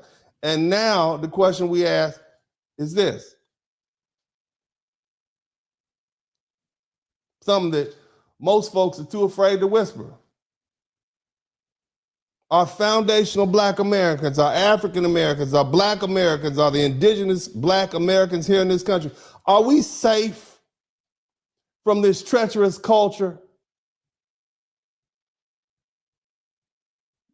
that birthed somebody like Anthony Johnson? Because see, right now, almost 1 in 4 black people in America are either foreign born or children of immigrants. They're not just bringing food and rhythm and accents. They're bringing a culture shaped by centuries of political corruption and tribal favoritism and social climbing. A culture where loyalty is cheap, deceit is currency, and getting over is celebrated as genius. These people thrive on scammery. And let's stop pretending it's just a cultural difference. It's a cultural conflict. Plain and simple. Foundational black Americans built a world out of survival, unity, and trust. Our culture is rooted in integrity, courage, and sacrifice because we had no safety net but each other. But all too often, these folk arriving from abroad, they come from systems where betrayal is considered strategy and where morality bends for convenience and where integrity gets traded for influence. That's not unity. That's infiltration. And Black American culture has always been about creating value from nothing, building music and language and politics and style from the ashes of slavery and segregation. We took trauma and turned it into art, pain and turned it into power. That's cultural invention. But the imported African mindset, it reverses that. It's a culture of extraction. It doesn't build, it exploits. It looks for a system to game, a person to finesse, or a platform to hijack. That's why so many African elites treat proximity to whiteness like success and view moral compromise as strategy. And now that mindset is being passed down to their children here on American soil. That same way tribal kings sold their rivals for profits and their descendants sell our image, our culture, and our struggle for sponsorship and job validation. That's why they dress up like us. And the danger isn't just that they think differently, it's that they think dishonestly. They see foundational Black America not as family, but as an opportunity. And when people without roots in our struggle start controlling the narrative of our identity, our power begins to rot from the inside out. Let me make this plain. Black American culture and African culture are not the same. They never have been. One was born from resistance, the other one was shaped by submission.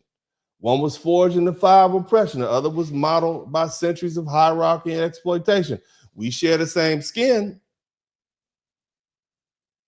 not the same system. And that distinction matters. Black American culture was born in the belly of the beast. It was a child of captivity that refused to die, from the plantation to the projects. We learned how to build communities out of chaos. We turned field chants into gospel, and gospel into blues, and blues into rock, and jazz into hip hop, and each evolution a testimony to reinvention and creativity and collective strength. Our culture is built on unity and intervention and survival through solidarity. We learned early that our only protection was each other, and when the world refused to see our humanity, we had to create it ourselves.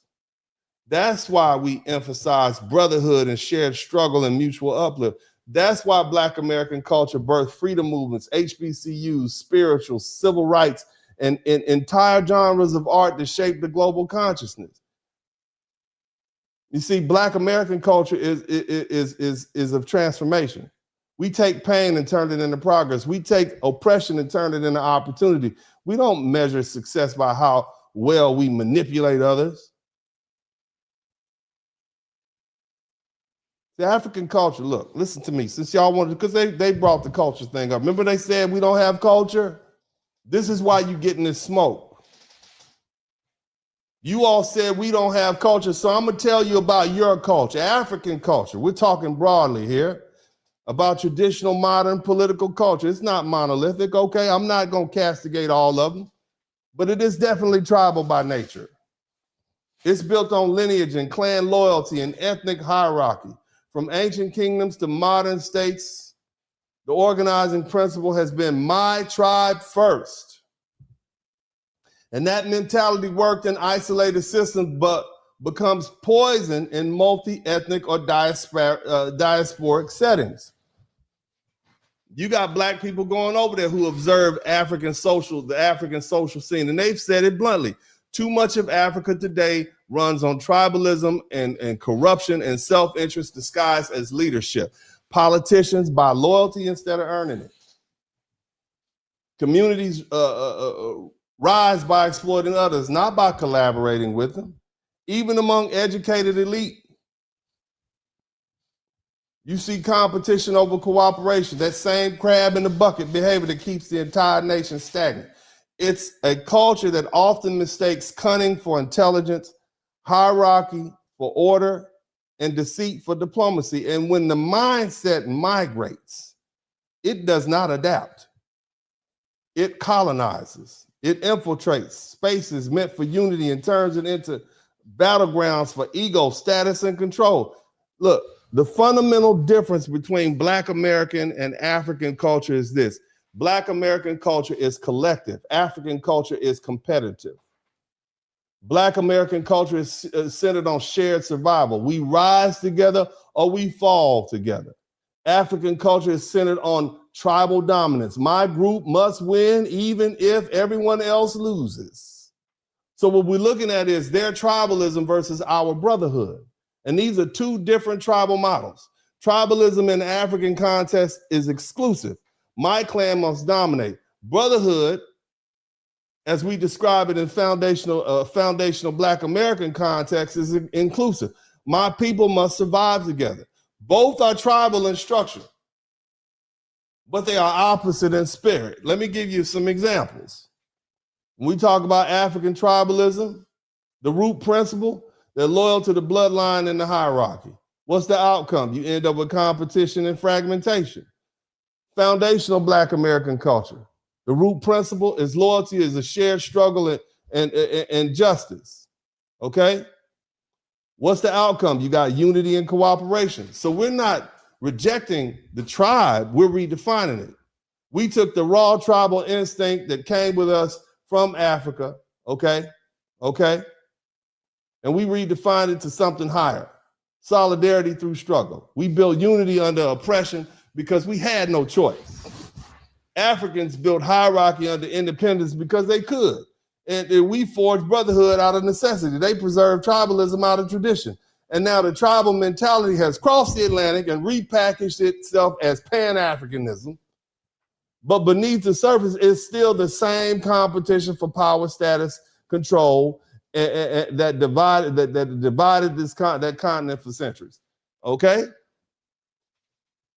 Do you understand what I'm saying? Are y'all with me? You don't believe me? Let me explain something to you. So this whole 2024, this whole African Union, they passed a resolution. Basically, they declared the African diaspora will be treated as the sixth region of Africa. This means that Africans abroad, including those in America, are viewed as part of Africa's political economic body. And in that framework, reparations aren't limited to payments from colonial powers. They're also seen as economic and structural realignments of global power. And from a cultural, political, logical point, anyone of African descent, regardless of citizenship or national history, becomes eligible for return, investment, participation, et cetera, et cetera. Okay? Now, to the African policymakers, that makes perfect sense since they're communal. In their communal worldview, the individual's history doesn't matter as much as the group's collective identity. So whether you're Ghanaian in London or a foundational Black American whose family has been here for 400 years, you're simply part of the extended family. And from the angle of the AU, it seems, they see including FBA in the sixth region as a righteous and strategic move. It legitimizes a global reparation discourse. And it attracts investment and consolidates the image of worldwide African unity. But see, from our side, from the FBA cultural lens, this kind of communal inclusion is not unity, it's absorption. You understand me? And we've heard the stories. Africans abroad complain that the money they send home to build houses or schools is redirected by relatives for the community because in their cultural logic, no individual is greater than the collective. If the village benefits from your personal sacrifice, it's seen as noble, even if it was taken without your consent. And see, that's their norm. But when the same mindset gets applied to us under policies like the AU's sixth region framework, the danger becomes clear. If you allow a system that subordinates the individual to the collective, to include FBAs, then our legacy, our agency, and our reparative justice movement, it risks being turned into resources for others' agendas. And then the model, the community, in that model, the community or that nation can decide what's best, even if it means sacrificing your specific lineage and your rights and your reparations claim, or your political independence for the so-called greater good. And so again, from an African worldview, that is, shout out to Ella Truth. And so from the African worldview, we might get to 30 super chats. That'll be cool, but let me finish working because I want to earn it. So from the African worldview, it's reasonable. It's even considered righteous, okay? Now from a foundational Black American worldview, it's a setup, okay? And we must ask the question, when the community decides what's best, do we ever get to decide for ourselves? And if the community benefits by sacrificing one of us, is that justice or betrayal? Because in our tradition, you don't trade your brother to get ahead. You lift your brother so we both go ahead. Okay? And if African culture as it exists today had been transplanted directly in the conditions of slavery in Jim Crow America, we wouldn't have survived. See, tribalism breeds, look, tribalism doesn't breed solidarity, it breeds betrayal. And under slavery, a tribal mindset would have made rebellion impossible. We'd have been too busy fighting one another to fight the oppressor. And that's exactly what European colonizers exploited in Africa. Rival clans selling one another, kings trading their neighbors, chiefs turning rebellion into commerce. And here in America, survival demanded something different. It demanded loyalty beyond bloodline, unity beyond trade, and trust beyond convenience.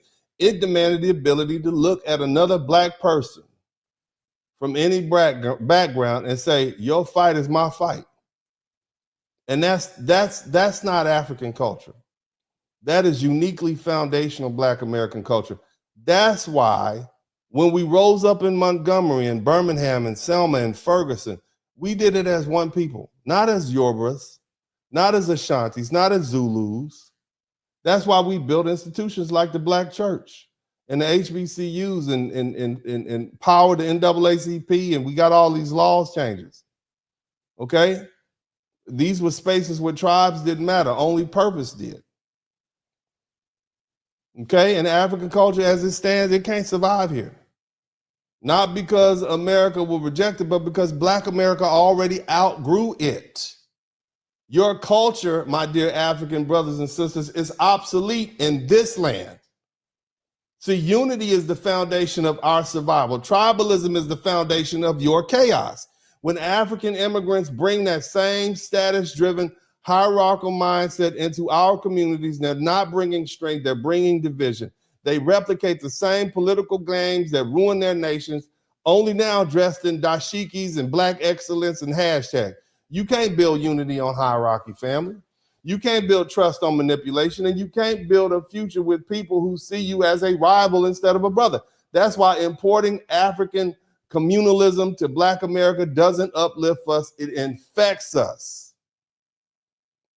It reintroduces the same disease Anthony Johnson represented, the willingness to betray your own for proximity to power.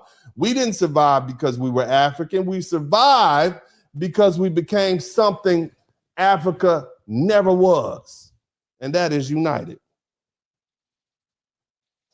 Family, as I close out, and I know I've been long-winded tonight, but this is important. As I close out, I want you to understand, and I'm saying this with all seriousness, delineation is no longer optional. It's survival.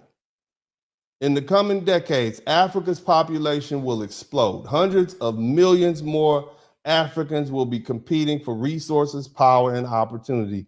And many of them will be looking to come over here to America as their next frontier.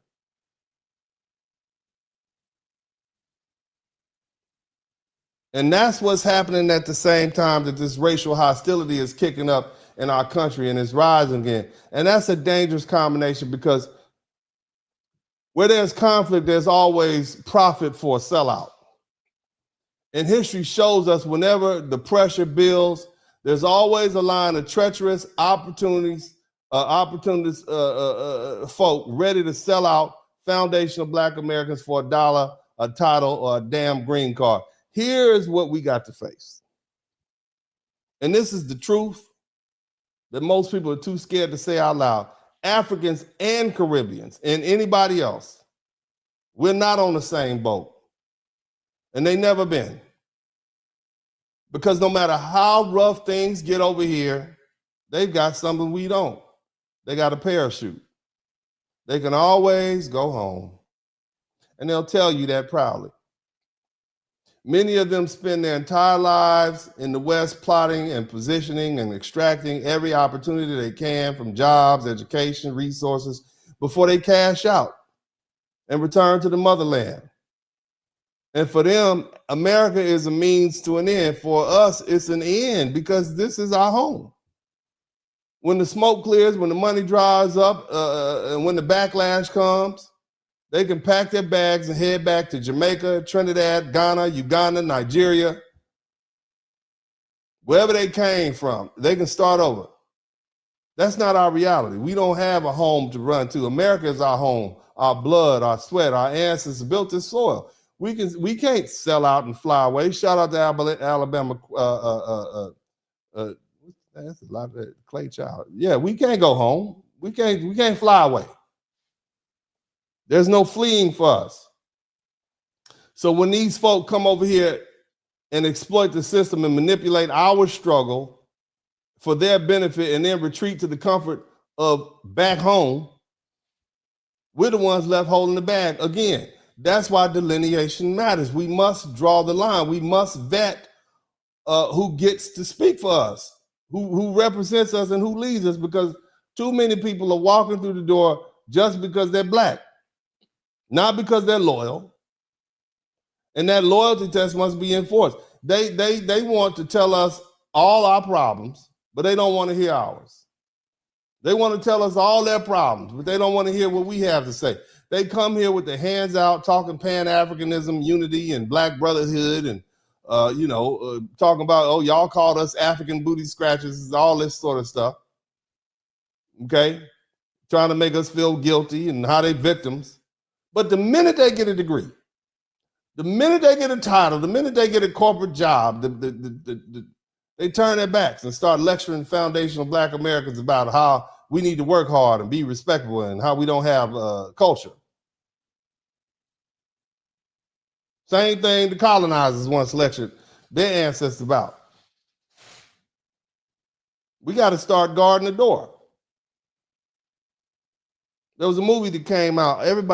Most everybody saw it. Sinners. In that film, it was the guy that was in the field was a longtime friend. He showed up at the barn door after he got bit by a vampire, begging to come in. He looks familiar. He sounds the same, but he's infected. And the ones inside the barn knew if they let him in, they'd all be turned. And that's how we got to move now. Until they're vetted, they don't come in. Until they prove they share our struggle, our ethics, and our loyalty, they don't get to lead us or teach us or speak for us. They don't get an automatic access to our institutions or our movements or our representations just because we share melanin. Look, fam, skin color is not a password. If they earn it, fine. But nothing is given. Make them prove themselves the way we would have to prove ourselves when we go back to Africa.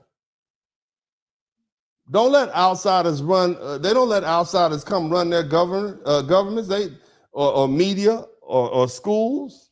So why are we letting outsiders who don't share our culture or our fight take authority over us? See, let's be honest with each other. This is not Pan-Africanism. This is parasitism. It's infiltration disguised as solidarity. And if we don't start gatekeeping, if we don't start protecting the house we built, we'll wake up one day to find our entire legacy hijacked by people who neither bled for it or nor believe in it. So can we coexist with that? Yeah, but not safely. People who survived slavery and Jim Crow and redlining and mass incarceration can't afford to be undermined by those who see deceit as diplomacy. Our progress demands integrity. Our unity demands truth. Until we face this clash head on, until we stop confusing shared melanin with a shared mission, we're going to keep losing ground to those who don't love us. They don't love us. Africans don't love us, they don't respect us, and they damn sure don't understand our culture. And once you just accept that,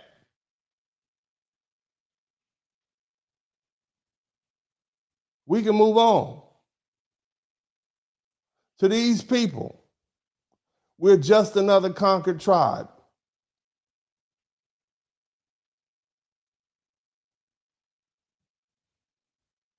And in this regard, they want to reconquer us. But instead of Europeans, it's people who look like us and sound like us and smile like us while draining the blood from our future.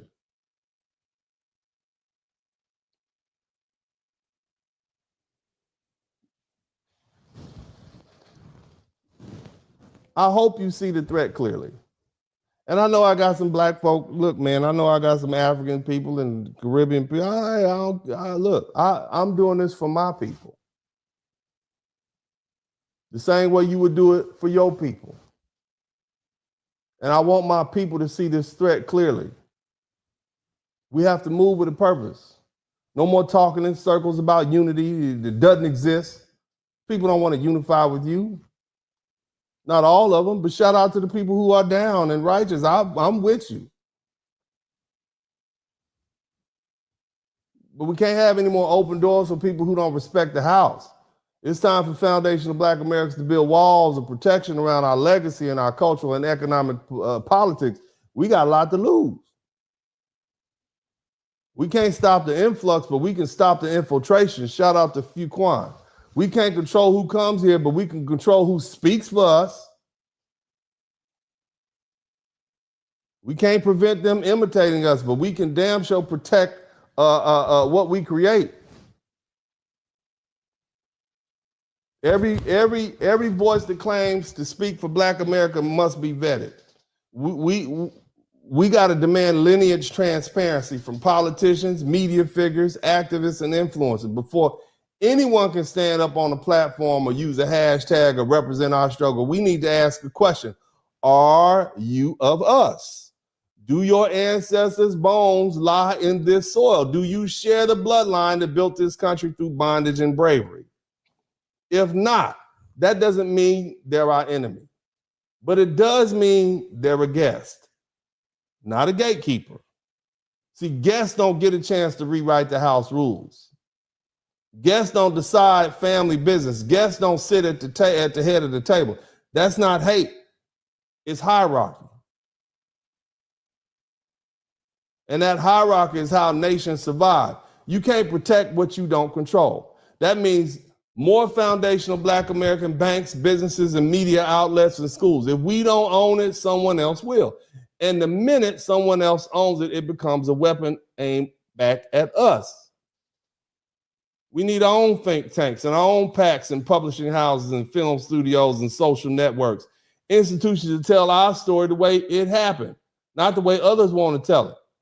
And every dollar we spend must become a bullet in the battle for cultural preservation. Stop donating to movements that erase our identity. Stop funding organizations that pretend all Black people are the same.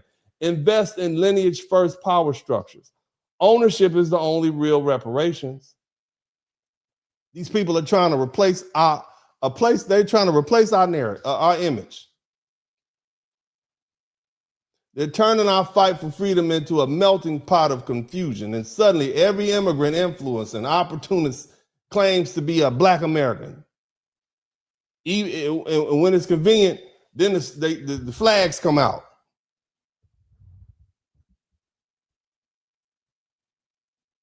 We need to reclaim our identity.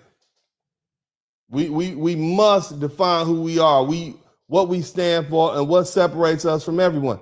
That means teaching our children our own history, not Pan-African fantasy, but the real lineage of foundational Black American, from plantations to Tulsa, from Selma to Silicon Valley. Our struggle has a name. Our ancestors have faces. Our story doesn't start in Lagos. It starts in Mississippi. It starts in Alabama. It starts in Louisiana.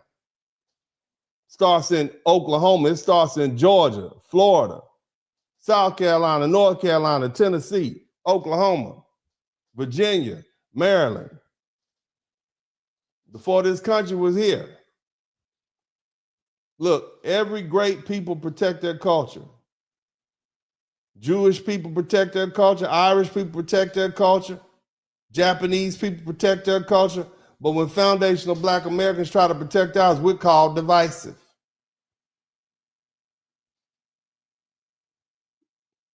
Let them talk. Because the truth is, we can't build unity without boundaries.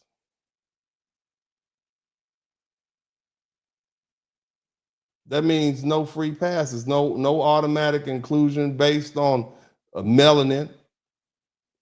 Everybody can't get invited to the cookout. If you exploit, if you disrespect, if you misrepresent us, you're out.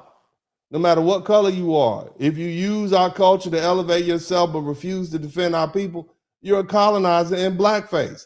And we need to teach this truth in our homes, in our churches, in our classrooms, and online. Being Black in skin does not make you Black in spirit.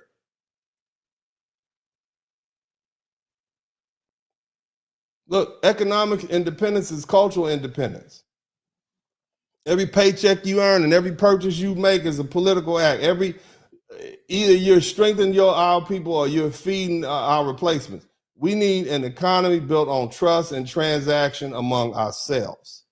With foundational Black American professionals, tradesmen, entrepreneur exchange resources before we export anything, because, when outsiders control our dollars, they control our destiny.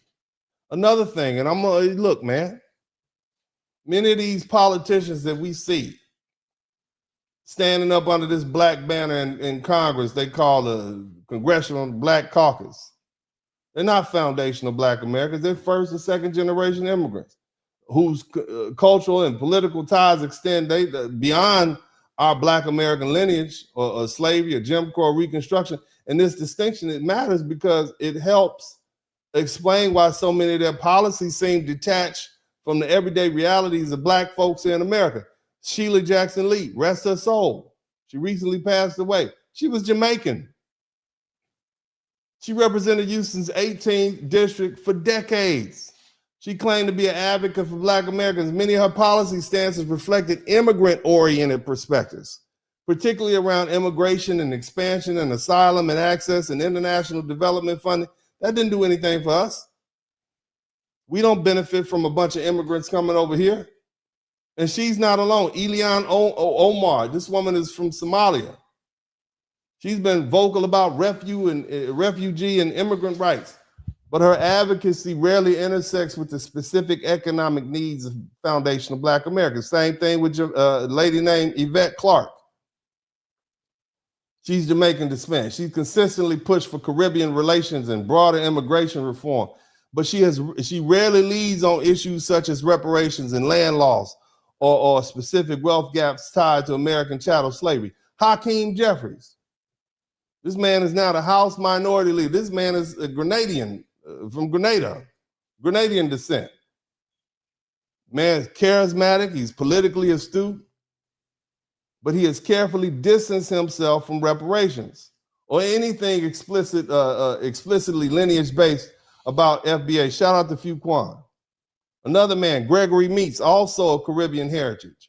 He chairs the international committees and prioritizes global trade and initiatives that seldom touch foundational Black American, the wealth gap that we're dealing with. Ayanna Pressley, she's born in America, but she aligns herself with the broader intersectional and immigrant coalitions rather than just focusing on Black American specific lineage. These folks are Black in appearance but foreign in lineage. And that's not judgment, okay? It's social political reality that we have to deal with. Their perspectives are shaped by immigrant narratives of arrival, opportunity, and assimilation, not by generational struggle, redlining, or reparations. Their parents came to America seeking access. Our ancestors built the nation they sought to access. So when they formed the policy backbone of the Congressional Black Caucus, it's no surprise that its agenda often leans toward immigrant advocacy and multiculturalism and symbolic representation instead of direct Black American empowerment.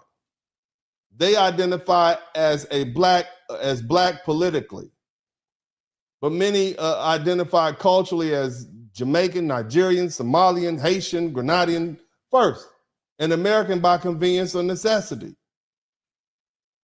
Okay? And see, because the white power structures understand these differences, they use these people strategically, backing candidates that look Black but don't share the same historical obligations. It's a new form of racial substitution, representation without roots.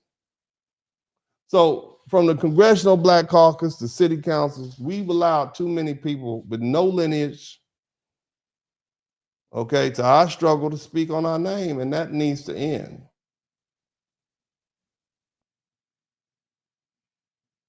You got to vet these people. These people who claim to represent Black America, we got to demand transparency. Who are your people? Who funds your campaign? What have you done for foundational Black Americans specifically? Not for minorities, and damn sure not for immigrants, but for us. And if they can't answer that, they don't deserve our vote. No lineage, no loyalty, no support. Now, we started this off, are Black Americans safe in Africa? Or with tribalistic African culture here in America? I think I've done my job. I'll put this out there, and you all have to answer that question. It's not for me to make that determination, but I want to thank you all humbly and appreciatively for the time you've spent with me on this very long broadcast. I hope you all debate it and discuss it, whether you agree with it or not, whether you like it or not. I think this is let's put this as this needs, we're going to put a pin in this and we're going to talk about this because things are changing. Nevertheless, as I always say at this time, this is Uncle D. I love you all. I appreciate you all. If you're offended by what I say, fine. Remember, you all open this conversation. You wanted to talk about my culture? You want to talk about my foundation of Black American brothers and sisters? You want to talk about my culture? Well, you open the door for me to talk about yours. Thank you, Roger Marine. Thank you, everybody. I love you all.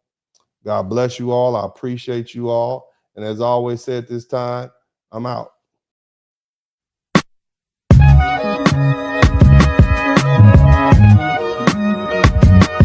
In the Spurling podcast, hit the like button, subscribe.